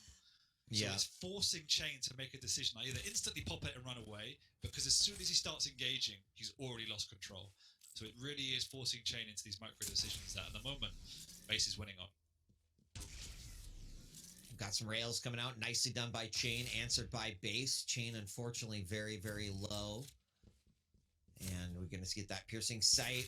Chain, nice. Double frag. Unfortunate. He's in the back, trying to heal back up, and Base now up by 3. And I honestly thought that risk by Base to rocket jump back up where Chain was able to capitalize was going to turn into bad news bears for him, but he recovered from that one. No, he did. Well, thank you, Susan. Are you watching me? We said how much value is going to come out of it. It seems to be incredible value every time he uses it. Yeah. I mean, he's getting a lot of information, but we talked about it earlier where when piercing sight turns into a defensive tool for you, waiting for it. Did the old...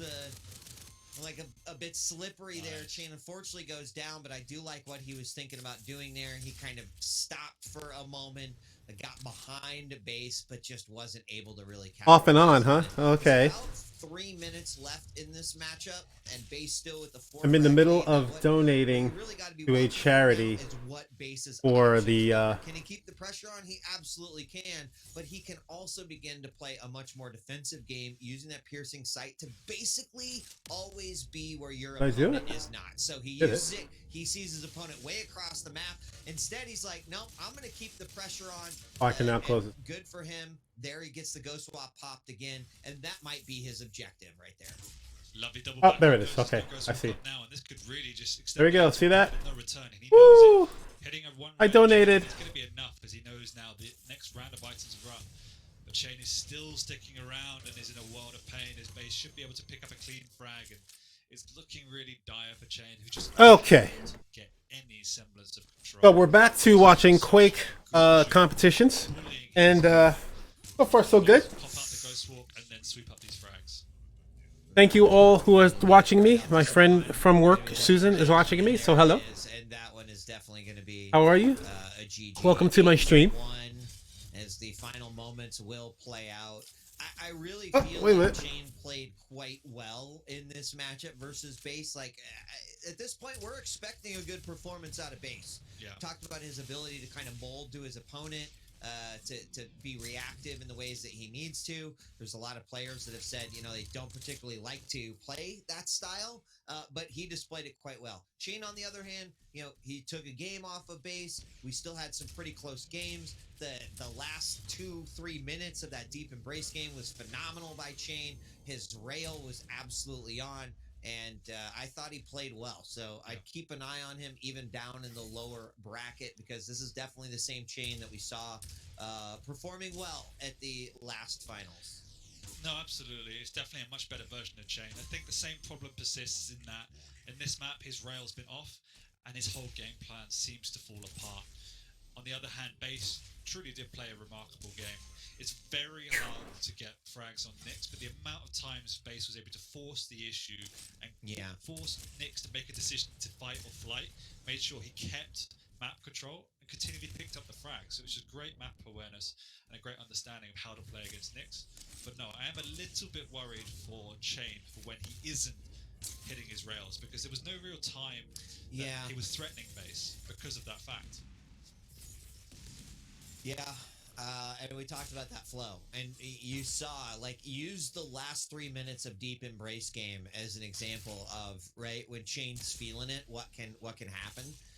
Base certainly put on quite a display, and his tried and true came out, but here in the final seconds, 13-3 is what we're looking at, a potential final score here. Base will advance in the upper bracket, and Chain, unfortunately, will have to battle with his life on the line in the lower bracket. So congratulations to Base. Let's bring Ketchup back, who got to watch that fight in the front row, and see what he thought about it, if Ketchup is with us. I am indeed. All right, what else we got here? What's the schedule? Just when we change Like, over, so there's this ethereal voice just out of nowhere. But hello, welcome back to me, I guess. Back to Yes. I gotta say, what did you think of that matchup? I really enjoyed There's the it. Quake My favourite Championship. map to watch was definitely map 2, the Deep Embrace, and it wasn't just QuakeCon because welcome celebration. it was actually Oh, the that's degree what of we were patience, just watching. the opening moments of Deep dive into Deathloop. Oh, not necessarily slow paced. I want to see that. A lot of care put into it. Deep Embrace. It took about 2.5 minutes before Chain even had the opportunity to get a railgun, and then that kind of surprise factor with the LG behind kind of set the offensive wheels in motion, I suppose. But then Base being let's see. getting a lot more berserks out than we're used to seeing, and then of course the clutch comeback being made. Oh, this is it here. All right. Sure, but unfortunately not able to carry that. I want to get a deep dive into this Deathloop game. The replays here, right? That 9-minute mark. At that point, so much of the damage had That was at 1:30. Did I miss it? Base always being that one step ahead, and I think Visor just helps him so much more to play 1:30 to that way. 2. But guy's got a giant brain anyway. I don't know. Kind of wall hack May have ability, missed it. so I think that it's satisfying 2-1, but at the end of the day, Base proving to be the better player in the series, and I think could still go very far in this tournament. I think it's supposed to be on this channel. And again, I thought Base looked on form. this entire series. Yes, he looked map 2, but Chain QuakeCon schedule. Yeah. So here we are. And just look at the dominance on this map. And we already talked 1:30 Central Time. I think I may have missed it. Exclusive control of all of the items beyond 9 of them. So full credit to the way in which Base played this, and he definitely showed his best form here. Well. He picked up 13 frags with only 2,800 damage, so that was just pure efficiency. That almost every engagement he took landed a frag. So you have to credit him with how clinical he was and how good he looks going into the later stages of the event. Absolutely. Well, another round of 16 match has concluded. We're going to take a quick break, and when we are back, coming up next, it's Cypher versus CNZ. CNZ already off an impressive victory this morning here at the QPL World Championship. Can he duplicate those efforts against Cypher? Well, that's a tough opponent we're going to see when we return. Thanks for joining us. We'll be right back. Quick World Championship. Okay, let's switch over here, see what's going on here. We so excited to be teaming up with Truly to play a live stream concert exclusively on Live Nation's Twitch channel. It's gonna be so much fun. You don't want to miss it. See you there.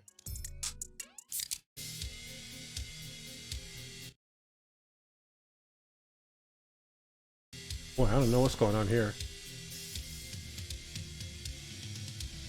This is what we just watched, I think.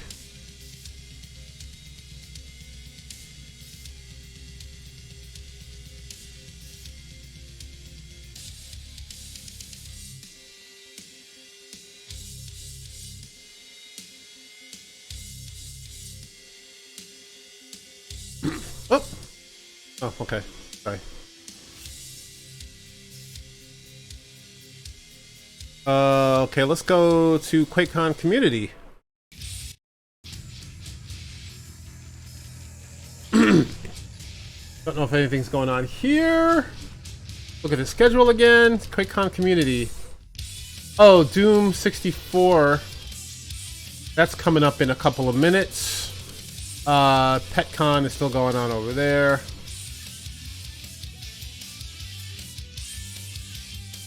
Wow, I'm sorry I missed this.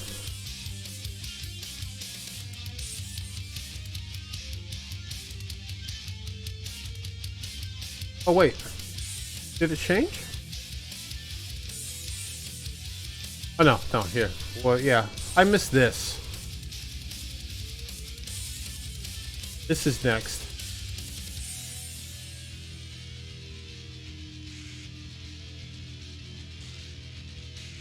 Go back to Bethesda.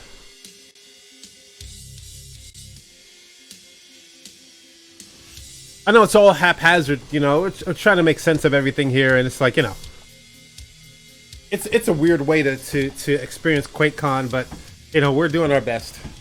So I'll have some more of my berry smoothie.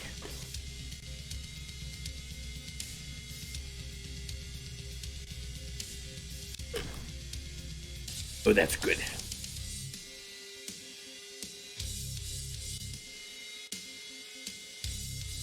So I hope everybody's having a really good day today so far. I am. I had some nice breakfast from the Coppell Deli. I got some tater tots, which I'm still eating. I got the large order, which I shouldn't have done because that's a lot of tater tots they gave me. I didn't realize how much it was going to be. I still can't finish them. But they're delicious. I have to reheat them. And I'm defrosting some stuff to cook later for a cookie dinner.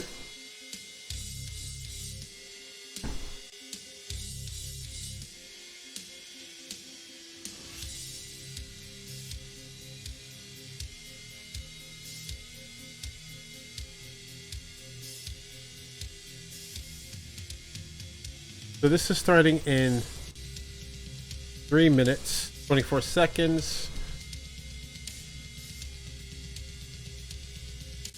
2 o'clock Fallout. I really want to watch this.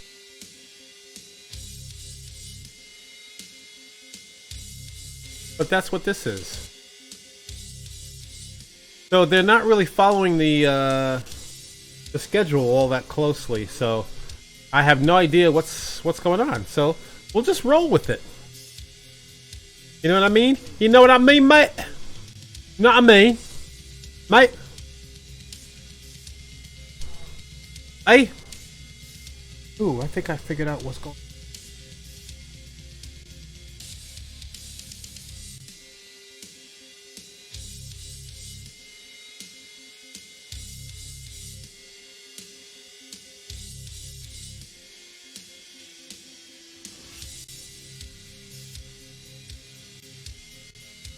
Guys saying on it.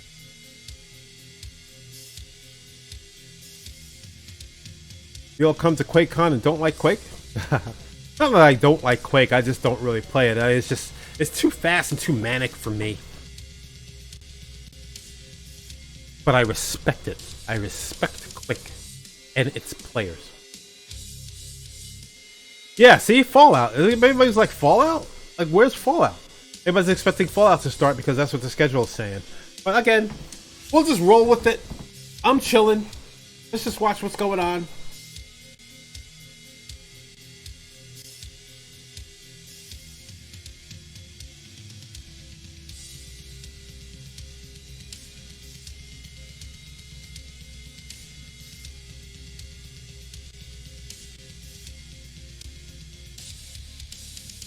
Yeah, everybody's wondering what happened to Fallout.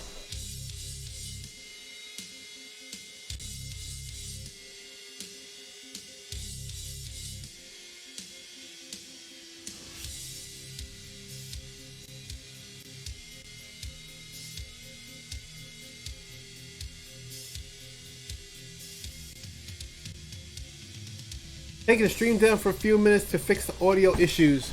I'll be right back. Thanks for sticking around. Give us Fallout. Where is Fallout? Look at these people getting all angry. Fallout when? Oh my god.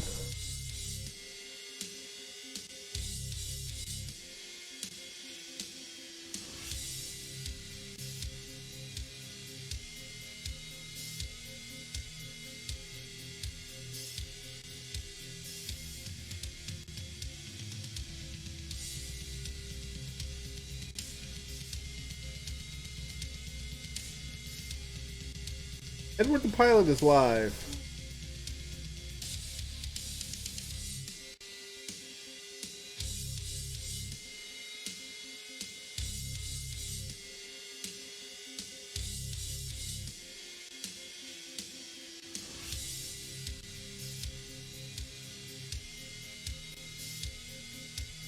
So all of you calm down.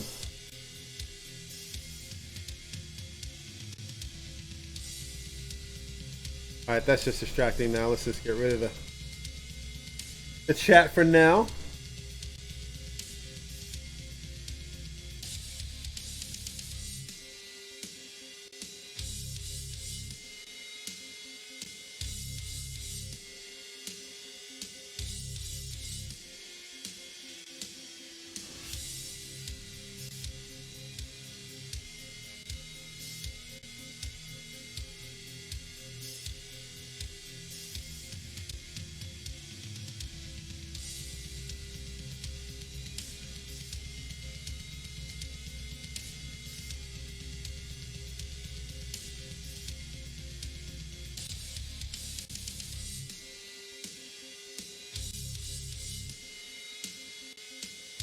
Goodness.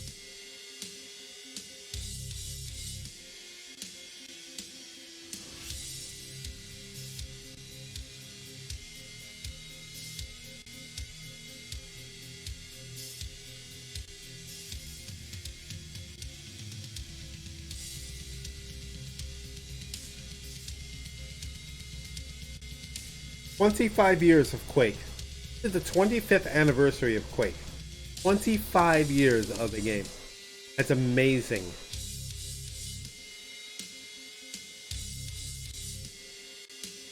$1996. Right? 96? Right? 2006? 2016? 2021? Yeah, 25 years.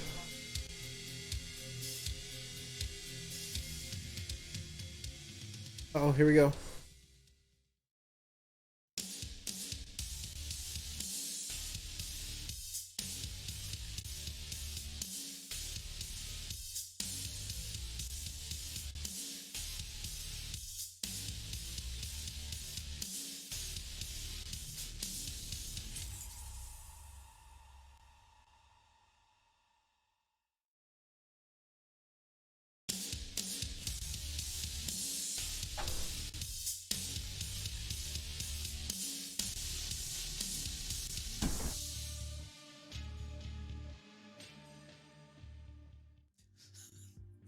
Oh, they're back. Welcome back. It's day one here of QuakeCon, and this is the QPL World Championship. Can you guys be professional and stop laughing? Oh, excuse me, chat. Excuse me, chat. We're just happy to be here. We're just happy to be here. I'm glad. Need a little laughter, a little bit of joy. We got coming up next Cypher versus CNZ. Now, it's my understanding I wasn't able to watch this match because it happened on the B stream. Did anyone that is on the panel cast this CNZ match versus Nosfa that happened? I did. Oh, you this did? beat right here. Yeah. Then why don't you stop hoarding secrets, 40 Lions, and let us on the details? I just didn't want to cut you off. CNZ took it handily over Nosfa 2-0. The first map was a little bit closer than the second, but yeah, it was CK first 5-4, very close matchup, but the second one was about like 10-3. Nosfa on the slash just ran up against the visor. It was not pretty. Nosfa played a good game, but in the end, CNZ pulled it out. And again, Molten Falls is kind of his playground. So, yep, 2-0 over Nosfa, knocking him out to the lower bracket early. And the reward for such a great performance is getting to play Cypher. So quite the reward. I guess it's a reward for us, maybe not so much for CNZ. Let's talk about these two. You mentioned about CNZ. He's had an up and down stage, right? There's been moments where the light shines through. Look at this. And there's been others where it's like, we thought CNZ would perform a little bit better throughout the Oh, that's just his. It's not like he won all of these. I'm not his surprised matches. to hear you say that he played I was like, very well damn. and pulled out a victory like that. It was a different We've seen week. him perform very, very well in stage finals in the past. Yeah, and I was about to say, I was really excited to see CNZ. Hey Oh, everyone, here it is! to our Deathloop QuakeCon panel. I'm Ann Lewis, and I am joined today by With the audio is off. They're having serious audio troubles. Oh, If you've been following Deathloop, you've seen the story from Colt's perspective. Oh, wow. One man trapped in a time It's okay. loop, 8 people to kill in order to break It's it. only slightly off. But what you haven't seen very much of is the view from the other side.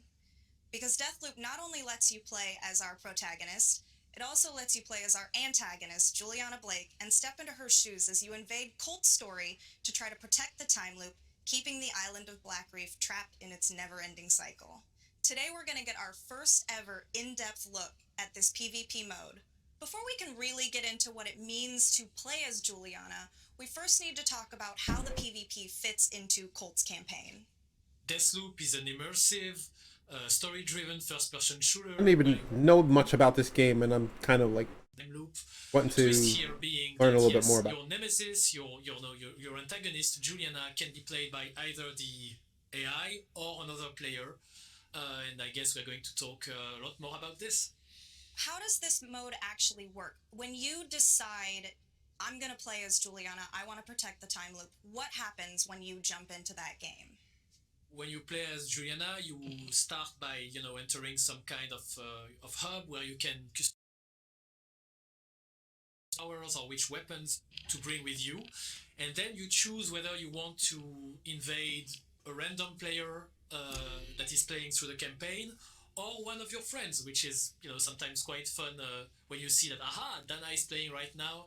That could be a good idea to invade her and have a little fun.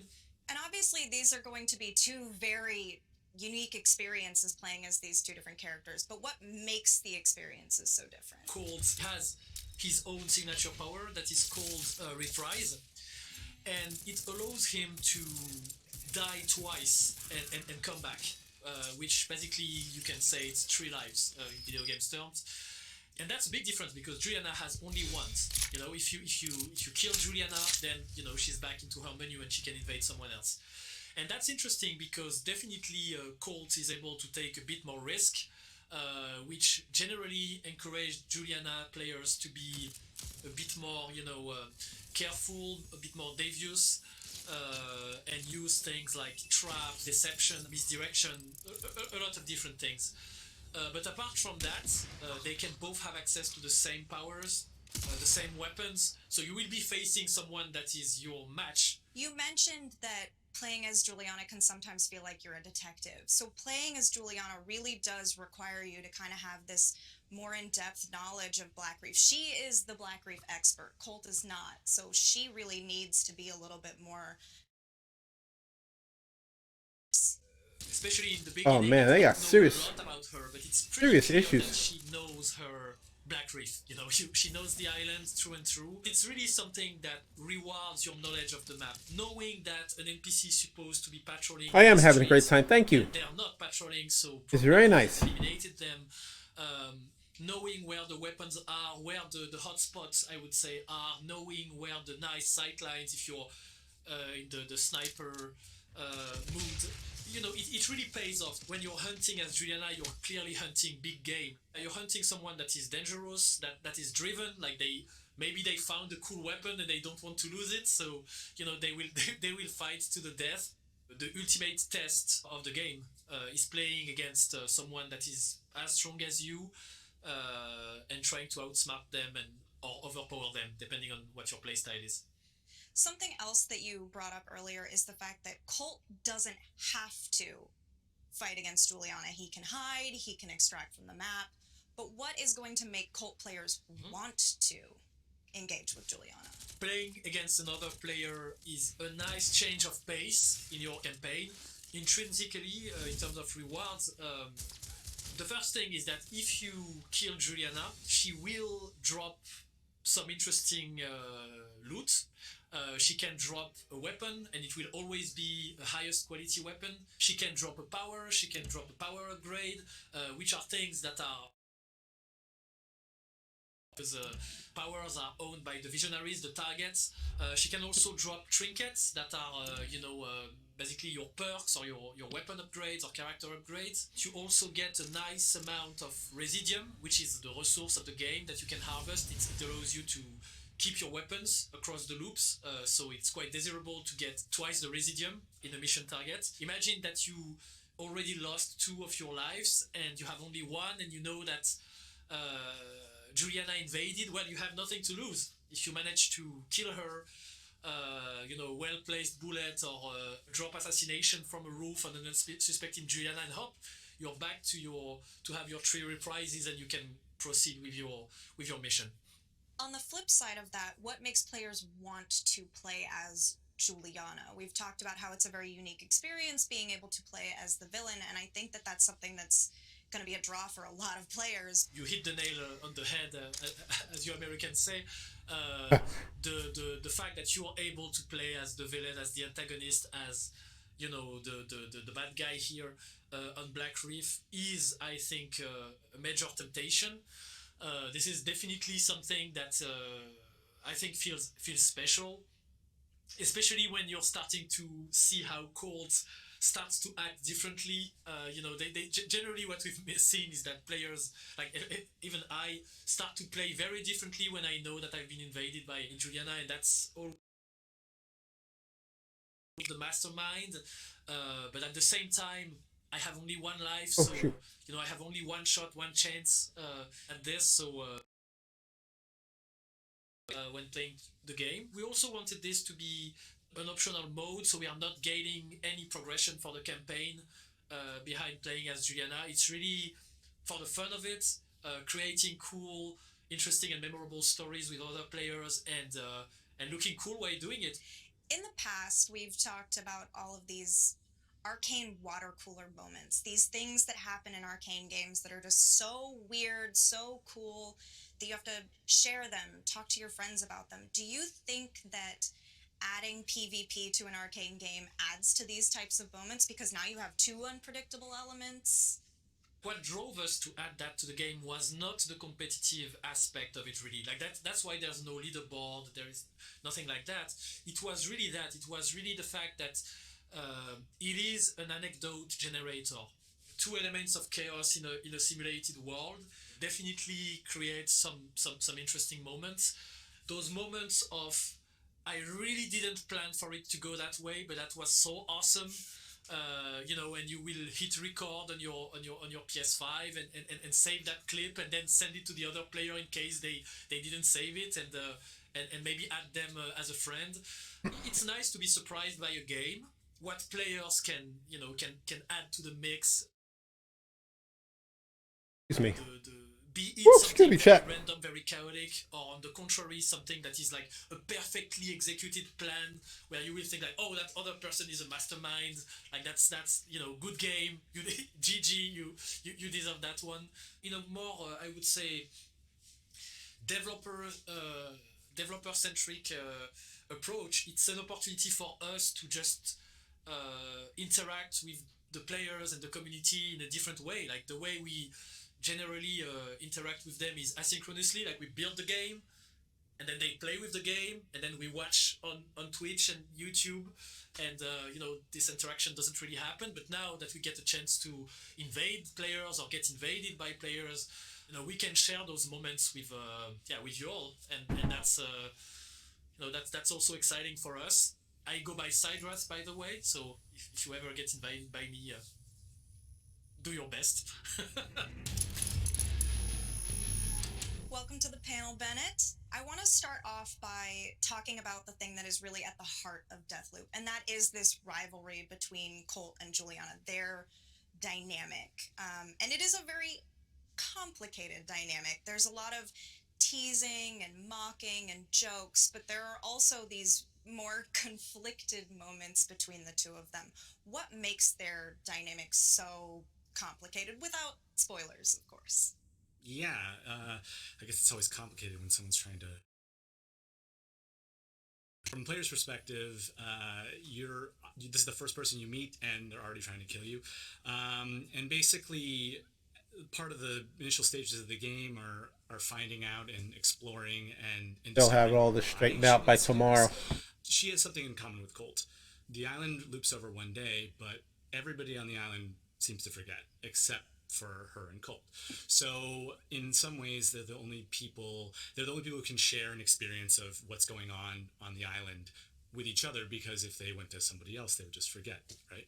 Through that experience, it's basically her trying to get Colt up to her level, right? She holds all the cards, she has all the knowledge, and so she calls you over the radio and taunts you and things like this. But it also is this sort of didactic experience where Colt is inquiring about what's going on, and she's giving him answers, but also not giving him all the answers. As the player navigates through this world, they discover things, and she can kind of fill in some of the gaps.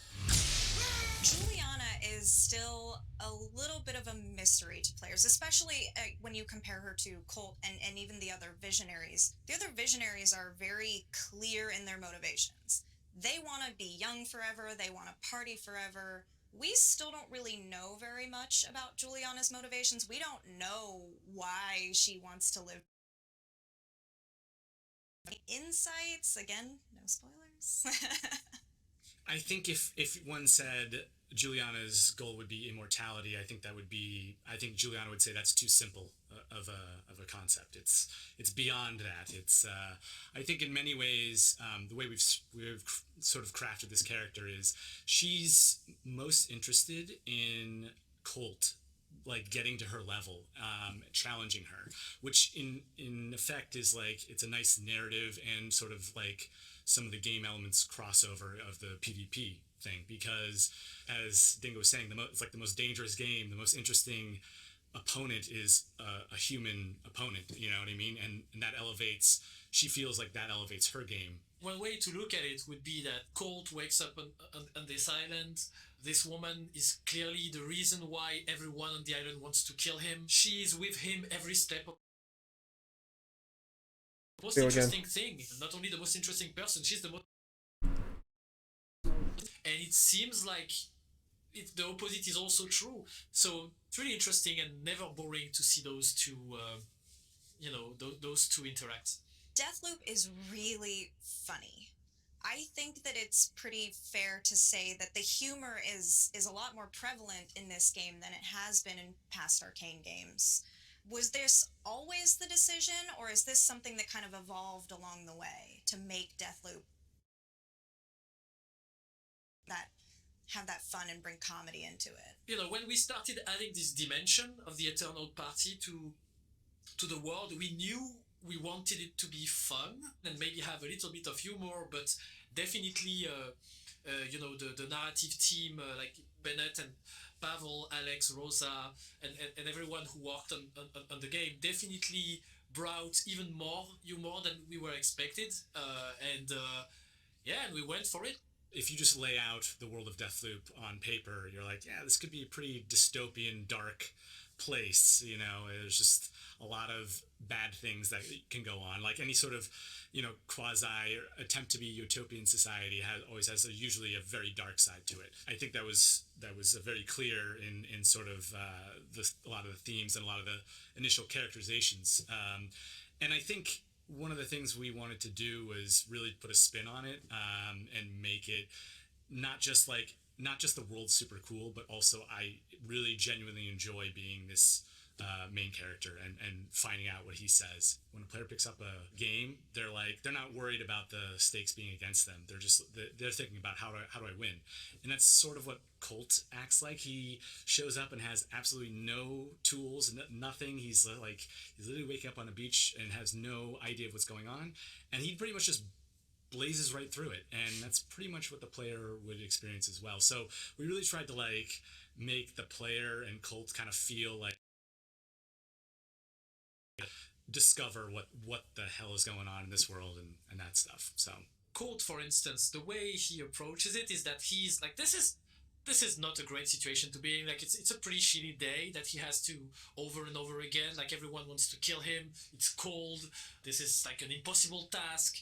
Overall, the way he's dealing with it, like the one of the things that gets him through is actually this self-deprecating kind of humor. Like he's not afraid to fail at all. Like he has this kind of confidence about the jokes that he makes, the situations that he gets into, and I think it's an interesting way for players to get into that kind of mindset.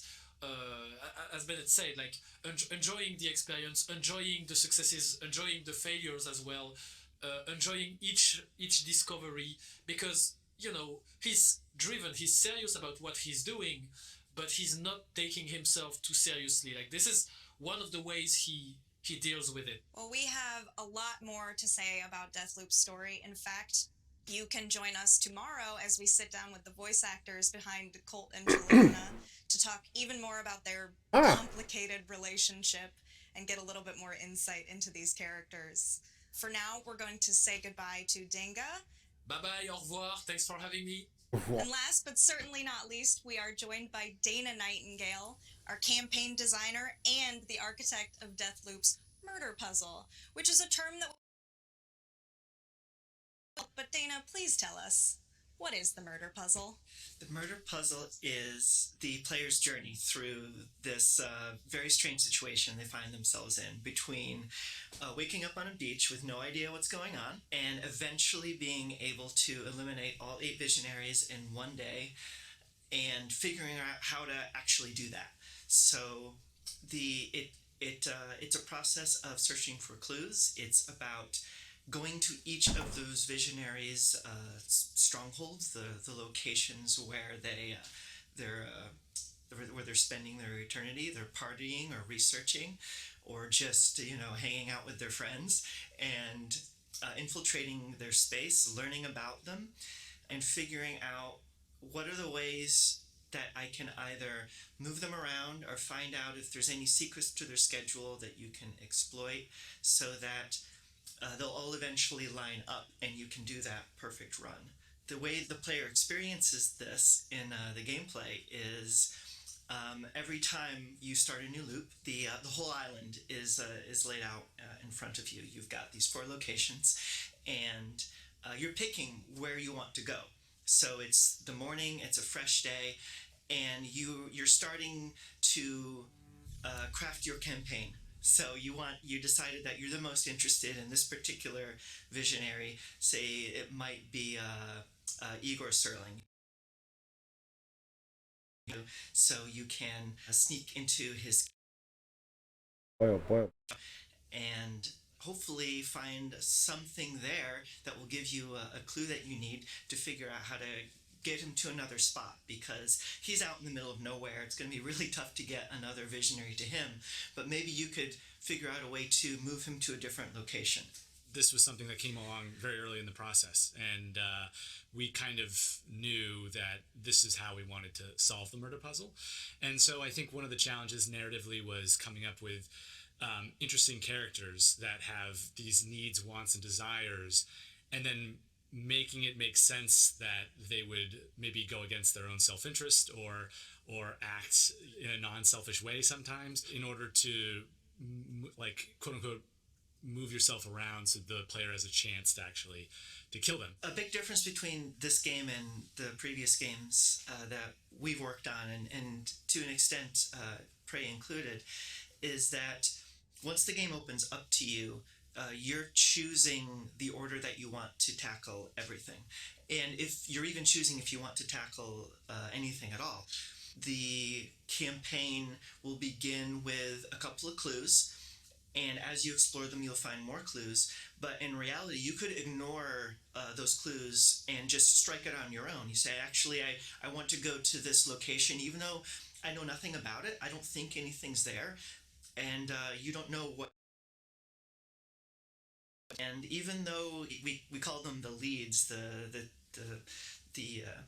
the clues that you discover to track down the solutions, even though they will have like a linear order that they can fall into, your first clue might be from the middle of that track, and you can explore in other directions from there. So what was really important to me when figuring all this out was that it was a true player-authored campaign, so that when you're talking with your friends or other fans, everyone is going to have a completely different story about how they got to the game, who they started with, what they discovered when. You might have figured it out without the game helping you at all. Your intuition put it together, and you're able to zoom straight in on the solution.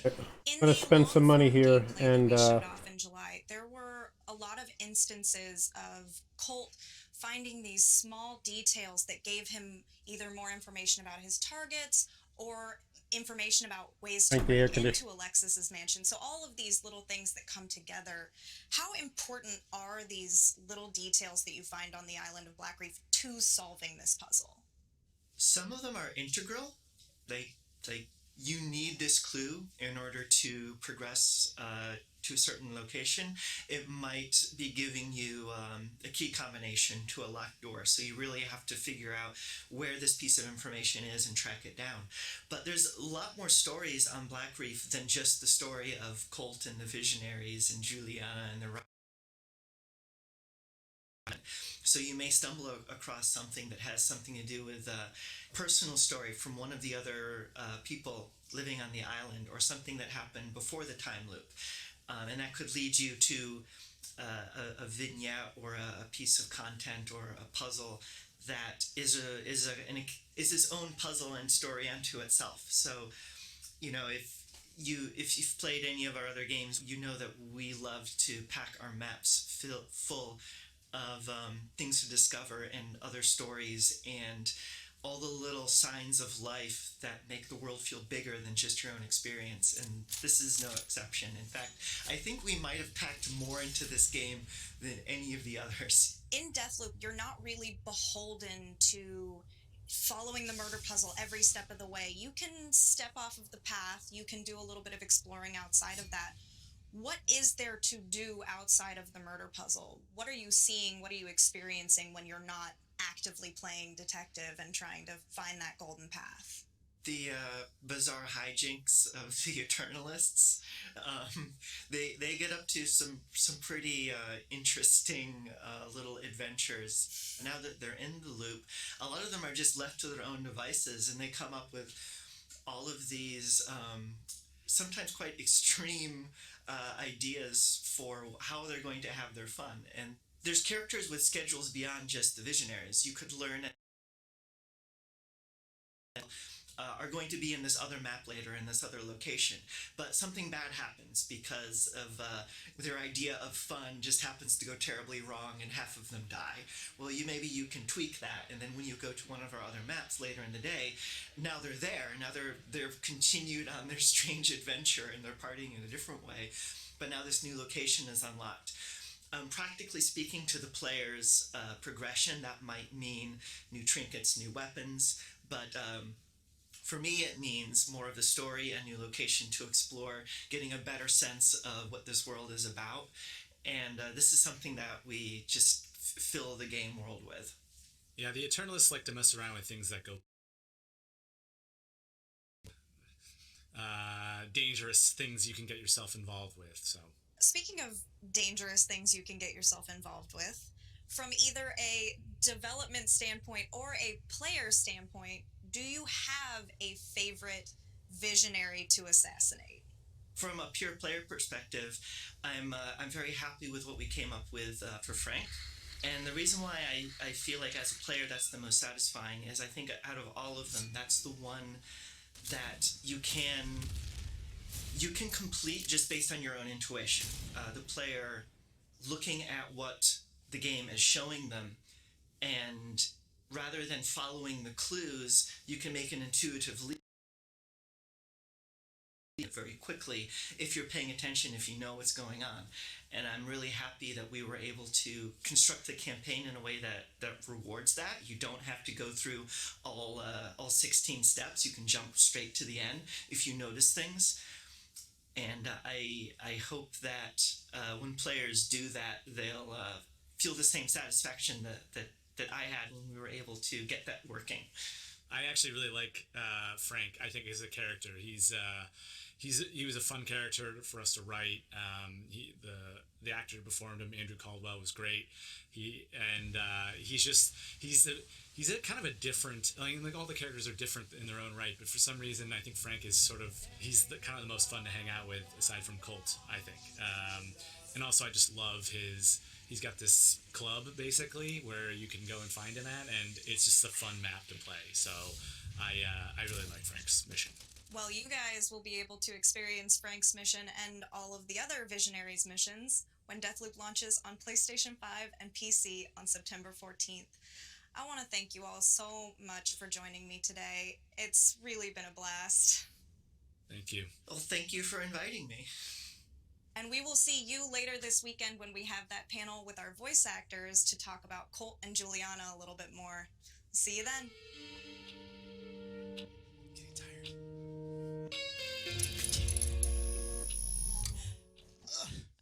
Oh, sorry. Hold on, stop. Didn't see you there. Be cool, Jason. We're good. Well, that was a fun panel. Thank you so much for watching. We actually have a second Deathloop panel tomorrow, so stay tuned for that. And congratulations to all the winners that won posters. Yes, check. A poster, a singular poster. Each one of them won a poster. That's what I meant. Yeah. You know what I meant. Make sure you check your messages in Twitch because you've been reached out to, and give us your information. We'll send those out to you. And get back to us within 3 days. Anyway, to make up for some of the lost time, we're going to probably be rolling right on to the next panel. Yes. So, do we want to do some charity shout-outs first real quick? Yes. Throughout QuakeCon, like we said before, we've got some awesome... Right here? Am I kind of pointing to it? Yes. These fine charities down here. Awesome organizations to support. Thank you so much for the folks who already have. A couple shout-outs. Revenant Dak. Sounds right. Gave some money to the Trevor Project. Thank you so much. Who else, Jess? We got Sean that donated to Dallas Pets Alive. Awesome. Julie Roach. Silver Godiva was very generous and donated to, I think, almost every single one of these organizations. So thank you so much. That's amazing. That is amazing. How do we feel about giveaways? Oh, yeah. We should do another one? I think so. You know, to tie into the next panel, which is Fallout 76, making Appalachia your own with Fallout Worlds. Butchered that. All right, they catch it up. We will be giving away a wonderful Fallout Noble Chair with special thanks to our friends from Noble Chair. You can see it right there on the screen. So all you have to do, like last time, is enter the keyword, one time per person, please, into the chat, and we will be drawing a winner while the panel is presenting. And the keyword is what? The keyword is... The keyword is not what, by the way. The keyword is not what. The keyword is... Fallout Noble Chair. One word. Say it really fast. Fallout Noble Chair. Noble Chair. Fallout Noble Chair. No uppercases, no spaces. It's all lowercase, small letters. Fallout Noble Chair. So you can get started. Excuse me, chat. One winner for that one, and we will announce the winner. Well, the winner will be announced in chat, but we will also announce the winner at the end of the panel. Yes, we will. Oh, okay. So my goodness. We're going to go right over to it. So enjoy the Fallout 76 panel. We'll see you soon. It's It's so great to have you with us for our Fallout 76 panel. I'm Nate Valenta, Senior Community Manager for Fallout 76. And I'm Devin McCarthy, Associate Community Manager. As you can tell, we're a little separated by distance right now, but that seems pretty on brand for Fallout 76. That's right. The beauty of Fallout 76 is that we can explore the wasteland together, even when we're apart. And that's exactly what we're going to do today, as we explore how Fallout 76 continues to evolve. We'll be getting into a ton of details on our new Fallout Worlds initiative, but before we get into that, let's talk about some of the big changes to Fallout 76 in recent years. Joining us today from the development team to share their insights are Bo Buchanan, our Fallout Worlds lead, Hi. and Mark Tucker, design director. Hi. Hey guys, how you doing? Doing great. Yeah, very excited. Let's kick things off by talking about the Steel Rain update, which landed in July. What did Steel Rain bring to Fallout 76? Yeah, I'm super excited about this. Steel Rain is a continuation of our Brotherhood of Steel Returns story arc that we started last year with Steel Dawn. So we're continuing that quest line. There's a lot of characters that were introduced in Steel Dawn that you'll continue to get to know and learn about. There's new characters you're going to meet and have interesting choices and dialogue with them. In addition to that, we've also got an expansion to our legendary item system, which is our legendary crafting feature. Not only do you get to craft new legendary items, we've added new legendary mods, as well as expanded it to legendary power armor. So a lot of fun stuff there, both on the story side and on the gameplay system side. Of course, lots of great stuff in that Steel Rain update. Even earlier than that, we also released our Locked In Loadout update, which included some major additions to some of our big features in the game, like camps, special, even daily ops. Mark, what can you tell us about what Locked and Loaded brought to those features? We had a huge expansion for our camp system, namely camp slots, that gives the players the ability to have more than one camp. A lot of our players love to build, I love to build, and so now you can keep building more camps and you can keep expanding with new slots.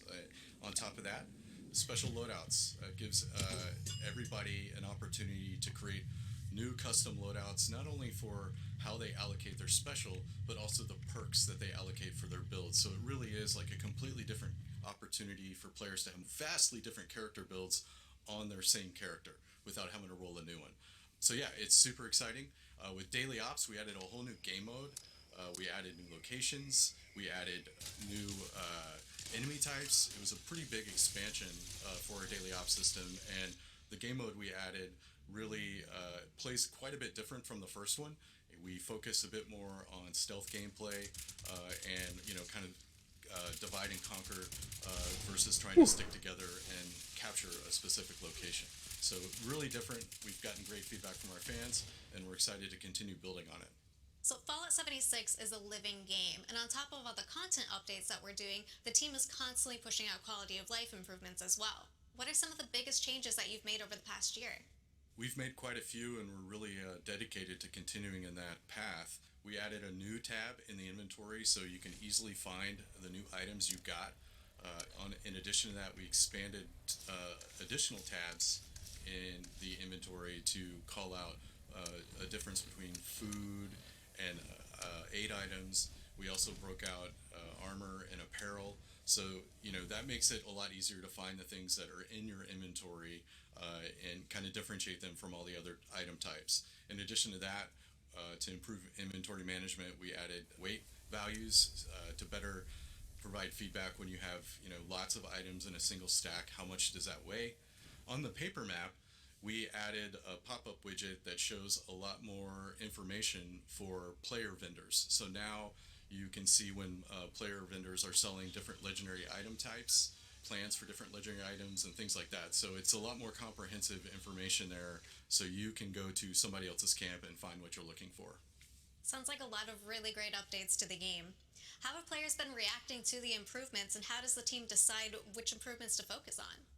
The quality of life stuff usually generates a lot of positive feedback from our players, and really that's why we do it. We do this for our players, and what drives the future lists that we focus on are feedback from our players. So we listen to what they're saying, where they might be hitting friction points in the game, or just where they see some problems, and we're keeping track of that. We have a very long list of future quality of life changes that we plan to make.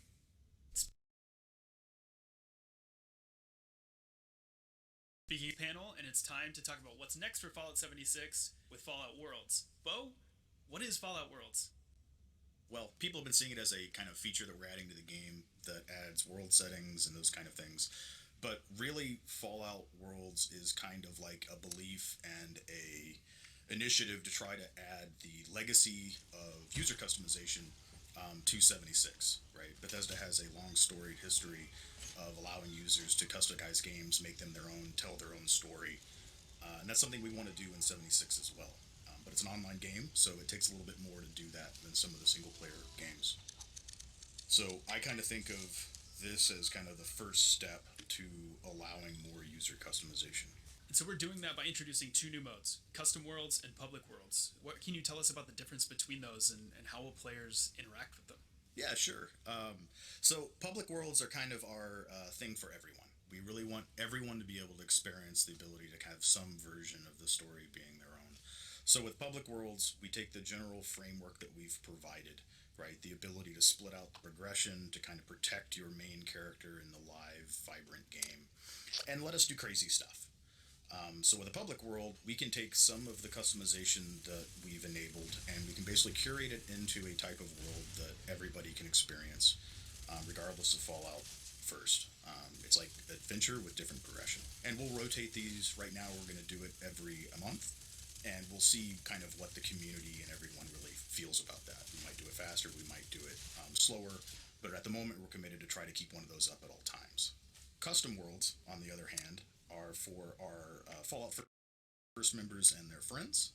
It's where you can take the full customization available, and you can decide how you want the story to be told, right? You can go in and change all the different settings, change combat, change how workshops work, your camp, all those kind of things, and really make an experience that you would like to play and that your friends and family can play with you. Custom Worlds sound awesome, and we're going to get into them in just a second. But if we could step back to Public Worlds for a moment, what are some of the themes that you're really excited about that we're going to be bringing to the game in this update? Yeah, so we have a lot of different public worlds set up, and we kind of plan to keep adding more and playing with them in the future, depending on what the community wants and what they kind of react to. So for the moment, one of my favorites is actually the Happy Builder one. It allows players in the game to kind of place their camps in more locations throughout the game. It also allows them to be able to place items with fewer constraints, right? So if you want to do my personal favorite, which is kind of build a Mario platformer in the game, you can kind of do that now, and you can do it off some of the more interesting areas in the game, right? You can build it on top of a mountain or on top of some of the existing buildings.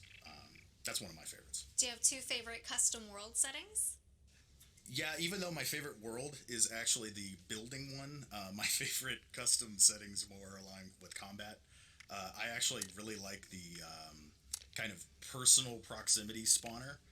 Something we put into the game to kind of give you more pressure as you're playing. We spawn creatures around you as you're playing the game. That way you can kind of keep the pressure up. It's like your own personal random event kind of popping off as you're playing. The other one I like a lot is we have infinite ammo, which most people find when they're looking at the settings. But if you hit the clicker just one more over, you'll see infinite ammo with no reload. That's actually one of my favorites, especially because some of the guns like the black powder rifle, you can just kind of fire as fast as you want.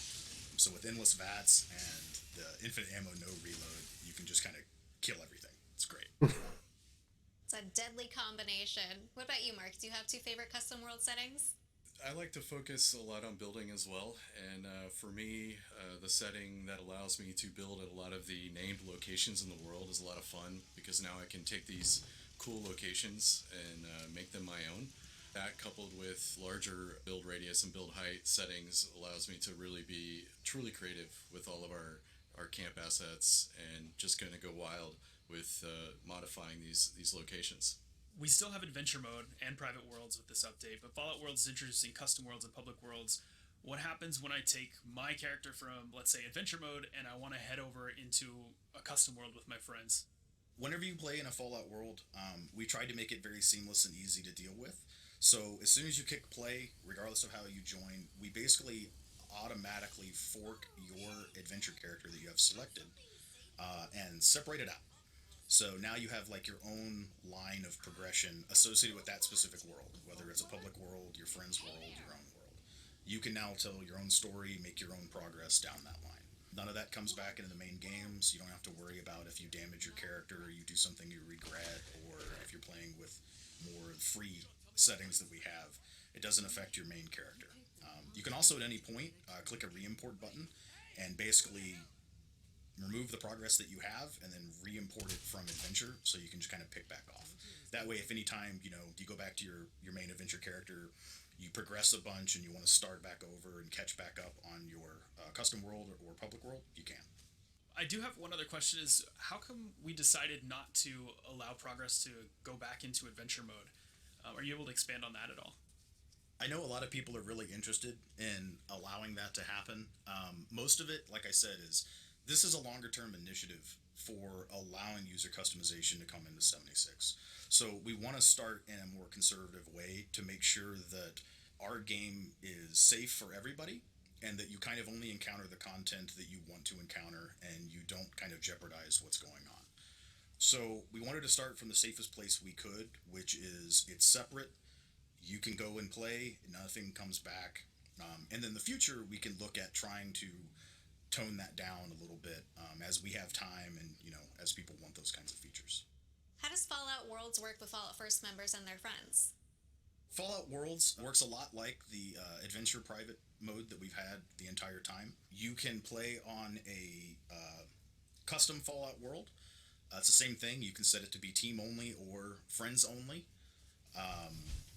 And you can have up to 3 slots of those. And at any moment, you can spin them up. You can play on them. Your friends can join you through the social menu. If you have friends that also have Fallout First, once they have a world link, they have a character basically on one of your worlds, they can go through the play menu and they can spin it up whenever they want. They'll basically have their own version of it. They can play on it. Their friends can join them. More of your friends can join them. That way you don't have to be around all the time. But it does take Fallout First to enable that. If you don't have Fallout First, as long as somebody you know has Fallout First and a character on the world, you can play with them through the social menu. Being able to spin up one of your friends' custom worlds without them even being online is one of the coolest parts about this. Looking ahead, after Fallout Worlds comes out, how are we planning to continue supporting it post-launch? Ideally, we would like to both improve the private world flows a bit and the custom private world flows a bit, as well as adding more settings in the future. And we do keep a very big eye on our Discord and Reddit and all the things that our community team has of the type of features that our players are looking for. We have a very big backlog of settings already, even internally, of the stuff we'd like to do that we just couldn't get to. How specifically can the community have input on the way that Fallout 76 improves and evolves going forward? The short answer is talk to Nate. He gives me all of the suggestions for everybody. No, like I said, any of our community areas that you can get access to, whether it's Facebook, Twitter, our Discord for 76 and BGS, as well as Reddit, we kind of look at everything, every avenue we can find for players, and we really do read them and pay attention to them. Everyone's input is appreciated, and then we try to find the right things for the game as a whole. I would also add to that for the players that are willing to download and hop into our public test server on PC.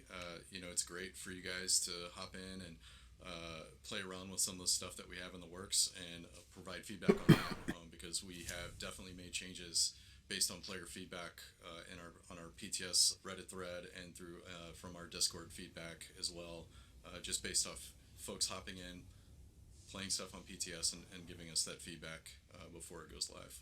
That's great to hear. Do you have any fun or interesting stories from the World's development?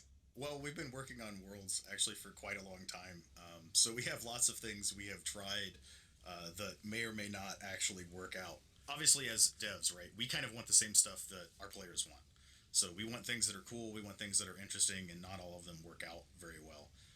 So we tried to scale up the creature size at one point, and I have screenshots and videos of it. It was a lot of fun.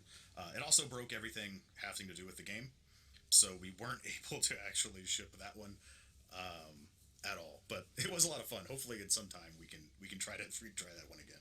See a giant death claw marching through the screen. How about you, Mark? Do you have any favorite stories from World's development? I'm with Bo. The scaling one was quite memorable, both in terms of scaling things up, but also scaling things way down.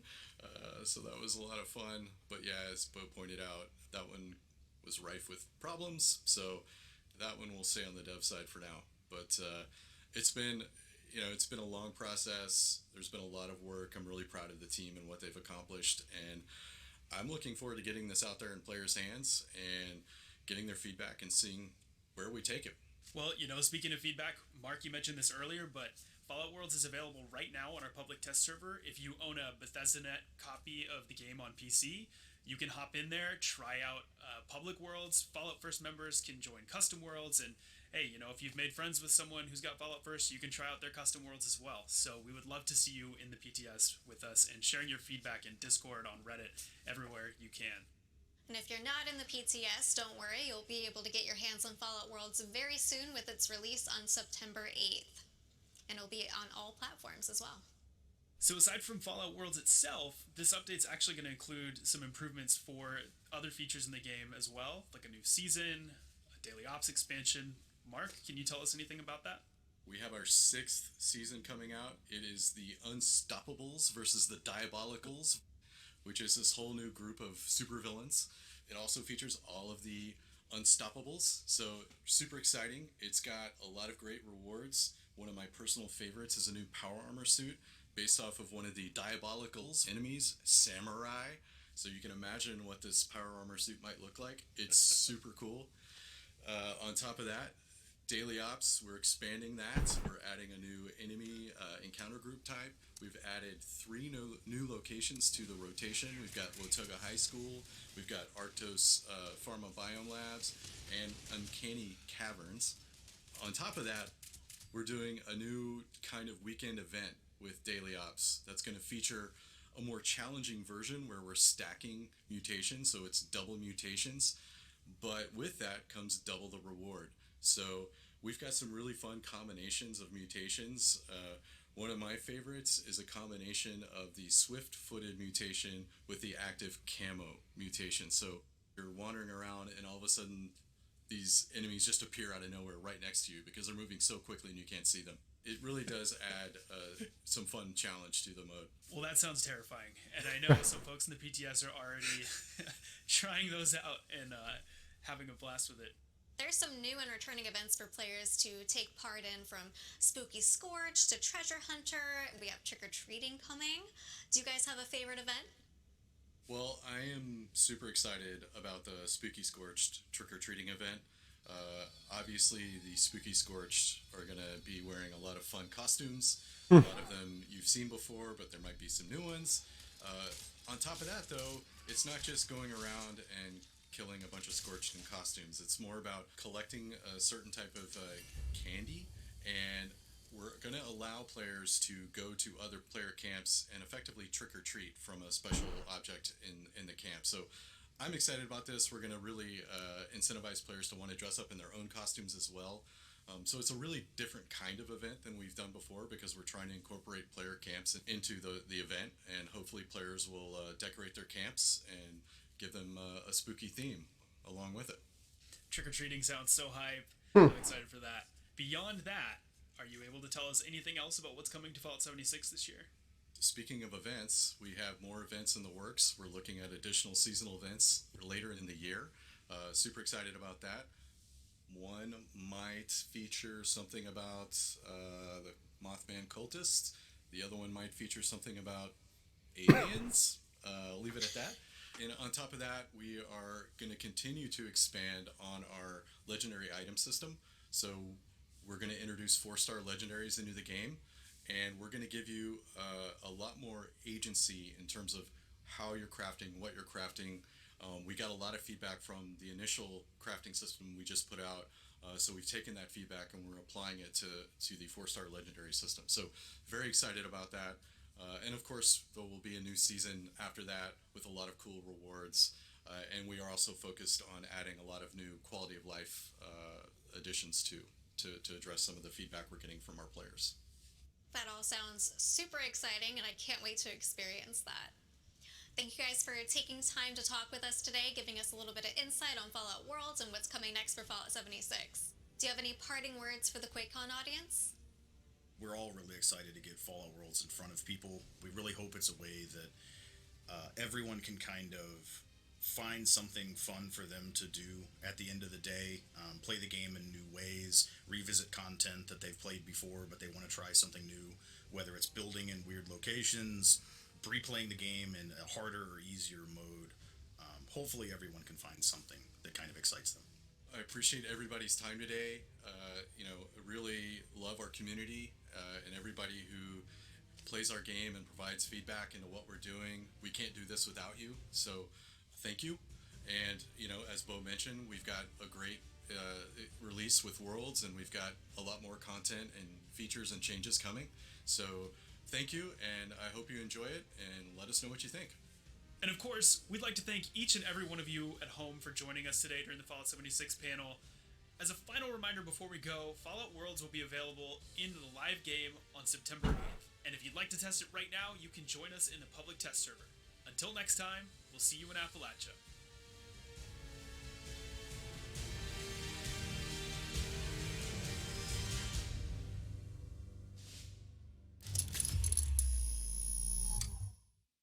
Welcome back, friends. Welcome back. Right. It's us welcome back. Everybody's still been here. We're coming back on. That's true. We've been here too.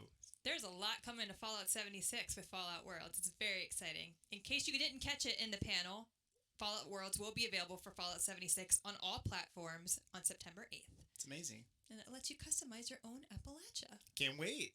It's only a couple weeks. Appalachia, right? You said it right. I think so. Guess. They can roast me if I said it wrong. It's fine. Hey, we mentioned a giveaway before. We actually know who won. Oh yeah, I guess that's important to call out. That winner probably would like to know that they won. Can I just call out real quick that my name is now spelled correctly in the lower third? Thank you so much. I was about to walk right out. Diva over here. I am. I'm just kidding. So, that was a joke. So who won? The winner of the Fallout Noble Chair, generously provided to us by our friends at Noble Chair, was none other than Ranger96_gaming. The underscore is actually the symbol. It wasn't written out as underscore. I feel like that's important to note. It is. Congrats. Congratulations. Awesome chair. Well, so we've reached out, so make sure you check your Twitch messages. Reminder that for any Twitch stream giveaway that we are doing, you need to be following Bethesda. That's true. What you are currently watching, if you are seeing this message, for QuakeCon, when you're there, when you're at the event, when you're in Dallas, you're doing a lot of things. One thing you're doing is eating a lot of just pizza because you're in the BYOC. I was wondering where you were going with this. You're drinking energy drinks, maybe from balls that are down there. We have this candle from Wiccan Skull. I just wanted to bring up. Why am I showing a candle? That's because it is a QuakeCon 2021 candle that smells like, are you ready? I don't think you're ready. PCs, pizza, and energy drinks. Oh my goodness. I gotta tell you though, it smells great. It does. Have a sniff. I don't know if it's a good thing or a bad thing that it actually smells nice and not like those things. Yeah, it's phenomenal. Anyway, moving on from that. Moving on from candle talk. Weird. We're going to get into another giveaway because we have a lot of giveaways, just like we said. This one's pretty awesome. This one comes from our friends at Fractal Design. Thank you for providing us. It's an amazing custom QuakeCon case. Say that 3 times fast. Amazing. So we are going to start the keyword entry for this one. And we will be pulling the winner before our next panel, but we will announce the winner after the next panel. The keyword The keyword is Fractal Custom. One word. all lowercase. In chat right now, Fractal Custom for a chance to win. You'll need to enter one time. Entering multiple times, just as spammy, and it does not get you multiple entries. I feel like that's important to know every time. I will say, we're not in Dallas, but my God, it is hot in here. It just sure feels like I am. I'm a comfortable. Well, Jess is from Florida, so that's why she's able to wear sweaters and bask in humidity. I'm just sweating up a storm. Hey, we are going to talk about our next segment. We're going to pick a winner, but before we do, the next segment, the ESO team going to be talking about their game. That's Elder Scrolls Online. That's correct. But tune in for it for multiple reasons. Obviously, to check out the game, but drops. We have drops for the game. Yep, the Elder Scrolls Online chat will be featuring an Ouroboros.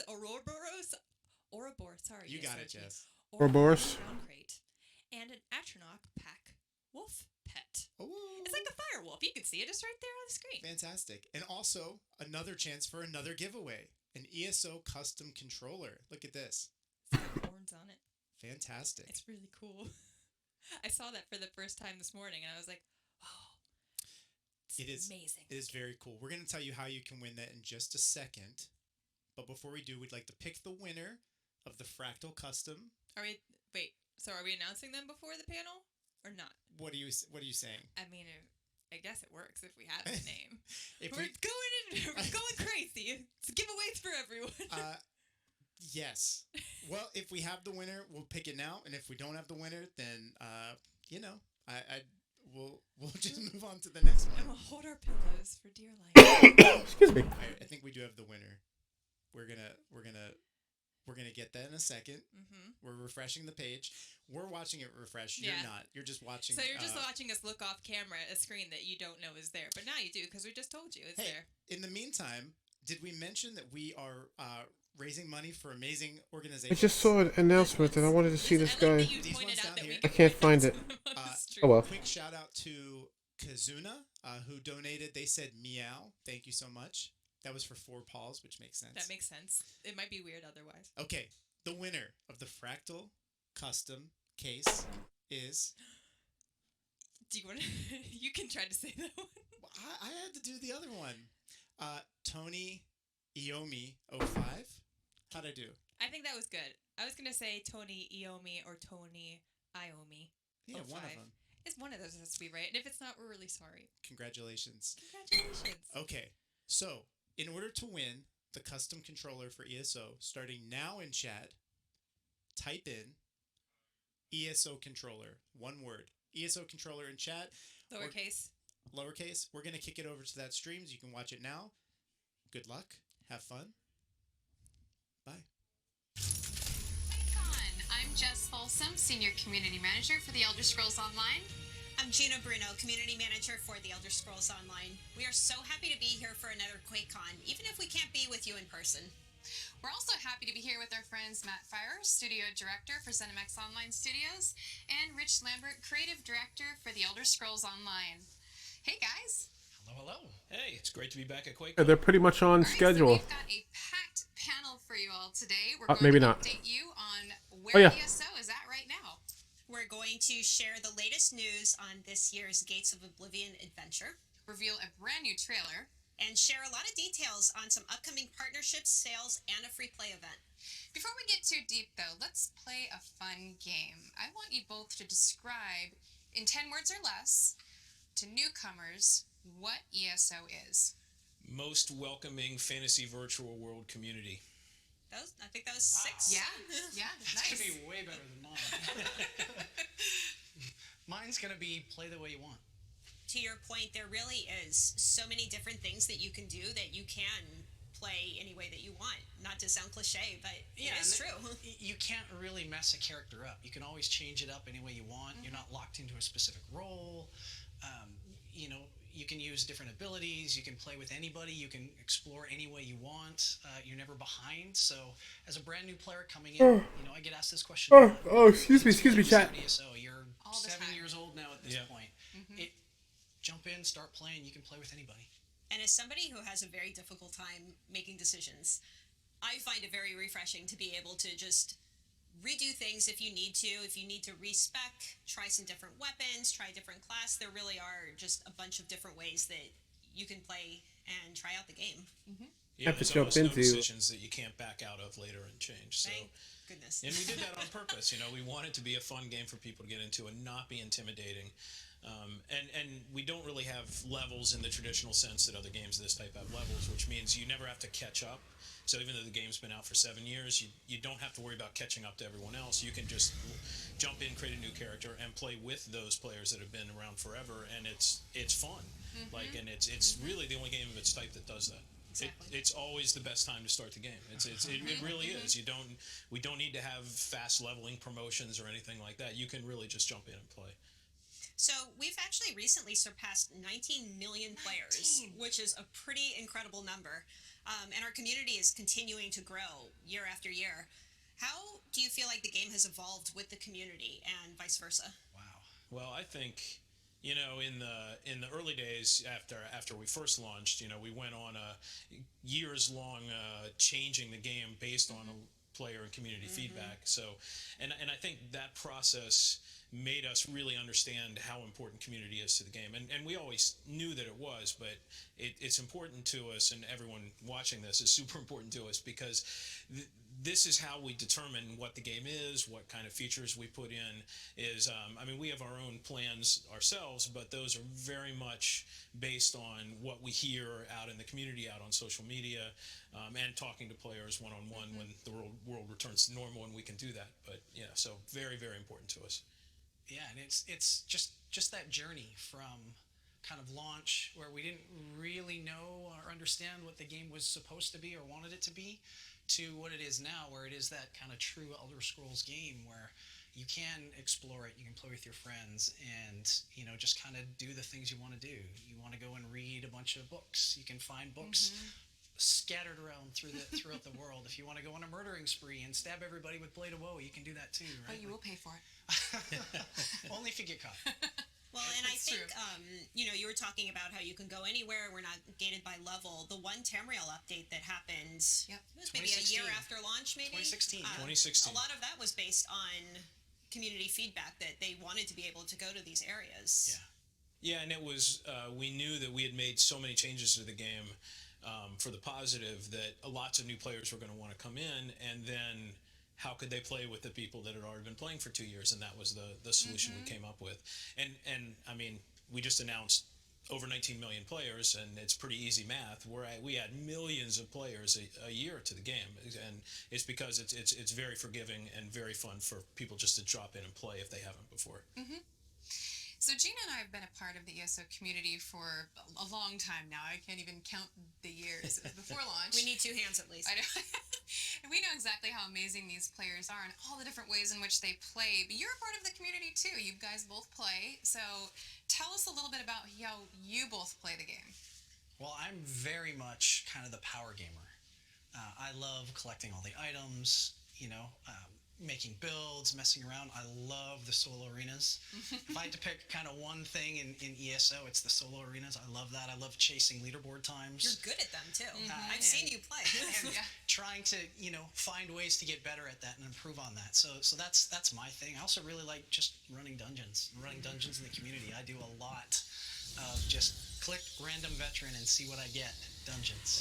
And there's a reason why Rich streams the hard content and I don't. But it's not that I don't play the game a lot, which I do. I mean, many hours. I mean, Rich and I both, I think, have played most of the content through at least 2 times before it even gets to the live servers. So, it's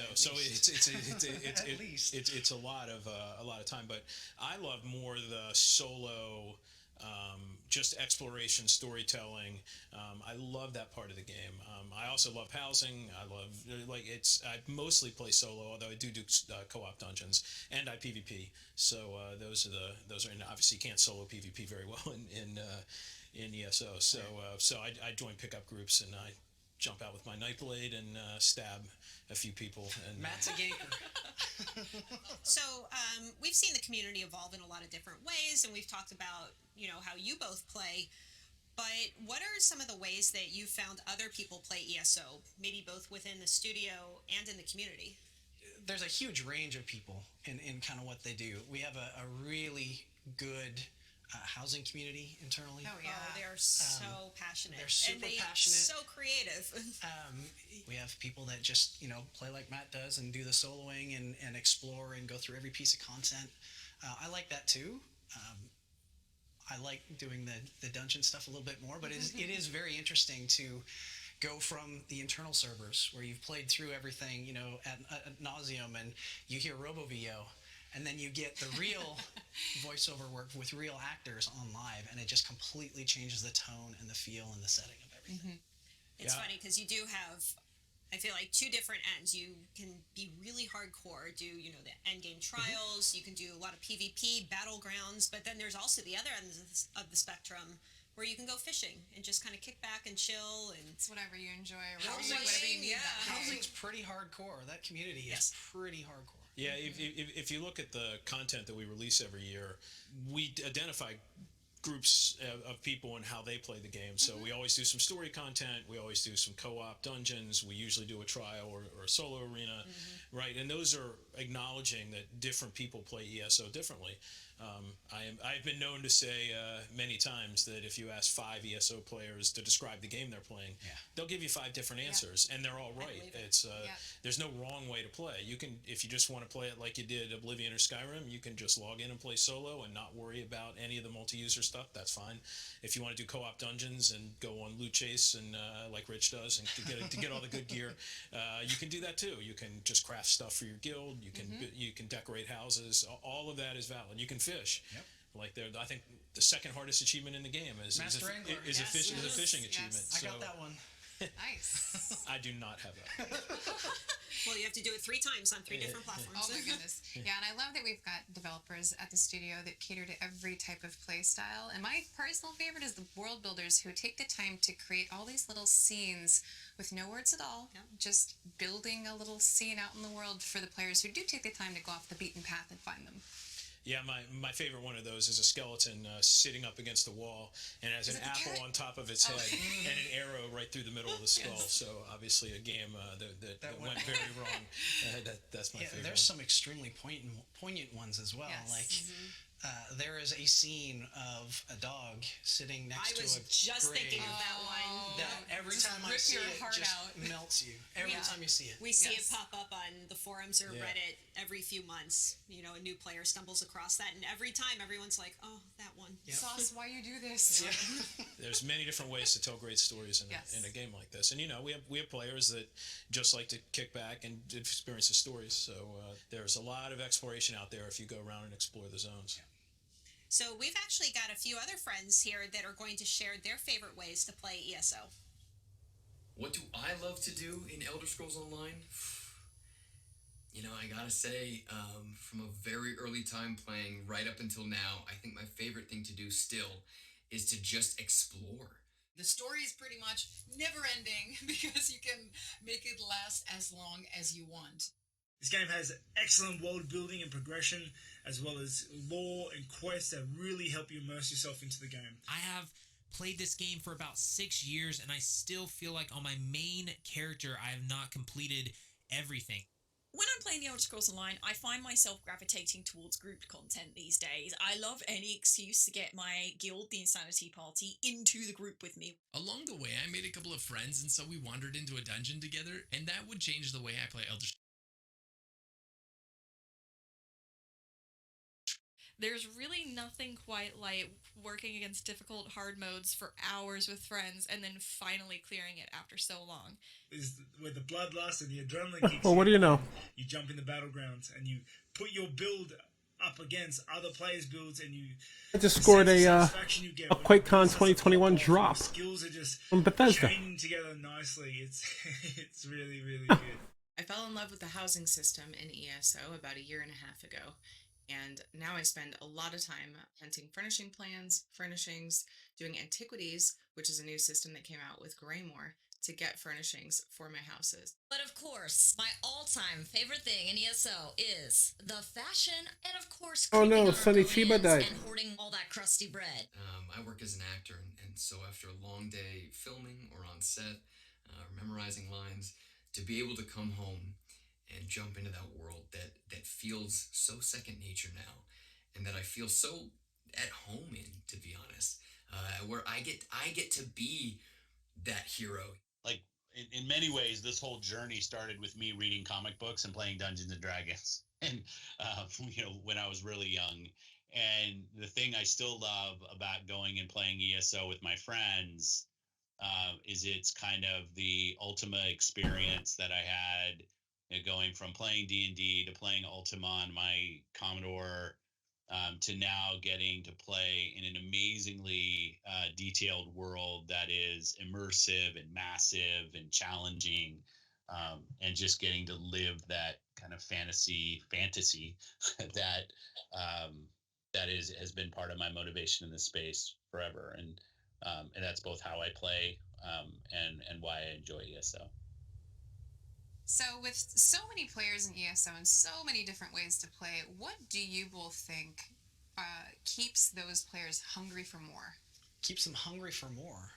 I think at least for me, the thing is continuing to introduce more content, more varied types of content. You know, I think you look at our update cadence. We do 4 major updates every single year. There's really nobody else that does that, and we try to vary it, like Matt said, but we also try to find new ways to surprise and delight. And by that I mean new ways to play ESO. So you look at Antiquities with Greymore last year, right? That was a completely new way to play ESO that wasn't just questing and killing. It was exploration based and lore based, and players loved it. You know, same thing with Companions this year. This was a brand new way to play ESO, where you have a permanent adventuring buddy that kind of helps you explore the world on your own. Yeah, we very much view ESO at this point like literally a fantasy virtual world. So there are games in the virtual world. It's not just a game. Like, there are multiple games in there, and like Rich said, we keep adding new ones. Like Antiquities last year was a new game inside of the game. So that's how, to me, we keep the game fresh and keep players interested, because they're already in the virtual world, and we just give them more activities to do, more quests to go on, more stories, new characters, reintroduce some old characters that they love, and new game systems. And you know, as long as we keep doing that, that's what players love, is the virtual world they love that keeps growing. So every year we release a new chapter for ESO. This year was Blackwood. Where has this chapter taken us, and what are some of the bigger features that you found that players are really enjoying? Well, Blackwood takes us to Blackwood. Which is the region essentially from kind of the southern tip of Cyrodiil to the borders of Shadowfen, right? Yes, Shadowfen. And so it's kind of this undiscovered region in Tamriel. And so you get to learn a lot about the Argonians. You get to learn more about the Imperials. It is a story focused on Mehrunes Dagon, and kind of what he likes to do, which is try to take over Tamriel. As you do. As you do. You know, Daedric Prince, you know. Just another day in Tamriel. It never seems to work out for him. No, it doesn't. And then we introduced the companion system, which was a pretty big thing. And we have a brand new trial in Rockgrove. And then a bunch of quality of life improvements and bug fixes and performance improvements. The cool thing about Companions, too, is let's say you run across a world boss that's a little too difficult for you to do by yourself. You can just summon your companion and they can pop out and help you out. If, you know, you just need a little bit more help with something. Yeah, and for those that are unfamiliar with ESO's content model, every year we have a meta story that goes over the whole year, and then we have different updates 4 times in the year that tell the story in different ways, through dungeons, through a big chapter with a lot of stories, and then a story DLC at the very end. So this is something we've done since 2018, I think, maybe 2019, with the Elsewhere and the Season of the Dragon. I was going to say Year of Dragon, but then I remember getting bonked on the head for saying that last time. Season of the Dragon. Well, it's going to happen again. Yeah, but it's something that we do. Like it's a really, really good way for us to get players interested, have a new part of Tamriel, new stories, new characters every year, but in a way that makes sense and tells stories and introduces more content. So Matt, you kind of just touched on this. Blackwood was this year's chapter, and it's just one part of the Gates of Oblivion year-long adventure. What else does Gates of Oblivion entail? What else? Ooh. Well, it has the companion system that you talked about, the 12-person trial. Oblivion Portals is another one which is a new I really enjoy. Yeah, that's kind of where I was getting to, because it's this kind of year-long story of Mehrunes Dagon, and eventually you're going to go to the Deadlands. Teaser, hint, hint. I don't think that's a spoiler. Soon. No, it's not. We've mentioned it. Yeah. And so, yeah, one of the really cool things about Oblivion Portals is there's these portals that appear randomly in Blackwood.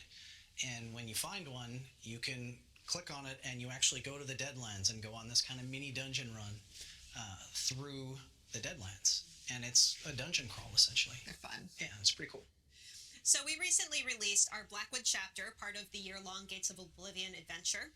The next DLC coming out in Q3 is Waking Flame. So what are some of the features of that DLC?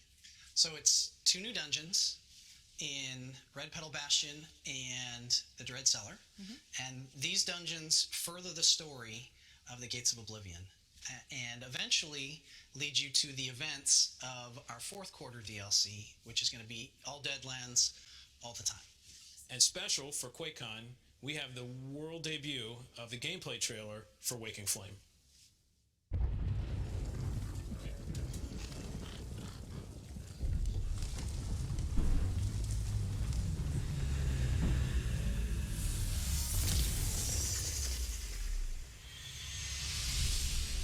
These damn acolytes, followers of Mehrunes Dagon, they never stop.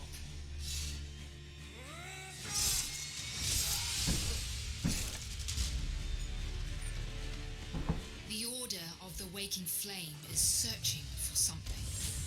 Dangerous relics of the past.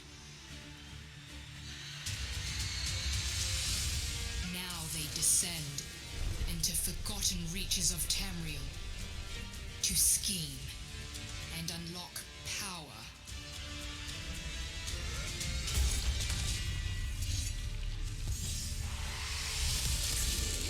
And my home, in the dark reaches of Oblivion, is under threat from the Prince of Destruction.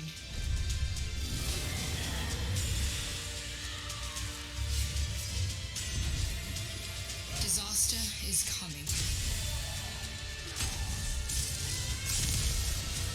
And we need all the help we can get.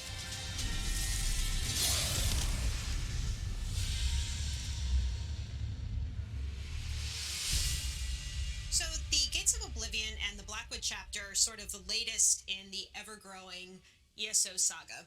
What are some of your favorite locations from other test games that we've been able to revisit in ESO? I kind of have two answers to that. The first one is Stormhaven, which I like only because we returned to it about 58 times during the development of the game. For you all that don't know, that was the zone that we created as the basis for what the rest of the game was going to be like. So we redid Stormhaven about 8 times. Yeah, I was going to say 6, 8 times. Yeah. So I actually always love going back to that. It's weird, it's nostalgic to go back to something in your own game, but if you can, I can see the evolution of the game just by going through that and looking at how we did content in that. So, but for the other Elder Scrolls games, it's definitely Daggerfall, because that was the first Elder Scrolls games that I really played. I mean, I played Arena a little bit back in the early 90s, but it's really Daggerfall, which if you haven't played it, it's obviously dated now because it's from like 96, 97, something like that, but it is huge. Like, it is one of the largest games I've ever played, and it's got actually a really good story, and the systems now are a little hard to get through, and so is the UI, but the story and the way the world works and the political factions are really, really well done. The cities were so big. Yeah, so I love going to Daggerfall and ESO, even though it's obviously not to the same scale, just because it gives me kind of that vibe that I got back when I played my first Elder Scrolls game. Yeah. I kind of have two answers as well. One was definitely Morrowind. Kind of going back there. I can remember, as a fan before being a part of, the Bethesda family and the ZeniMax family, buying a new PC so that I could actually play it because I was so excited to play it. So being able to go back and do that was definitely big and exciting. And then the other one that isn't necessarily from other test games would be Orsinium. It definitely kind of paved the way for chapter idea. It helped kind of pave the way for One Tamriel. Yep. When you think about it. It was the first place we did the leveling system. Was just in Orsinium. So that one is definitely very fond memories too. So switching gears a little bit, players can now experience all the locations we've created in ESO natively and fully upgraded on their current gen consoles with Console Enhanced. Can you talk a little bit about what Console Enhanced entails? So Console Enhanced is a new version of ESO that runs on, of course, the Xbox Series X and S and PlayStation 5. If you think back, the last gen came out in 2013 or 2014, and ESO came out in 2015 on those, and that was a long time ago in the tech world. And it runs well. It's a great experience. Millions of people play it on those original last gen platforms just fine. But so much has happened in the tech world between then and now that we really wanted a newer version that really showed players what the world of Tamriel looks like. And so graphics and the experience on PlayStation 5 and Xbox Series X are better right now than they are on PC, and it's because they are so powerful. They're really powerful devices. They have really fast transfer times internally, so loading times are better, and it lets us do really cool things like you can play in fidelity mode, which is 4K, everything turned on at 30 frames a second, or have almost all of the same fidelity settings except at 1440p and play at 60 frames a second, which we call performance mode. And we even did that on the Xbox Series S, even though it's cut down a little bit because it's not quite as powerful as the others. But and players have responded really, really well, especially to the performance modes, because console players had never played ESO at anything other than 30 frames a second. And the first time you sit down with a controller and play it at 60, it's really, really, really sweet. Yep. So what would you say ESO brings to the table for players that are on Xbox Series X and S and PlayStation 5? I would come out and say it's one of the biggest games on those platforms. You know, it's this huge, massive world. We have hundreds and hundreds and hundreds of hours of content to play. And, you know, the game looks amazing. It runs at, 60 frames per second. And it is a true rival to the PC experience. Yeah, and there really is no game like it on console. Yeah, I agree. Even now, after 7 years, there's no game like ESO on console. Like, it's super easy to get into. It's on Xbox Game Pass, right? You can just jump in and play it if you're a member. Like, and you can just play it. It streams on XCloud. Like, it's super easy to get into, and you just dip your toe into it, and it's hundreds and hundreds and hundreds and hundreds of hours of content that right now is the highest fidelity version of the game that you can play. So how can players get their hands on console enhanced for ESO right now? If you're on Xbox, it does it automatically. You just it automatically upgrades to it. On PlayStation, you have to go into the panel, the ESO section, and then choose upgrade from there. Awesome. And earlier we mentioned we have a free play event happening right now for ESO. That means anyone playing on next-gen console will be able to try out console enhanced. And if you're enjoying yourself during the free play event, you can pick up the game on sale right now. You can dip your toes into ESO with the base game, or immerse yourself into the Gates of Oblivion year-long adventure with all previous year's chapter content when you pick up Blackwood. There's multiple routes you can take. Now you can see why this is the best time to play ESO. Thank you so much for joining us, Matt and Rich. Before we go, we'd like to tell you about a couple of very awesome things still in store for ESO players this year. There's tons of in-game excitement, but there are also a few things happening outside of the game starting tonight. In just a few hours, our friends over at Critical Role will be premiering their second Gates of Oblivion one-shot. If you missed out on the first one, you can watch it on demand on the official Critical Role Twitch and YouTube channels. But tonight, join the Critical Role cast as they return to their tavern in Grotwood and continue their adventure and encounters with a Daedric threat. Tune in at 10 p.m. Eastern tonight on twitch.tv/Critical Role. Next, we've got a very special surprise, and it's certainly music to our ears. We're excited to share that we are working with the heavy metal band Trivium on some awesome upcoming projects. We'll be streaming together, sharing limited time merch, encouraging your creative side with some new contests, and giving away a guitar totally worthy of the Daedric Prince himself. Even more exciting, they'll be premiering their latest single later this year, and you're going to get the first chance to hear it. Find out how after this quick message from Trivium's guitarist and lead vocalist, Matt Heafy.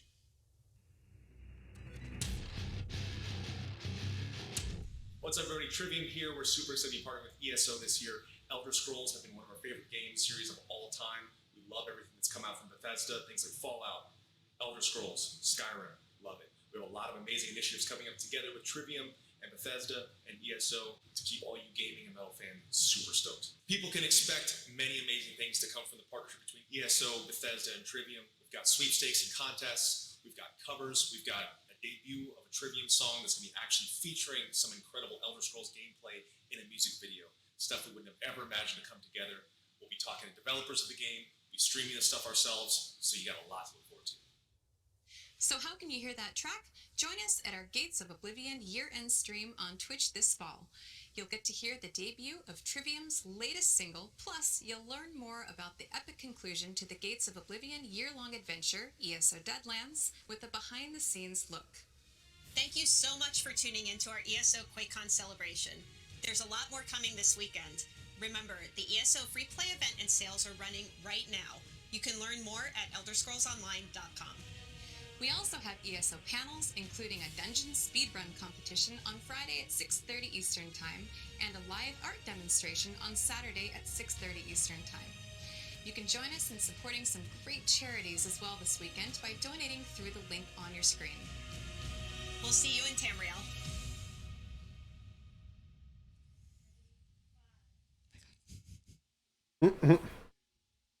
Water. It's us again. We're Welcome back. Right back, chat. Did I speak too soon? I think I did. You know what? You Whatever. never speak too soon. We are going to just jump right into it and let you know who won that custom ESO controller. The tension is palpable. It was very cool. And ESO stands for Elder Scrolls Online. Mm-hmm. And the winner is Ancient 123. Ancient, Elder, like, yeah, it's similar. And that controller is going to look so good in their hands. It is. So congratulations. We've reached out to you in chat. Make sure you answer and we'll give you that. We'll send it your way. So yes, the ESO panel, fantastic. Obviously, a lot was talked about. We're going to get to the next panel in a second, but just want to remind everybody there is a sale running on ESO. You can get more details on elderscrollsonline.com and a free play event running until August the 30th. Very cool. Very cool indeed. We also have more giveaways, but should we get to them now or should we wait? It's a good question. I don't know. Maybe we'll just sit here in awkward silence. Okay, that's great. All right. So our next panel coming up is the Skyrim panel that features members of the development team, including Ashley Chang, Will Shen, and Matt Carafano, and is hosted by me. So you're going to be there and here at the same time? It's magical, isn't it? The Well, wonders of technology. You better get changed. And teleportation. So obviously celebrating Skyrim, big milestone 10th this year. anniversary, yep. So we'll be doing more later this year, which you'll find out about. Yes. In panel spoilers. Yes. But before then, what we want to do is start our next giveaway. So you will be getting in this giveaway a very, very beautiful Arctis Pro headset. This camera now. Arctis Pro headset. From our friends at Steel Series. Thank you, Steel Series. In addition to that, you will be getting these exclusive, probably too far away from the camera to see, Skyrim 10 clips. Very nice. Headphone tags. There you go. They go on your headphones. They'll go on your Arctis Pro right here in this like negative space spot. You'll just pop them right on there. They magnets. They stick on, and you're good to go. And in addition to that, there's more. You will also receive a giant, make sure I don't drop it, Steel Series mouse pad. Is it a completely black mouse pad, you ask? It's not. There's actually really cool new Skyrim 10 artwork on the other side, but I'm not going to show it to you just yet. You'll just have to trust me that it's very cool. So. Maybe you'll see that artwork in the panel. Oh my gosh, Jason. Oh my god, did I spoil it? Wait. Oh no. Anyway. Okay, we'll just cut that part out. It's not live. Don't worry about it. This wire.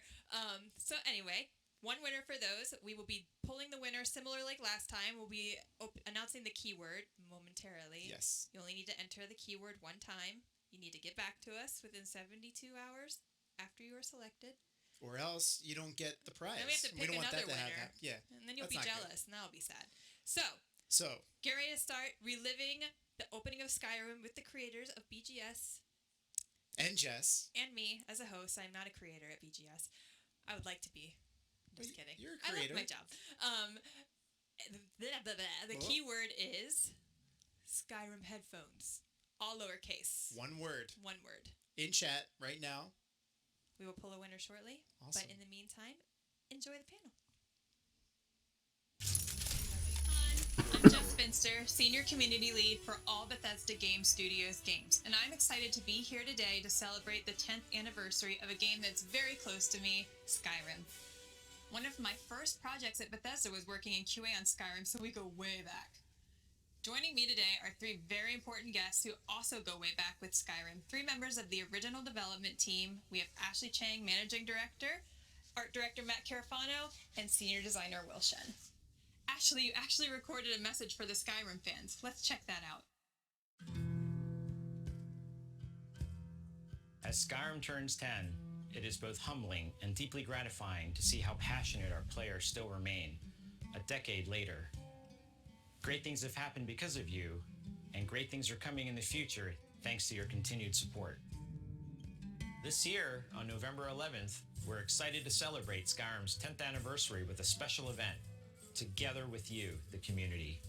We plan to honor what you've done with the game and celebrate how the game has impacted you in the decade since its release. With this goal in mind, today we're inviting you to take part. Showcase your mods, send us your art, don your cosplay, and tell us your stories. We're about to go pick up Skyrim. Whether it's a heartfelt memory, a funny moment, or anything in between, we want to hear from you. Add dragons to everything. Mecha dragons. Don't ever stop adding dragons to your game. Share with us how Skyrim has inspired you, your friends, and your family, even your pets. In 2011, The Elder Scrolls V showcased the expansive world we created. 10 years later, let's celebrate together. Hey! In all the ways you continue to inspire us. Thank you. Thank you for the raid, Nova Charter. Wow, this is great. Thank you very much. Welcome, everybody. Welcome. My name is Nomad1701, and I am just streaming all or as much of these QuakeCon activities that I can today. And we're just chilling out and having fun and watching what they're doing here. So welcome. Thanks for the follow, Mojo Jojo. Mojo Jojo. Performed by the London Symphony Orchestra. That's not all we're going to do to celebrate. We want you to Nova Charter, thank you. How you doing, man? Welcome, everybody. Your cosplay, anything that you have, cool videos, you name it, just send it into Skyrim10.com. We're also excited to announce the Skyrim Anniversary Edition, which will launch on November 11th. This new version contains Skyrim Special Edition plus 10 years worth of content and tons of creations and items. I'm part of the QuakeCon at Home stream team, so I'm streaming as much of this as I can today. That's too bad. Oh, you're also wearing the national shirt? Yeah, baby. You don't need to own the Anniversary It's a good one. to experience Skyrim on next-gen consoles.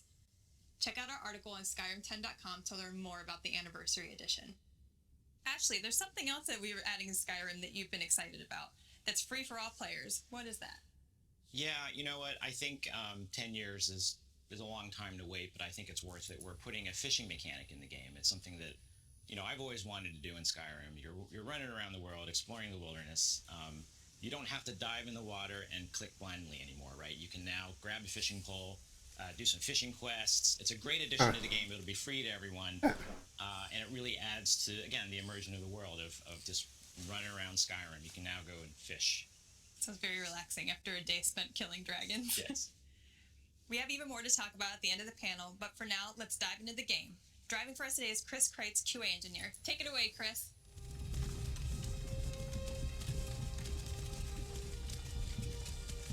Oh, my Cyberpunk playthrough was great, man. I finished the game about a month and a half ago, I think.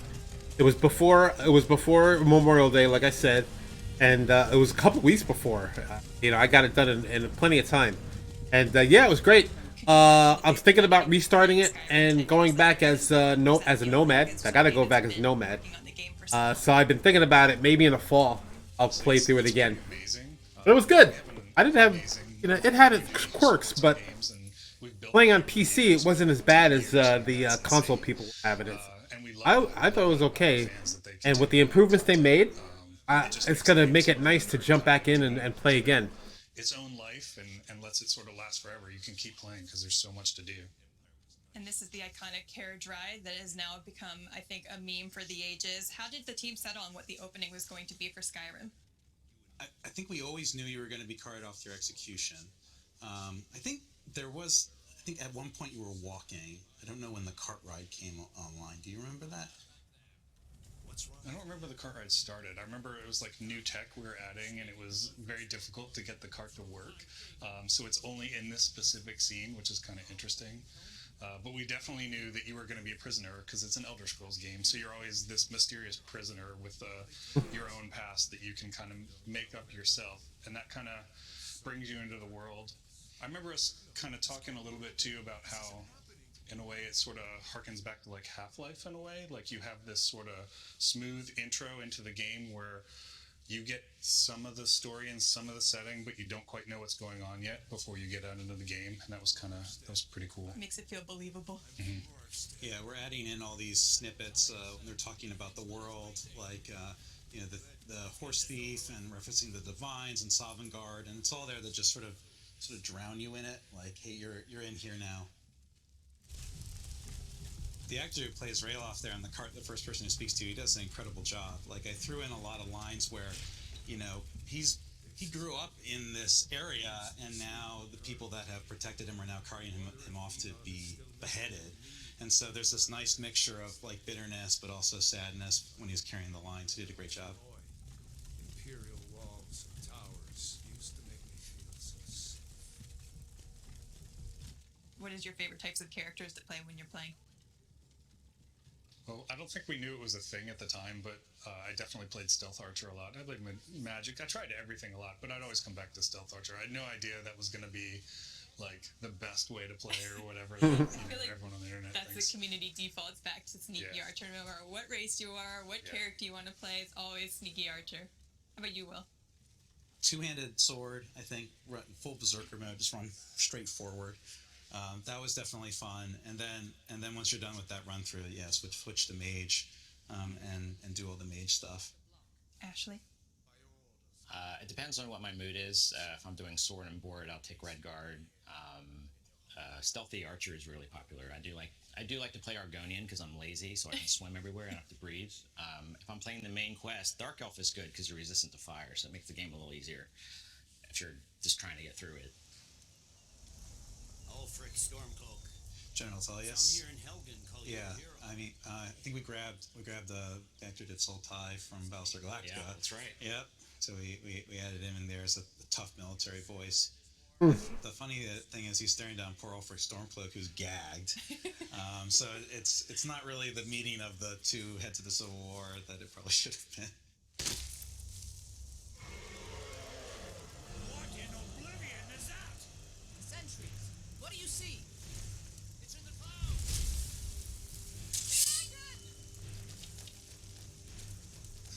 So this is the first introduction of Alduin. What were the main inspirations for Alduin's design? Adam Adamowicz, our concept artist, did do the designs for the dragons. Any games that I'm excited about? Dragon Slayer. Starfield. I know it's next year, Dragons, but Starfield is one I want to jump into badly. So that was a good I inspiration. decided that I want to get on that first day. We used that for like the aggressive. And I'm still playing Cyberpunk, not Cyberpunk, Star Citizen. I might play some tonight, as a matter of fact, on stream in the next couple of hours. But I kind of want to get this content streamed as well. I don't know. It's just like I don't know if I want to just keep going with the panels or play games. So right now I'm just doing the panels. Maybe I'll play some game. Maybe I'll play some tomorrow. But yeah, I'm always looking forward to Star Citizen, but Starfield coming out next year. I am very excited about that. Creating a whole new language.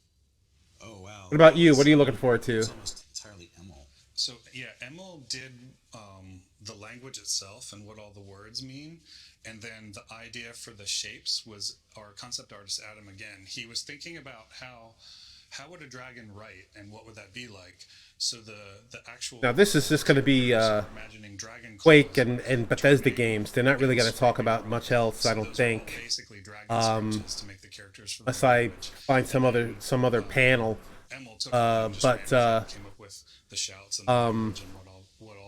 But yeah, I wonder, because Starfield is going to be a Bethesda game. So I wonder if they'll talk about it maybe tomorrow. That would be cool. Components. So every time you see the writing, their entire language is built on combining three words together. So they're making all of their all their writings and language and stuff out of combinations of 3 symbols each time. So there's a specific rhythm to it. Yeah, it's a Bethesda game, so maybe they'll talk about it. Maybe they'll talk about it later tonight or tomorrow. Big moment with, I forgot it was the Bethesda. Yeah, it's supposed to be next November, 2022. I actually had like I don't know. I don't know if they'll have anything to say about it yet. But like, there's a dragon flying around, and you would just die because we were locking you in. So that's when we decided, okay, they're just going to stand off and then go to do 2 different entrances, and where you physically go is the choice. Who do you usually pick? Oh, I go with Rayloff all the time. Well, that's okay. I was just curious. Mojo Jojo, how's it going, man? I just think it's funny. Like, this is the best part of character gen because 07 to everybody. Vampire is basically like, yeah, we were just about to decapitate you, but don't worry about that. That was a mistake. Just come with us. Trust me. We need your help. Like, yeah, we had to have like Hadvar doing heroic things to make you realize the Empire's not so bad. That's why he's rescuing the kid. He's like leading you. Yes, indeed. As a matter of fact, I gotta watch. Just about to kill you. He's like, Didn't it come out today? The second episode is already out, so I'm gonna have to watch that later tonight. And this is a community question from. I'm doing really good, man. I'm doing really good. Mojo, I'm doing really good. I take a couple of days off from work. Some people at work have already chimed in and said hello on the stream. Hopefully, some more will be watching later. Yeah, my job is a lot of the people there are very, very game focused, and a lot of gamers, and they like to see my streams, and they like to talk about and play games. So really easy to take a couple of days off. Say, yeah, I'm taking a couple of days off of QuakeCon. You know, that was part of the setting and always there. That was one of the early ideas. Can't wait to actually go to QuakeCon again. Hopefully next year. Things that started the story. It's fun too writing. Yeah, so I got to catch the second episode of this season's Lower Decks later tonight. So I've been streaming for about, a little over 6 hours, 6.5 hours. Maybe I'll stop it at like 10 hours and then I'll go downstairs and watch some TV. But tomorrow I'm going to do this all over again. I'm going to be streaming all day.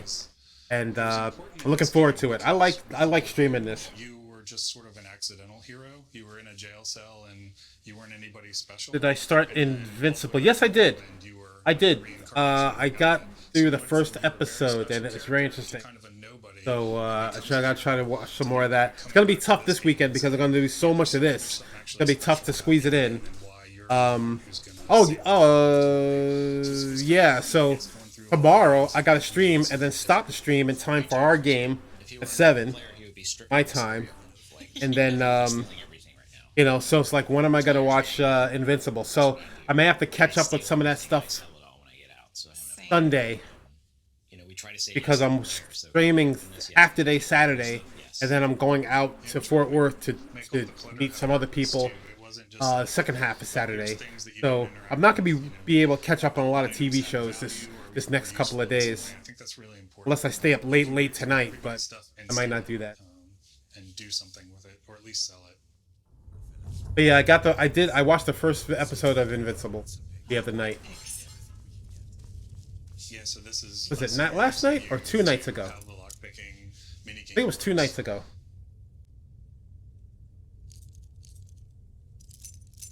Nothing feels better than getting that right, like on the first try. What are some of your favorite moments from developing the game?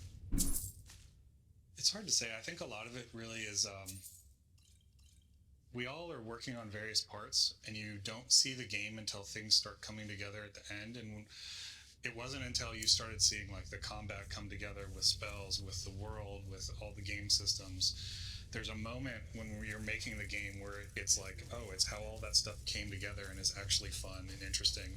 It's like a switch goes off, like, oh, okay, now everyone can see what the game is and react to it and make it better. Yeah, and you get to a point where there's so many pieces, and then you get to see how people put the pieces together. Like, I hope they talk about Starfield some point in the next couple of days. That would be cool. And then all of a sudden there's a giant tower right in the middle of it, and it tells a whole story right there, right? What happened to this big stonework that's in the bottom of this cave now? Yeah, absolutely. The way we make games, in that it's such a huge world, and we have a big team that has to like fill out all these spaces. You never kind of know what everybody's gonna do because there's so many areas to make. and the level designers can go build something and like mix and match all different sets and Okay, man. architecture and just Nova, yeah, get that dog out. that you don't see for a while. You know, Have a good walk, man. We'll be here. I'll be here for a while longer. this whole area over here that does this. It's If not, I'll be here all day tomorrow. exploring the game the way a player would because it's so huge. That kind of leads into my Let next the question. dogs out. What is your favorite example of like an Easter egg or environmental storytelling that you've found in the game while playing? One of our clutter artists had taken a cheese wheel, which had a wedge out of it, and then a bunch of little cream puffs, and you would have to. Oh, Mojo Jojo, thanks, man. Was the cheese I appreciate wheel, that. a little cream puff stacked side, so it looked like Thank you. Man, but only if you looked at it from a certain angle. I feel like a lot of people on the team probably have that idea that nobody's going to find something that they added like a little touch to, but like the community is all about it and they find like everything, and that's probably like those aha moments that did happen in the game. I have a community question from the Josh Utley, or the Josh Utley. Sorry if I butchered your name. What have been some of the things that players have done that you said that made you say, I didn't know you could do that? It's something funny, and it became kind of a joke, is that you could take the bucket and end up putting it on an NPC's head, and then they wouldn't be able to see you. I followed you back. Protection works. They actually are looking through their eyes, looking for the player, and then you could steal everything. You a tech rep contractor yourself. Oh, cool. I made that bucket, and I had no idea that that's where that was going to end up. But it was one of our early clutter assets, things we put around the world, and I wanted to make sure the physics worked right on it so we could pile stuff into it. But I had no idea people would just like turn it over and like place it on people's heads to rob the world blind. That was hilarious. I'm a master criminal.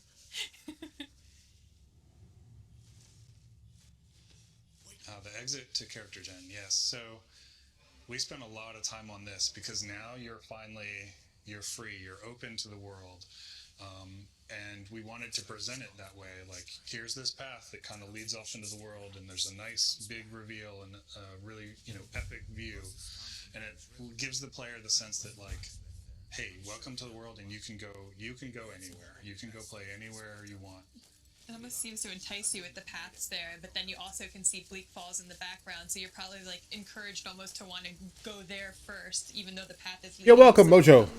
Yeah, we actually had to write this. And thank you for the follow. Because originally we had Hadvar Rayloff would offer to come with why you do I always just itch? escape this harrowing experience My together. But when we did that, whiskers start coming out. We needed to have to go to the next spot, and then it wasn't the big open adventure the way we normally would have it. So we ended up having him say, "Okay, I'm going to go off on my own. You can follow me if you want," so that it's a little bit more at your discretion where you want to go. The game's not trying to tell you to go anywhere. Yeah, that line was definitely the nod of like, hey, you can do whatever you want now, but if you want me, I'm heading to this town. Whenever you want to do the main quest, I'll be there. Yeah. I mean, just looking at the scene when you walk out, something that's new for us with Skyrim is the verticality of the world. You're able to see these mountains, See that ruin out like real mountains this time that you have to actually climb up, and the weather changes. And it's that joke of Todd saying, if you see that mountain, you can climb it. And that when I first got out of character, that's the first thing I wanted to do, was just to go up that mountain and see what was up there. And we do all this work for these NPCs that run around the world and stuff. Like, he has a lot of stuff to stay everywhere. Oh yeah. And I bet you 99% of people never see him. Right. One day, I just for fun, I followed him and I saw all these things that had happened. And I went, oh my god, all this effort. Oh yeah, he has a whole family there. same with Rayloff, right? Like Rayloff and Hadvar from the same village. They have family that's there. When they escape, they go. They sit down, tell them what happened. Yes. They introduce you like this is my uncle. There's a whole story. They'll give you gifts. They'll be like, hey, here's a gift. I'm like, they just gave me something. Like you saved my nephew's life. You Exactly. take what I got. Yeah. And now I'm gonna steal you. I'm gonna rob you blind now and steal the rest of your stuff. No, it's mine is yours. Yeah, exactly. There's dragons, so we have different priorities now. What was the main inspiration for the look and feel of Skyrim versus other Tamriel provinces? Well, I think a lot of it is thinking about like what kind of world the Nords live in, and we sort of settled on this term we internally called it epic reality, and what that really means is it's very picturesque and scenic kind of all the time. So we wanted really dramatic views, and the world kind of dictates that, and then we figure out then how the people live in this world and how they would look. So how the Nords dress, what they wear, what their history is. We try to layer in a lot of the culture around you of the Nords, from the ancient ruins we're heading up to now, all the way to like how they live now in the cities. And a lot of that, like the Nordic ruins, some of the inspiration there was like, oddly enough, like Egyptian ruins. Oh, cool. And we were talking to Adam about like, how do we come up with what's an ancient Nordic, ruin? What would it be? And we wanted it to be like big stone, like buildings that were, would stand the test of time, like the pyramids or something like that, but not iconic in that way. And he ultimately came up with this idea of these sort of rib shapes. So it was sort of like giant dragon ribs. Oh, that's cool. That would line the ridge of mountains. So we sort of imagined them as like dead dragon temples all across the world. That's sort of where the shapes came from. With a lot of cool like iconography inside, much like you'd see in something in Egypt. So I don't know, it was like a weird roundabout way to get there, but we wanted to sort of invent something that was inspired by other things. Do you have a favorite region? I think it just changes as I play. I don't know why that is. This is starting to. I think actually the classic kind of pine forest mountains that we're in now, I think to me is the most iconic Skyrim, and coming up to the ruins, stuff like this. But it's nice to get out into the tundra and have big open views, or get up into where it's snowing and icy. I don't know. All of it's got its own kind of feel. Yeah, I spent a lot of time in the Reach because I was doing a lot of writing for the city of Markarth, and that was nice because it was so different. Cool. You had all the Dwemer ruins, and they built a lot of stuff out of the dungeon kit and just jammed it into the settlement kit. The Dwemer stuff too was pretty cool because we have this sort of, I don't know if there's a map, but we know the migration of the dwarves and where they came from. So we have them all in Morrowind and then coming through the mountains. So that's how we kind of put the dwarven stuff more heavily into the Reach, because that's where they would have traveled. I don't know that anyone would know that or care, but it was pretty cool in building the world. Like, oh, let's put a lot more dwarven stuff on, the western side of Skyrim. How about you, Ashley? Do you have a favorite region? So usually my go-to is I'll be in Whiterun. I'll take a carriage over to Riften, and I'll do the walk. Riften, basically towards the throat of the world, right? So basically you're walking through like this fall foliage. It's beautiful. There's a lot of fun stuff to do on the way. Then you hit the mountain, and you just start going up all the steps to the throat of the world to do that part of the main quest. And so I've always really enjoyed that walk. During development, everyone play tests the game, and usually what we'll do is we'll go, hey, Will, you're going to play the Thieves Guild this time. Matt, you're going to play the Mages Guild. I remember playing a lot of Thieves Guild, so I was out in Riften a lot.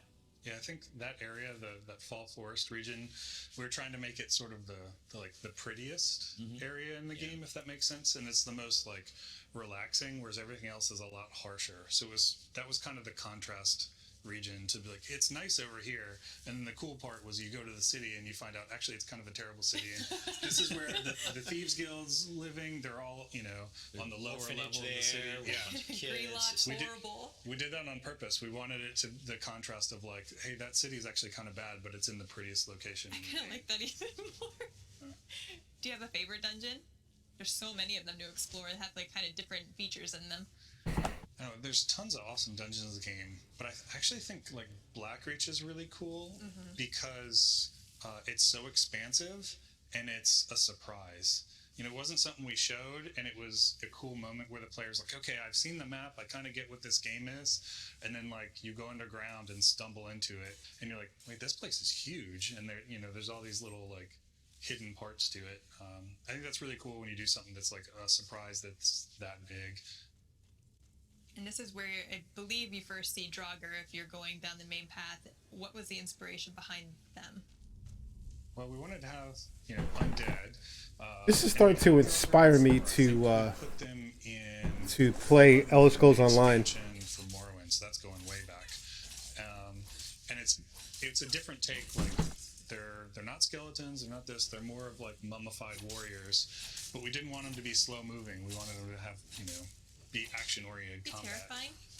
Yeah, and they're sort of the guardians of these ancient temples. They're buried there. I remember during Skyrim going back to Blood Moon and referencing a lot of that design and art from that, just to figure out, like, what did we do? How do we make that? Yeah, early on it was kind of our only big example of something that we'd done before, unless you go back to the really, really old games. And there you just know, all right, well, it's a snowy region. It's there's not as much you can pull from that. You can pull more of the lore, but not the setting as much. Right. So this room holds the distinction of being the room with the most developer deaths.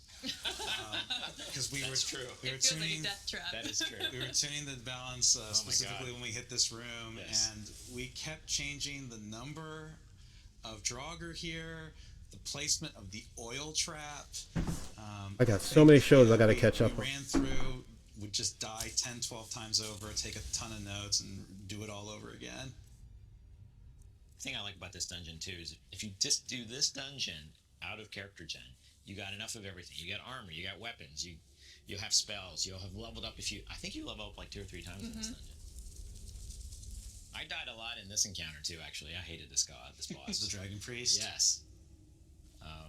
I would actually I would wait to hit the word wall. I would do everything. I would basically get it all set up, do everything.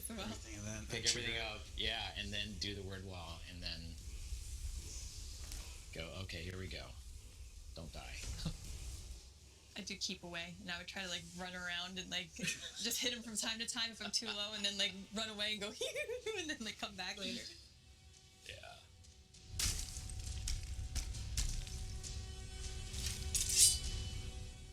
I think we have enough time to maybe get through this one guy, and as was said to be the case with Skyrim, we got lost with time, so we'll have to come back again and maybe do another follow-up panel where we go to Whiterun. Yeah, exactly.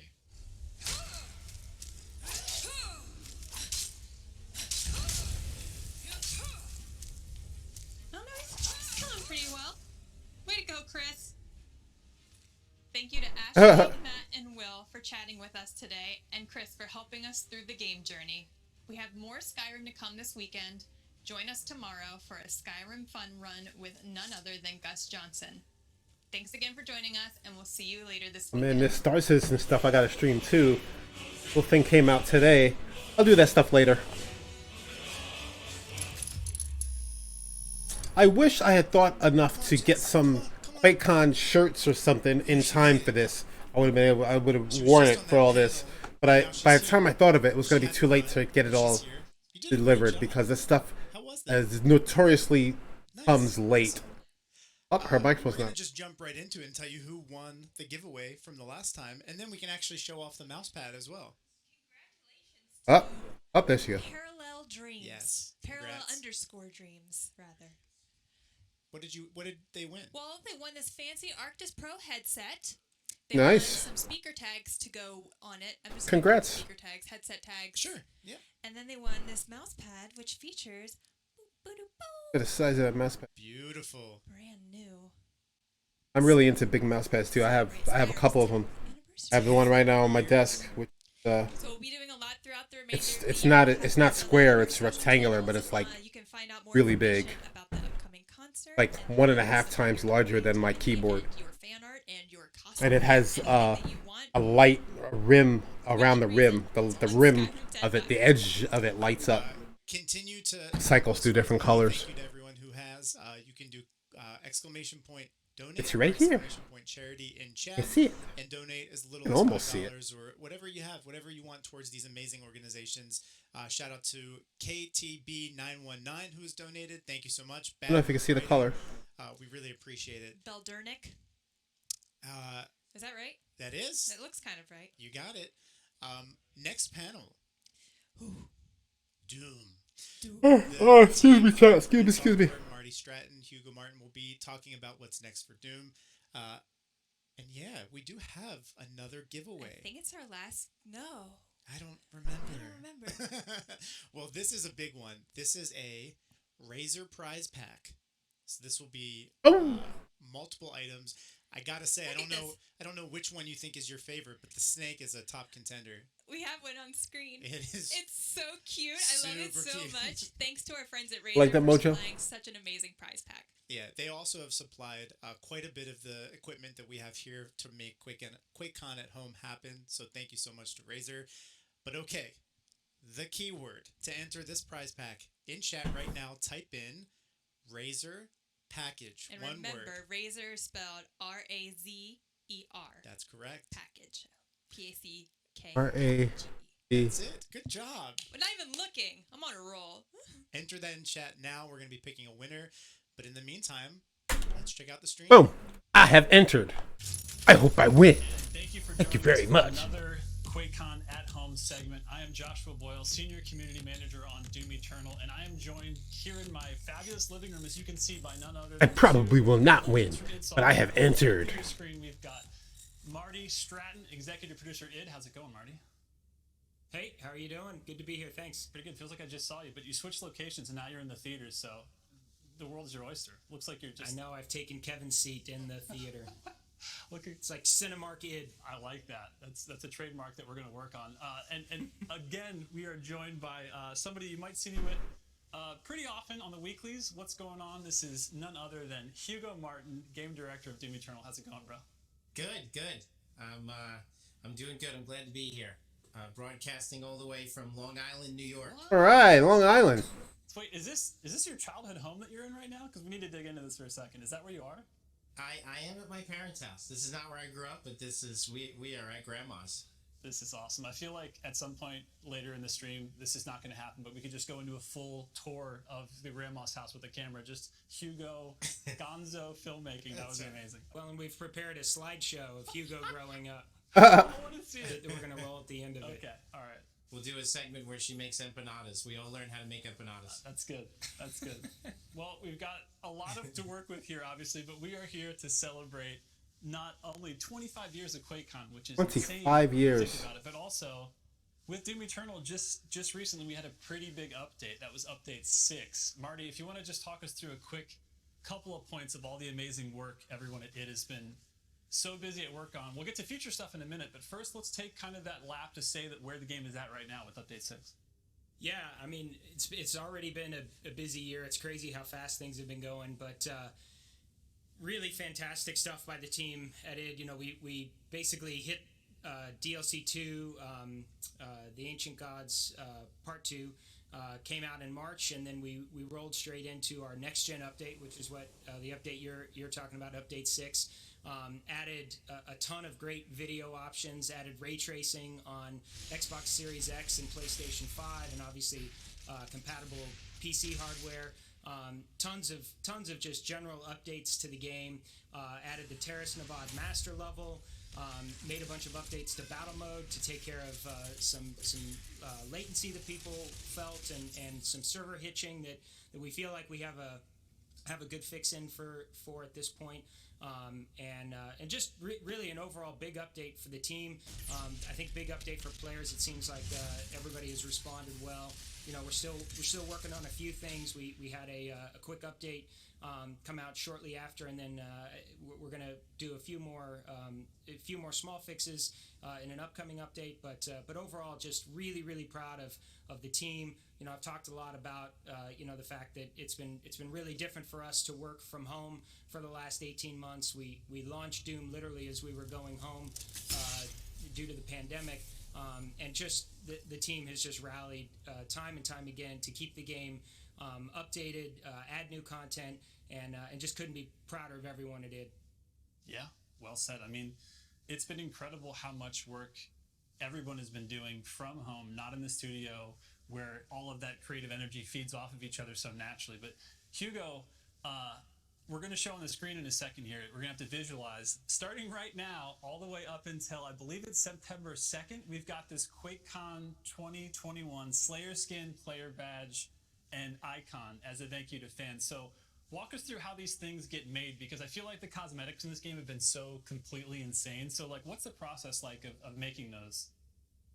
Yeah, like hot dog man. I mean, so who knew that our concept team were also, comedians is really what it comes down to. Like, it's funny.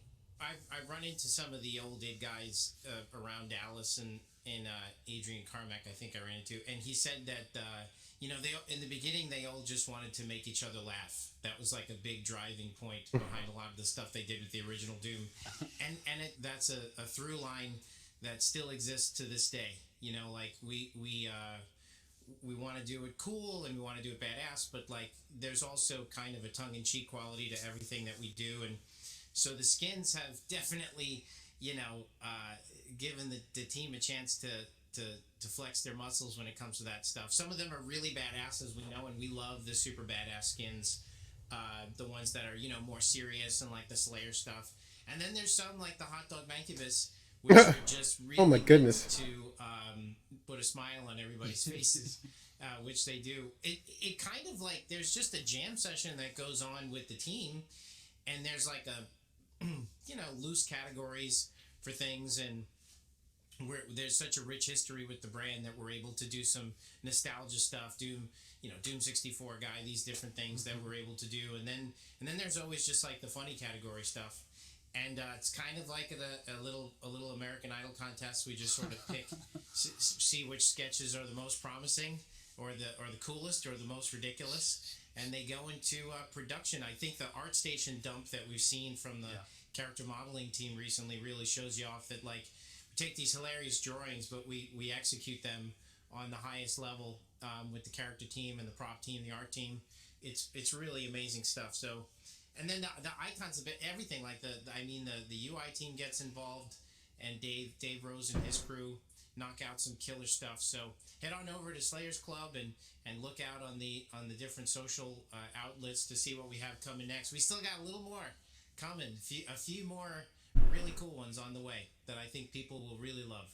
But speaking of new content, we've had so much amazing community support of people popping off with all the different crazy things we've done in-game as far as cosmetics and everything else we're talking about, but also with master levels. And at this point now, Hugo, in the streams that we've done, the weekly ones, we've already revealed both of the master levels and what they are. But let's get into that a little bit deeper and start talking about what's on the horizon next, which is the next big update 6.66. Yeah, up next is, let me get this right. You got this. It's World Spear. That's what it is. Yeah, that's the one. And Mars Core. And then after that, are we allowed to say, Marty? Are we allowed to say it? Is that what, Josh, you're asking me? No. Am I allowed to say it the next one? I don't even think we could. No. Let's stay with update 6.66. I'm always ready to announce something. He's like, and I'll give you this, and I'll sell you a little bit of that, and we'll do this. No, let's just stay with update 6.66, which is the next big kind of like major push for Eternal. Yeah, we've got obviously from the master levels perspective, we got World Spear and Mars Core, as Hugo said, a DLC map, which I think is really awesome. Give players something even something even newer who have been playing master levels. They'll have a new take on things with that map. And the Mars Core is just such an amazing map. One of the highlights of Doom Eternal. I think bringing a master level to that, and of course, just like with Terrace Nabad, these master levels will have all of the modes associated with them.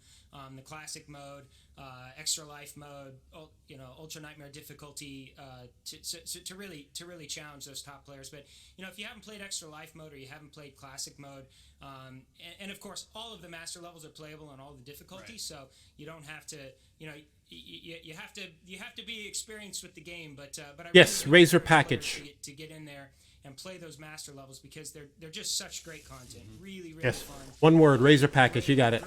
I'll keep the chat up so you can see it. In the Slayers Club post that we put up a few weeks ago, of course we've kind of pivoted a little bit our development effort around the game towards a horde mode that we're really excited about.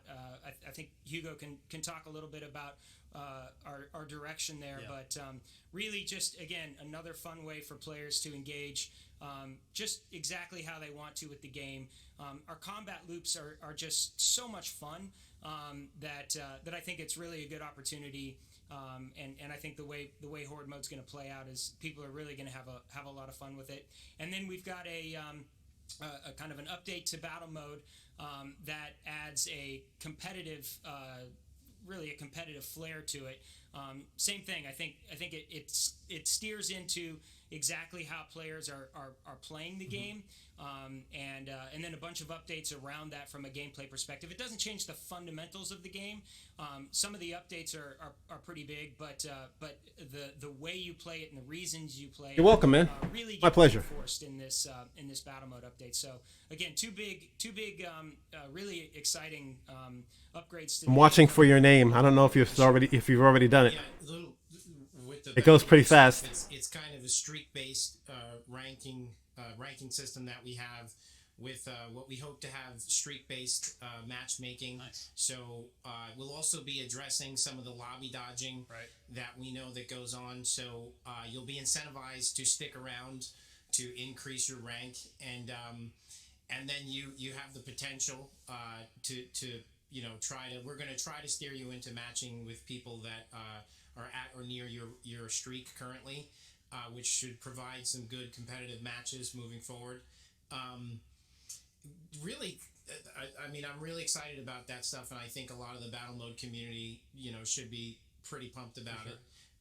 With Horde, I think it's really going to be a bit of fan service there, and we can't wait, to get it in the fans' hands. I mean, I think there's a fair amount of, it's got an arcade-ish flair to it. I mean, I definitely think people who loved arcade mode from Doom 2016 will see some of that arcade flavoring to the overall experience.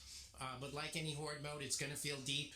I think some of the pillars, you have to feel like you're unlocking additional, combat sequences and maybe even arenas or sections by completing skill-based challenges that we have centered around this high-value target system that we have, where basically during the arena, certain characters will be highlighted and you'll be given a certain amount of time. It'll be tiered. Ooh. There's like the first tier, if you kill the let's say a Marauder shows up and he's marked as the high-value target, he'll have an outline around him. They look kind of like in Power Demons, and they have an icon above their head. And if you kill them within first X seconds, TBD, that'll be varied, based on the AI that we apply this to. And it could be any AI, really, or a number of AI. If you kill them in the first X seconds, that's gold tier, and you'll get a significant amount of points rewarded. Then it goes down to silver, to bronze, to then he just disappears. If you complete the high-value target challenges, which again, it could be like 5 Prowlers, 1 Marauder, 5 Marauders, who knows, then you'll be able to increase your score, obviously, depending on how quickly you kill them, but then also unlock, that will contribute, if you successfully complete enough of the in-game skill-based challenges, you'll be able to unlock additional waves, a few bonus rooms, which I think is core to the experience. I think that's what players want. It will have an ending. It won't feel it'll feel like it's super deep, like a good Horde mode should. And when you get into the third act of this thing, at the very last waves that you've unlocked, if you were able to, I mean, that's when we're going to be going all out for sure. You will be rewarded for however many BFG shots you have at the end of your waves and at the end of the experience. So you're kind of encouraged to conserve your BFG shots, as all the best players do. You watch our stream, you know that we don't like to shoot BFG shots. We like to kill everything ourselves. That's right. So you'll be rewarded for that when it comes to score in the Horde mode. And listen, that's something that I think only the best players will really be focused on, because that's when the leaderboard comes into play.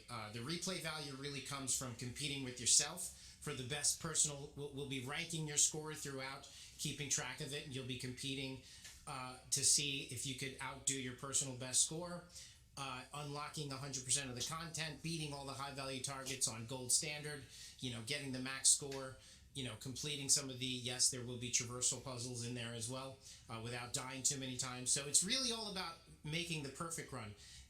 And then once you've moved past your personal best, and let's say you're getting like the TBD on what we call it, but like a Slayer rank, then you'll move on to the kind of the overall leaderboard, which we will have, and we'll be tracking to see who is the very best Slayers inside of the Doom Eternal fan base. So lots of reason to keep replaying it, and a fair amount of of randomization. I wouldn't say infinite randomization. It's not going to be endless, but there is definitely randomization in there. So we want to make sure that each time you run through, you have a different experience, and there's some opportunity there for some surprises. So lots of stuff in there that I think the fans are going to love. I think it meets the expectations of what people want to see out of a Doom Eternal Horde mode. We can't wait to see the community streaming it and playing it, and it should be awesome. And maybe we'll stream it too, Josh. I don't know. See how far we get. Yeah, we'll see. We'll maybe give it a try once or twice. But speaking of that, the exciting thing is I see a 10-hour stream coming on. on. Marty just doing this. That's it. It's 10 hours. Lock it in. Make your coffee. But speaking of, I was going to say, so we've got 2 master levels, one of which is DLC content, which means, Hugo, you've talked about this a lot on stream, with the level designers that we have at id and what they're able to push in.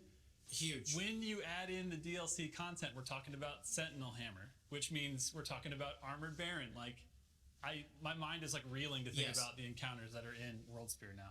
But because you have the hammer, yes, and we all know that the hammer is pretty OP, yes, that rather than rebalance the hammer and maybe lower it a little bit, maybe it takes one more glory kill, let's let the combat meet the hammer in terms of the balance.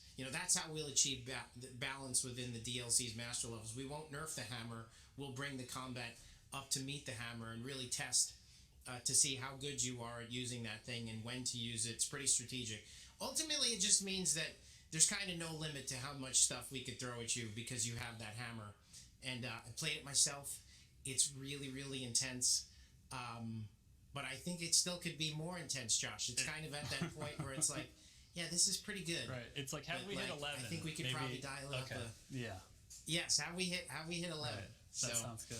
At or equal to it has to go beyond Taras Nabad. Right. I mean, it does, because you don't have the hammer in Taras Nabad. True. So it's so much fun just bathing in the combat with that hammer. Right. I mean, there's just there's no limit to what you could do because of how powerful that hammer is and how it works within the loop. So I think that's going to make for some interesting vids. I look forward to see what all the Doom tubers out there do with this one. Yeah, you can tell whether it's Hugo's stream or what we do from a master level perspective, or the plans for Horde mode, how important it is to us that all of those players out there that are streaming and playing.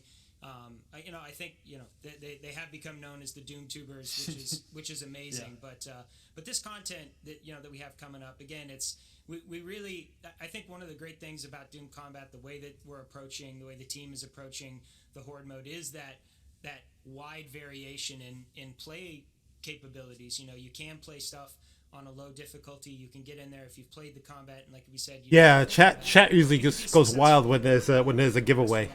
But then if you are that this is you've really it's crazy. Invested the time into a campaign game. Mm-hmm. I don't know where Razer headphones. It's unheard of how much time they've invested into the campaign. Yeah. It really means a lot to us, and I think the payoffs with everybody thinks it's Razer headphones. Did she say Razer headphones? It was Razer package. So forward to watching the vids. It's amazing the way people play the game these days.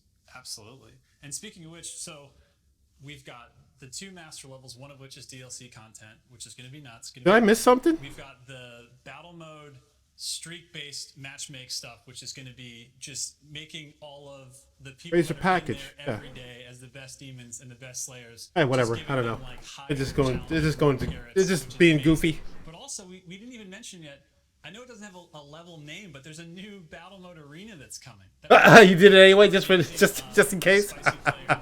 On the design, we actually had sessions with them, and I'm just gonna spoil it. Going so fast though. I don't know. I don't think I could ever catch your name going by. Those guys don't take that stuff lightly. So there's that also coming in this update. And listen, the best part is they helped us design it. So if you guys don't like it, send your feedback to them.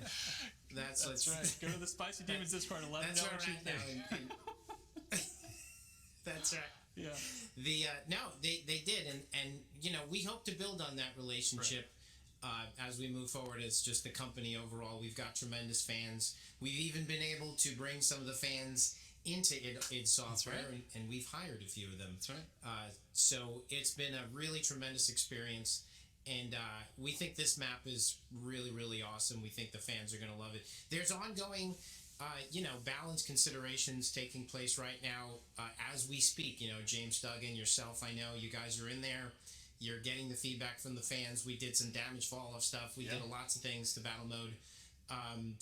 I tried to do it right back. I get this message. Your message wasn't posted due to conflicts with the channels. Performance of the mode. I think we're not going to do the month of the day because that's always madness because development. Are you doing it on their stream or my stream? You have to go to the Bethesda stream to type that in. If you try to type it on mine, it's not going to work. Say not the easiest. I think it's the hardest thing in video game. They have to leave my stream and go to. We're really looking to get all this stuff out this fall. Oh, you're doing it on their stream? Oh, so they're trying to stop the. Right? Because okay, by the way, Are they trying to stop the headphones or? This last year, I don't even know how the hell you guys pulled that off. Again. So the mods are trying to get the trolling. Oh, okay. Monsters and demons, without even being in the same office. So first of all, kudos. Wow, that's weird. On that, and for continuing to make amazing content for it, but also on Switch.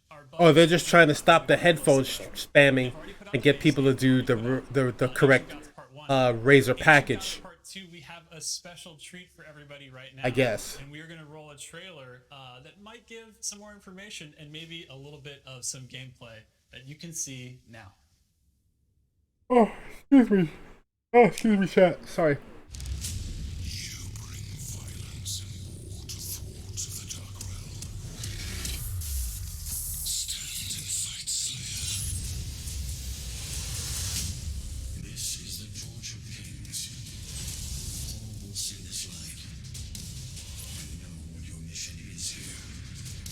Oh, the Razer package doesn't work anymore? Oh, shoot.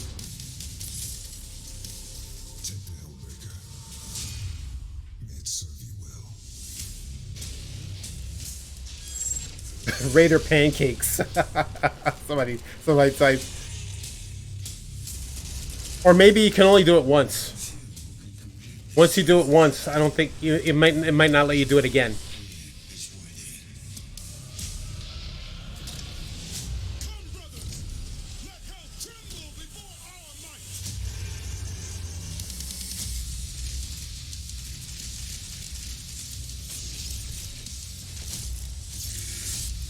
I guess that might be to keep people from just the same person constantly spamming, and then 15 people doing that constant spamming. So once you do it once, it may just say, okay, you did it once, so we're not gonna let you do it anymore.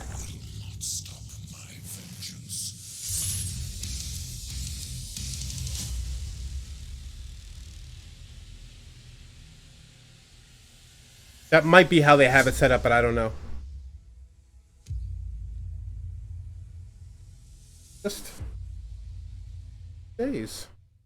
Well, there you have it. That is just another. It's just like you thought we were done this year, but we still had Ancient Gods Part 2 to deliver to Switch users, right? So we had to get that done. So that's coming soon, and that's going to be amazing. And again, you said you mentioned Panic Button, but really just a great partnership. I've said it many times. They're a really, really, really talented team, and it's been just fantastic to collaborate with them on the Switch versions. If you look at Doom Eternal, and it's also great credit to our engine team, Billy, Tiago, Robert, and that team.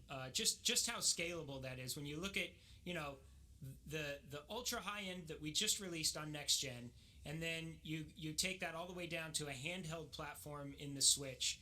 It is incredible. Mad 004. It keeps catching my eye. Button's just done a great job working with the technology, working with the game to deliver. I mean, you see it in the trailer there. Like it is not a watered down version of Doom Eternal. It's definitely a different resolution and a different frame rate. But if you want to play that and you want to play it on the go, it's there, and it's exactly what you'd expect from a Doom game. And I mean, another shout out exactly to that point. It's super cool to announce that as of right now, when you're watching this, the Slayers collection for Doom is now available on Switch. And so this is something cool. So we released this maybe about a year and a half ago on PlayStation 4 and Xbox One.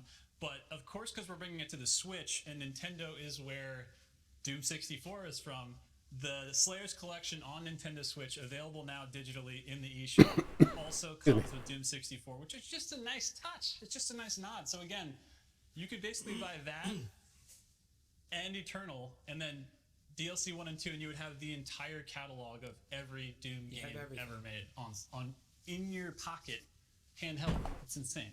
And of course, that comes with Doom 2016. But you guys, we are at that time, gentlemen, where we have to say our goodbyes. So thank you, both of you guys, for being here today. This has been incredible. It's been an honor to share the virtual stage with both of you. But as I say goodbye, and I pass it to Marty, we've also got a little treat of a community video we put together in-house as a little bit of a tribute. Isn't that right, Marty?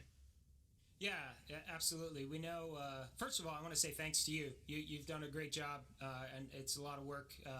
But you know, everything you've done with Hugo on the stream and all of this is just fantastic job. And you know, you work with this group that we're going to highlight a lot.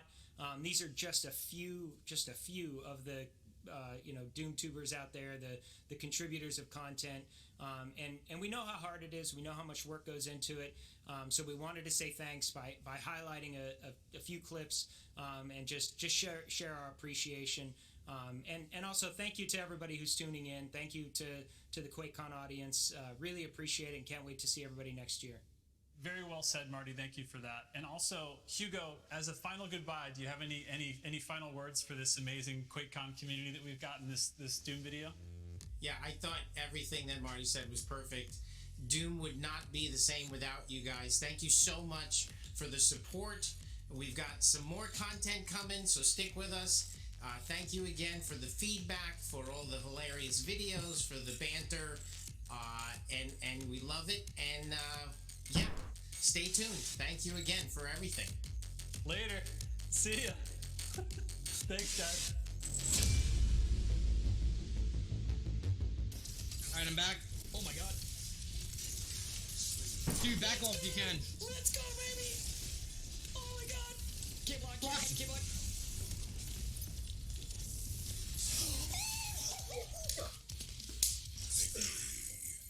Hold on 1 second.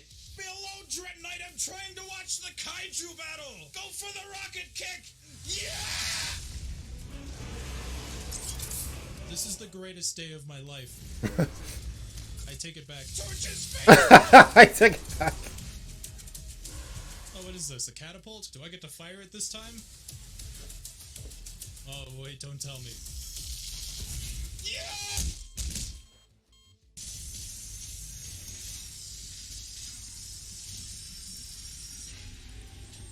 Yes!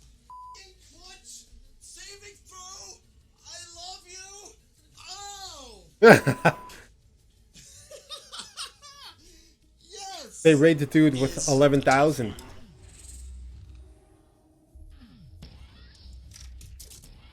Okay. What? What? Dude. Oh my. No. You did not just do that. I did. I did. Yes! Woo! Ah!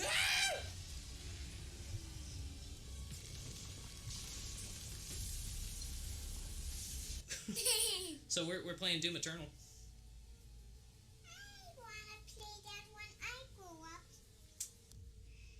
That's good. Well, do me a favor, because we got to get back into the swing of it. Tell the internet, rip and tear. And Rip and tear until it is done. Wow. That's funny. Yeah, those are just clips, yeah.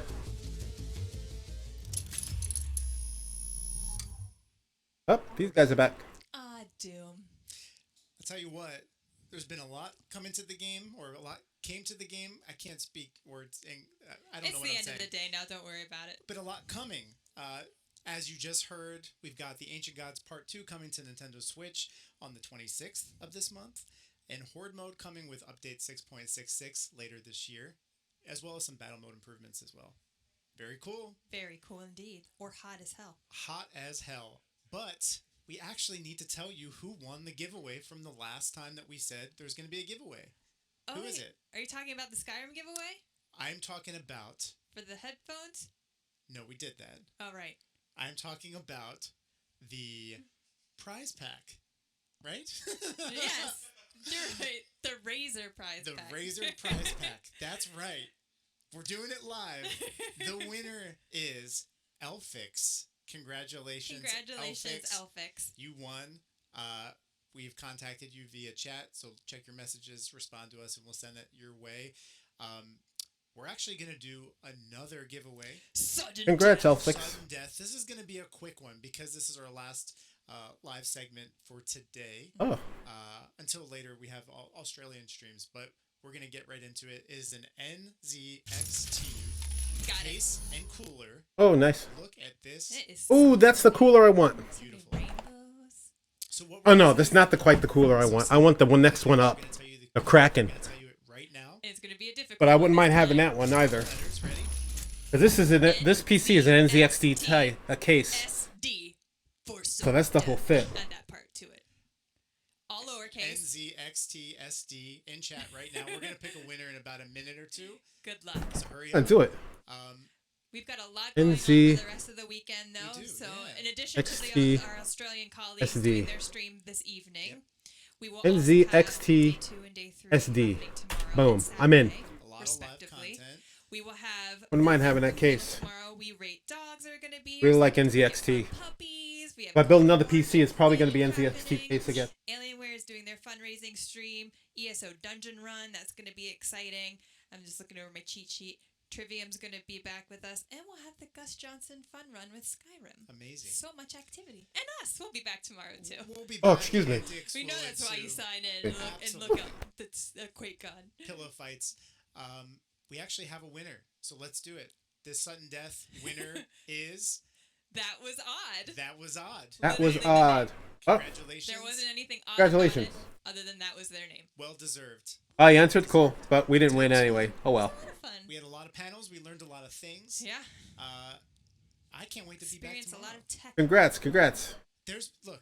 Yeah, that was really quick. But amazing that everyone tuned in, and thank you so much for both being here, having fun with us at QuakeCon digitally while we're not together in Texas. Still be doing all the charities over Mojo Jojo, you just said congrats. I see it. You don't have to be on the stream to be able to donate. I just saw it. On stream, you can do hashtag exclamation point charity or exclamation point. I have to do it in the screen.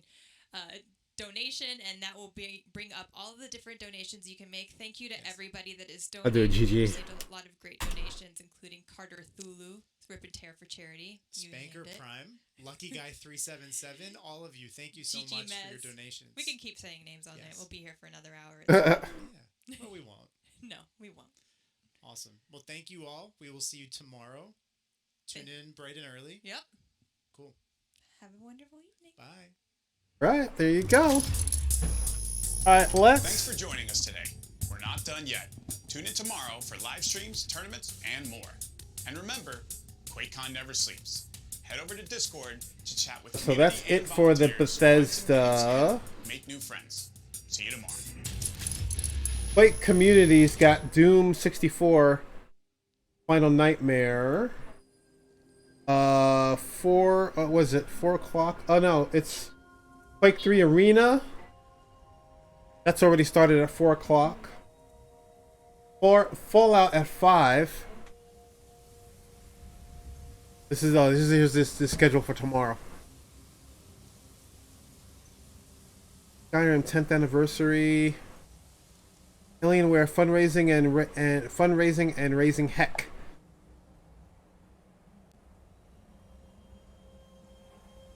Deathloop meets his makers.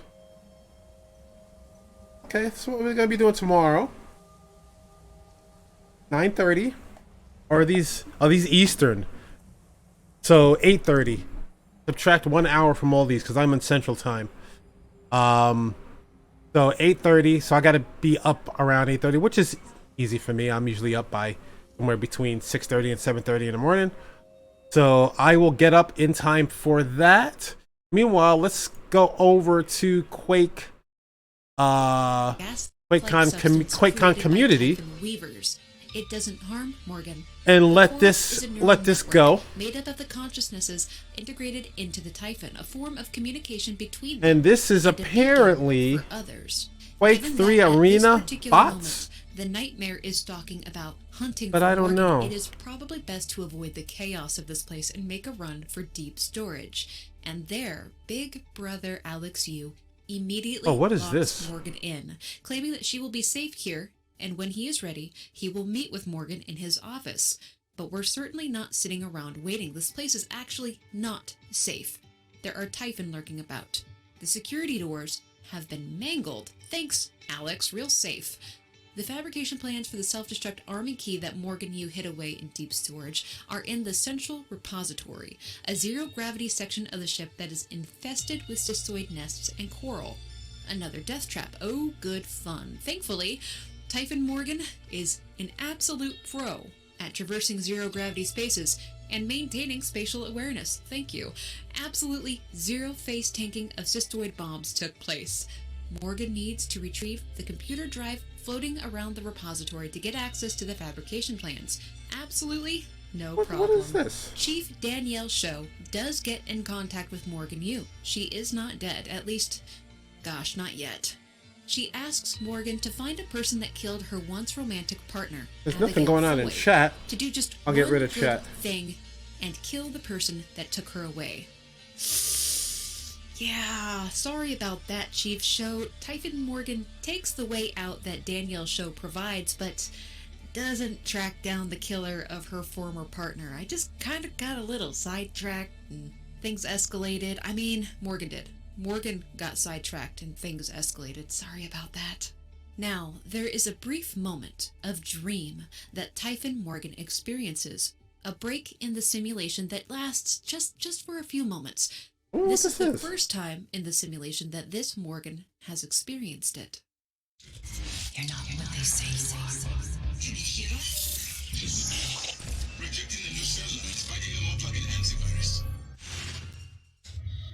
The Typhon within this forming Morgan Yu is fighting against the humanity being injected into it, fighting it like it's a virus. But the body and mind of the Typhon Morgan does not break. It returns into the simulation, waking up in a container it used to leave deep storage. Sarai Sarah Elazar now contacts Morgan, who is traversing the exterior of Talos 1 in a suit, beckoning her to the cargo bay, where a group of survivors have taken shelter. But en route to the cargo bay, there's a call for help from the neuroscientist Deo Igwe. He had to seal himself into a cargo container after an incident in the cargo bay, which was then ejected from the station when the Typhon compromised the integrity of the bay. He has no extra oxygen, he has no spacesuit, and he only has a few more minutes until he begins to suffocate. Igwe begs for this help is in getting Prey. taken back onto the station. P-R-E-Y, and in this Prey. particular adventure, Morgan Yu clumsily complies and saves the life of Deo Igwe. And who wouldn't? You wouldn't leave him, would you? You wouldn't open the container door in space, would you? He doesn't have a suit. That would be terrible. Alex Yu has initiated a station-wide lockdown. Yeah. And the only way to get back into the main body of the Right. station is to go through Cargo Bay B to reach life support, to cut through a series of subsections of Talos 1 to get into the reactor control room to reboot the entire system so that the lockdown can be lifted. But the cargo bay is occupied by a number of Typhon phantoms roaming about in the dark areas. It sure would be nice to get the lights on, to restore power to the machinery and to clear the phantoms, wouldn't it? Get rid of that spooky ambiance. And there's a number of survivors holding up in the cargo bay. Security Chief Elazar asks for help in restoring power to the fabricator, getting fabrication plans for turrets from her security office, and in getting turrets to defend the group and clear out the Typhon that are lurking just beyond the safety doors protecting the survivors. And in this adventure, Morgan does all of those things and buffs up the security of this group of survivors before continuing on to Cargo Bay B alone, where the life support department is located. Traveling through this area, Morgan can bypass Alex's lockdown by getting into the reactor control room to reboot the system. It's nice and easy, but while in life support, somebody contacts you who is struggling. A would-be familiar voice if Morgan Yu's memory wasn't eviscerated. It's Michaela Ilyushin, a once girlfriend of Morgan Yu in life. Michaela Ilyushin's father was a Soviet Union cosmonaut who somehow landed in the Talos 1 volunteer program. You know, the people who were subjected to Typhon neuromod research, people who were generally death row inmates. Her father was imprisoned for political reasons. Oh. And Michaela took a position as a systems engineer aboard Talos 1 to find him, except Michaela cannot receive neuromods due to paraplexis. This should have disqualified her from taking the job, but she concealed her paraplexis by falsifying her medical records, and she went on to receive neuromods. And now she is stuck near the reactor controls, struggling to breathe as she's not been able to get a booster shot to stave off her disease. Time is not on Michaela's side, but even as she struggles to breathe, Michaela guides Morgan to the reactor control room. It is a long stretch, riddled with corpses and assorted Typhon blocking the way forward. Michaela is hiding in a locked office, and as soon as Morgan enters the office, Michaela starts explaining what is wrong with her and how Morgan can proceed to lift the lockdown. She is extremely helpful, despite the dire situation.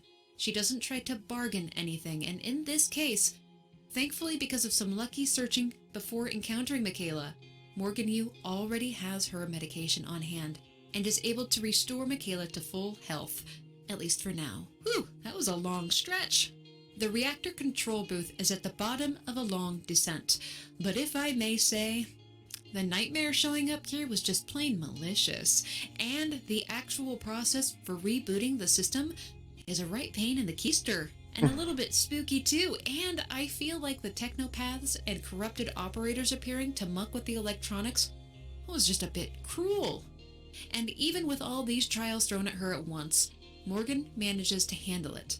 The system is brought back online and the lockdown is lifted, and we were all left a little more salty in the process. With the lockdown lifted, Alex Yu contacts his sibling once again, asking Morgan to go to his office in the Arboretum to hear him out, to see the truth, and from there Morgan can decide what to do. Alex will not stand in their way anymore. Remember, this is all a test. It's very convenient. Choices already made with no context will have later consequences, but the final stretch of choices will wield the greatest impact.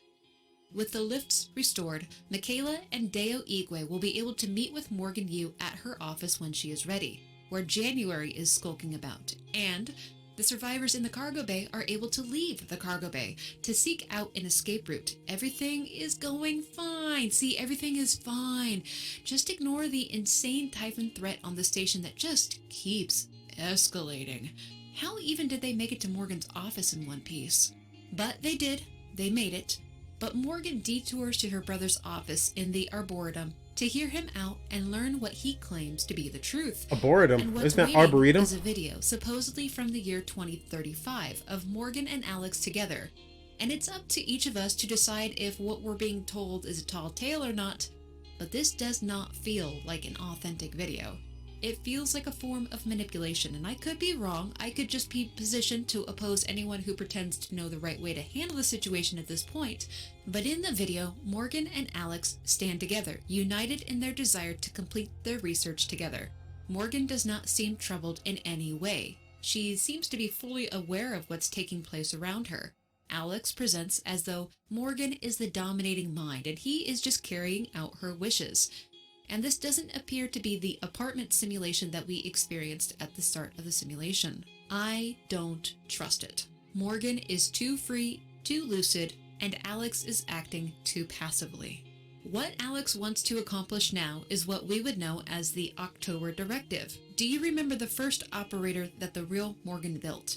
Operator October was programmed to guide Morgan towards detonating a large null-wave transmitter, big enough that it could kill any Typhon on the ship while leaving Talos 1 itself intact, saving everyone on board and preserving their discoveries. So, in this case, Morgan decides to set off the null-wave transmitter, to follow Alex's instructions.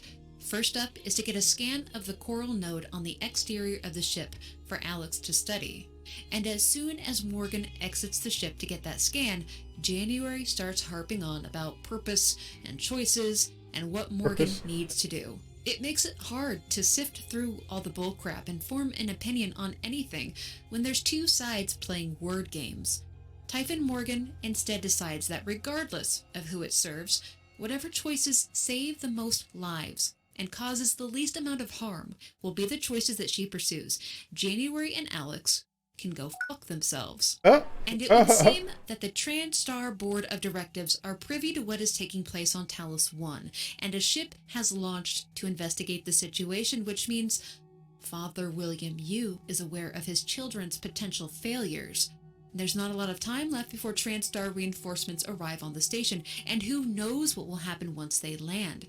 It will probably be messy, and Alex does not want to give up control over Talos 1. He wants Morgan to hurry up so that they can maintain the upper hand over whoever may be arriving. Morgan gets the scan as soon as possible and hoofs it back to Alex's office, but... oh boy. The upload is halted. Intercept protocols come into effect from the TranStar reinforcements that have already arrived. The Board of Directors has authorized a man named Walter Dahl to take control of Talos 1. And Dahl is bad, bad news. It would be more accurate to call him a mercenary. Dahl is under orders from William Yu to collect and secure all technology and research related to the Typhon neuromods, in particular anything related to Project Cobalt. Cobalt was the proposed project of putting human neuromods into Typhon, but it was denied resources for study by Alex Yu, which means somebody has been leaking information or has already sent out an SOS. Can't honestly say that I blame anyone for doing that, given the absolute stink all of this has caused. But Dahl is going to secure it by any means necessary, and he is going to exterminate all human personnel in the process. This is a cleanup mission. No one gets out. Complicated family dynamics, right? William Yu is presented as a pure villain within the simulation. That's not to say that he wasn't in real life, but damn, tough break for the crew of Talos 1. And, of course, it would seem that the best course of action would be to kill Dahl and all of his operator machines, but instead, Deo Igwe contacts Morgan and presents an alternative. Dahl uses fresh neuromods for particularly gruesome missions, so that upon return he can remove them, forget what carnage he brought, and just wake up richer with no memories to haunt him. Instead of killing Dahl, Morgan could subdue him, secure him, and Deo Igwe will remove whatever neuromods he needs to roll his memory back to before William Yu sent him to Talos 1, and then they can use Dahl as a pilot, convince him that he needs to take all the survivors with him as a part of his mission, and then lives will be saved. And in this case, regardless of how Alex or January feels about the process, Typhon Morgan Yu does exactly as Deo Igwe asks. Save the most lives possible, do the least amount of harm. Walter Dahl is hunted by Morgan in Talos 1 and subdued, and Igwe performs beautifully. Dahl's memory is rolled back, and Igwe convinces him that he's on a rescue mission to save William Yu's precious research personnel and his children from Talos 1. Oh boy. In fact, Dahl is insistent on getting the task underway. Oh, which reminds me, here's a little diversion from the story for a moment. I admittedly did not find the truth on this matter, but someone on Talos 1 sabotaged the escape pods. They couldn't be launched. As per a shuttle bay engineer, I'm not supposed to tell anyone about this, but I wanted you to know since you're someone that I really care about. The escape pods don't work. If there's ever an emergency on the station, don't try to use them. However, I'm working on rigging one of them to work. Don't tell anyone. The knee-jerk reaction is to accuse Alex Yu, as he is the one that has a personal escape pod. That email was sent prior to the Typhon breach. But could it be an even deeper conspiracy? Could the TranStar Board of Directors mandated a no-escape policy? That's quite sick, isn't it? But I'm a sucker for a conspiracy. Perhaps it's wiser to place blame on a single knowable person rather than a faceless corporation. But given that a mercenary was sent with black box military operators in tow to kill everyone on sight, I'm rather convinced that this place was to be a death trap from the very start. Oh, I wonder what happened in the real year of 2035. But returning to the story as we are approaching the finale. With the survivors safe or on their way to safety, it's time to focus on Talos 1 and the fate of the station. And finally, Typhon Morgan has a face-to-face conversation with Alex Yu at his office in the Arboretum. He's been hiding away in his own personal safe room all this time while things went to hell outside. But he's clearly not a soldier, not the most empathetic of people. Interesting, given what he's trying to implant into a Typhon in the real world now. Alex Yu offers his arming key. If Typhon Morgan is hell-bent on blowing up the station, then he will not stand in her way. But he makes another attempt to sway Morgan against it, for no reason other than to keep their research and proof of their genius discoveries. No one would take credit for their work. Kill all the Typhon on board with the null wave transmitter instead. Alex confirms that the coral is indeed a neural network, and it's broadcasting something out into the stars. But who is listening? What are the Typhon aboard the ship telling them? Alex has fabrication plans for a null wave transmitter that will hijack the neural network and kill all the Typhon receiving information from it. Pretty cool, but we're not left wondering for long. Who has been getting data from the coral neural network? From the depths of space comes something called the Apex, the biggest and the baddest of the Typhon, at least that we're aware of within the simulation. The Apex begins to crush parts of Talos 1. The Arboretum is immediately compromised, and here yet is another choice. Save an unconscious Alex Yu from suffocation, or leave him to die in zero gravity. In this case, Typhon Morgan goes back for Alex and gets him to safety back in his safe room. Morgan Yu now has both arming keys needed to blow up the ship and the plans needed to kill the Typhon infesting the ship, and it is certainly no mystery as to what she chooses. Destroying Talos 1 is not an option, not because of research and technology, but because the graveyard that is this ship should remain as proof that these people were here and their lives were stolen away. What survivors that remain who couldn't make it to the shuttle bay do not deserve to be snuffed out. And Morgan Yu deserves better than this fate. No one is going to be taken out in some grand explosion. Morgan Yu builds the null wave transmitter and takes it to the heart of the coral within Psychotronics. In a final attempt to stop Typhon Morgan Yu, the simulation is interrupted again with a vision. You better do something. The reconstruction is destabilizing. They're lying to you. Hurry. Lady, almost no one has told the whole truth this entire simulation. Way to state the obvious, Typhon voice lady. Everyone has been lying about everything. Morgan makes it back to the ship control deck, where Alex Yu and January await. Shooting that robot felt so good, and there's no hesitation in the choice made here. Now it's time for the final judgment. The simulation has been completed. This Typhon that we are has shown to be very empathetic and intent on preserving human life. No Typhon neuromods were installed. Michaela Ilyushin was saved, as was Deo Igwe. The survivors in the cargo bay were helped, making it possible for them to find an escape route. Dahl was not killed and instead provided safe transport away from Talos 1 for all survivors who could reach his private ship. And the Typhon went out of its way to avoid killing mind-controlled humans. As a result, in this case, the Typhon called Morgan is extended a hand and asked to be a bridge between the Typhon and humanity, a turn in the horror story that has consumed Earth. And in this case, Morgan accepts this proposition. Well, that was interesting thing there. I didn't even expect that's not even on the schedule or anything. I don't know what's going on.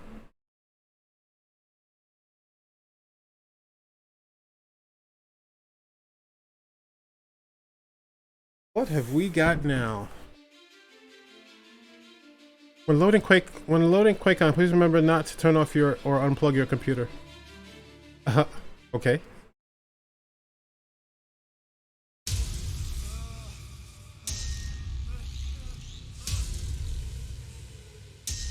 I failed you. I couldn't save Lily from the fire. You didn't believe your wife. You refused to see. You can save her. Excuse me. That psycho is still on the loose in here. And he's got Lily. This chase has been entertaining. But even the greatest entertainments must come to an end. Enough art school bullshit. Where is she?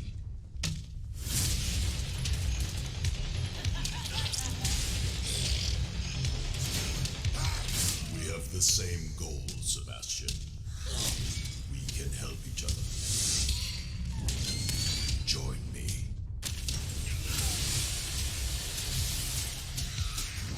Keep shooting until they're dead or we run out of ammo.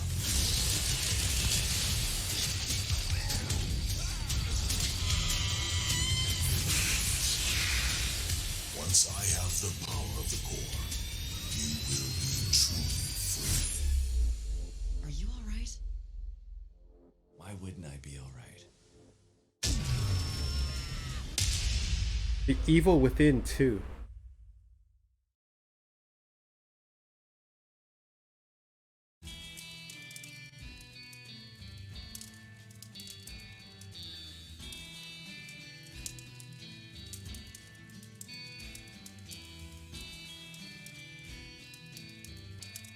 So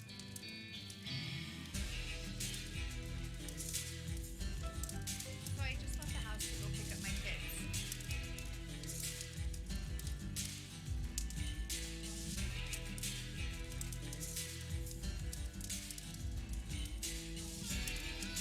That's what this. Go back to Quake. Is in theaters and on HBO Max. Don't go down this path. I have to find her. You think you want answers? You don't. Hugh Jackman, Renaissance, in theaters and on HBO Max Friday. Rated PG-13. Oh, we haven't had a coffee in like 6 hours. Oh, okay, these guys. Anyways, Exile, DK. So this is Quake Pro League. I was saying about the Almost over though. Matt, to get from one eye to another, you cannot play the game style basis done. He's going to have to expose himself. He's going to have to engage his opponent. And so, because of that reason and the actual exposure of the items, it is going to be a much more open game. And so, this one will favor Maxter, as you pointed out. Completely agree. As we're going to see what Maxter has. The Magic Man. Can he pull it out right here and tie the set at 1? We are live on Exile right now. Do or die for Maxter. Otherwise, he will have a long lower bracket life ahead of him. I'm back in the game, and so is Maxter. Typical start to the game. Trading items, going around to work out. Pretty soon I'm gonna go and cook a little something for dinner for myself. Got something defrosting. I may just leave this stuff running. Or host it. We know what he likes to use. Ooh, does steal the heavy, but base is right on him with that LG, knowing he has to close the gap. And you do not want to take the distance fight. Okay, thought he was gonna get planted there. Good rail, Maxter already so weak.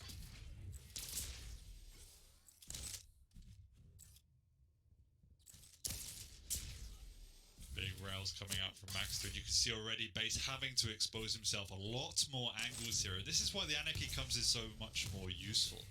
You have that inject as a natural restack. You also have the speed to make sure you are constantly one step ahead of your opponent. And that's what Base is counting on. He's counting on playing that mental game just to keep ahead of Max, to reposition faster, to get to those angles faster. And as whilst the DK is good with the burst damage, if Base doesn't want to engage close quarters, it's not going to be as effective as we see it on paper. We'll see if he can keep it up, as he is laying an egg on the heavy. Maxter nowhere to be found. That's going to be free 99. Tied at 1 still. Inject 19 seconds away. The LG just absolutely almost pixel perfect on Maxter. Laying down the Elmers here. Good rail from Maxter as Base can back up onto the Mega. Needs to re-up on some LG if he wants to try and take another shot. Oh, you're gonna get yourself something to eat.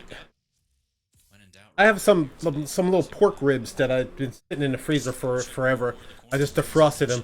I'm gonna make that with a little bit of vegetables. Huge play from Base. I've spent enough money on food out that I just want to not spend any money, you know. But tomorrow's payday, so I'm probably gonna get myself a nice pizza in the middle of the day. After I go out for breakfast. Quickie Mickey D's breakfast tomorrow probably. But yeah, I want to cook this thing simply because I already took it out to defrost. I might as well go ahead and cook it and eat something, and I'll probably come back later. You can see that rhythm starting to come in. He wants to drop from the mega through the TP and go around the safest way possible. Yeah, I'm gonna take a break and come back in a little bit. I'll go ahead and stop the stream, and I'll come back later.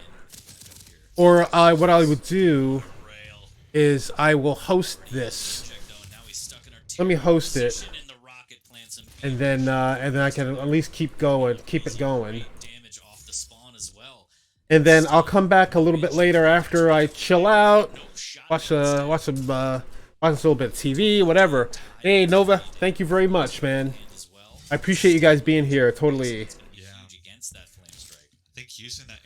Okay, where are we? We are. Wow, base just gets caught out. Caught slipping, didn't hear it, and that's gonna cost him 2 big ones. Oh no, Maxter, is it happening? He's starting to steamroll. The engines are running, Dan. Base needs to be extremely careful here. There's the drop. Host Quake. Pixel perfect, melting base down, and the health bubble won't save. Okay, I am hosting Quake. So now I could turn this off. Oh. Man, I got it running twice, and I put up here, and it's just hosting. This is the situation you don't want to be in as base, chasing the game. Okay, but we're hosting, and I can stop the stream, and I'll restart the stream later, and I'll come back. Otherwise, and then I'll come back a little bit later for the evening, a little bit, then go to bed, and then get up tomorrow and do it all over again. This time we'll start like 8:30 in the morning. So, thank you guys for being here. I really appreciate your lurks. I appreciate everything. And I'm just going to go straight to stream ending. And we'll check you later, okay? Thanks, guys. Bye.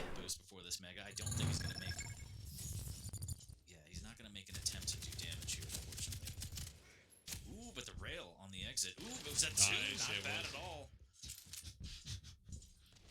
He's heating up. Tripoli? Maybe he's going to take a trip.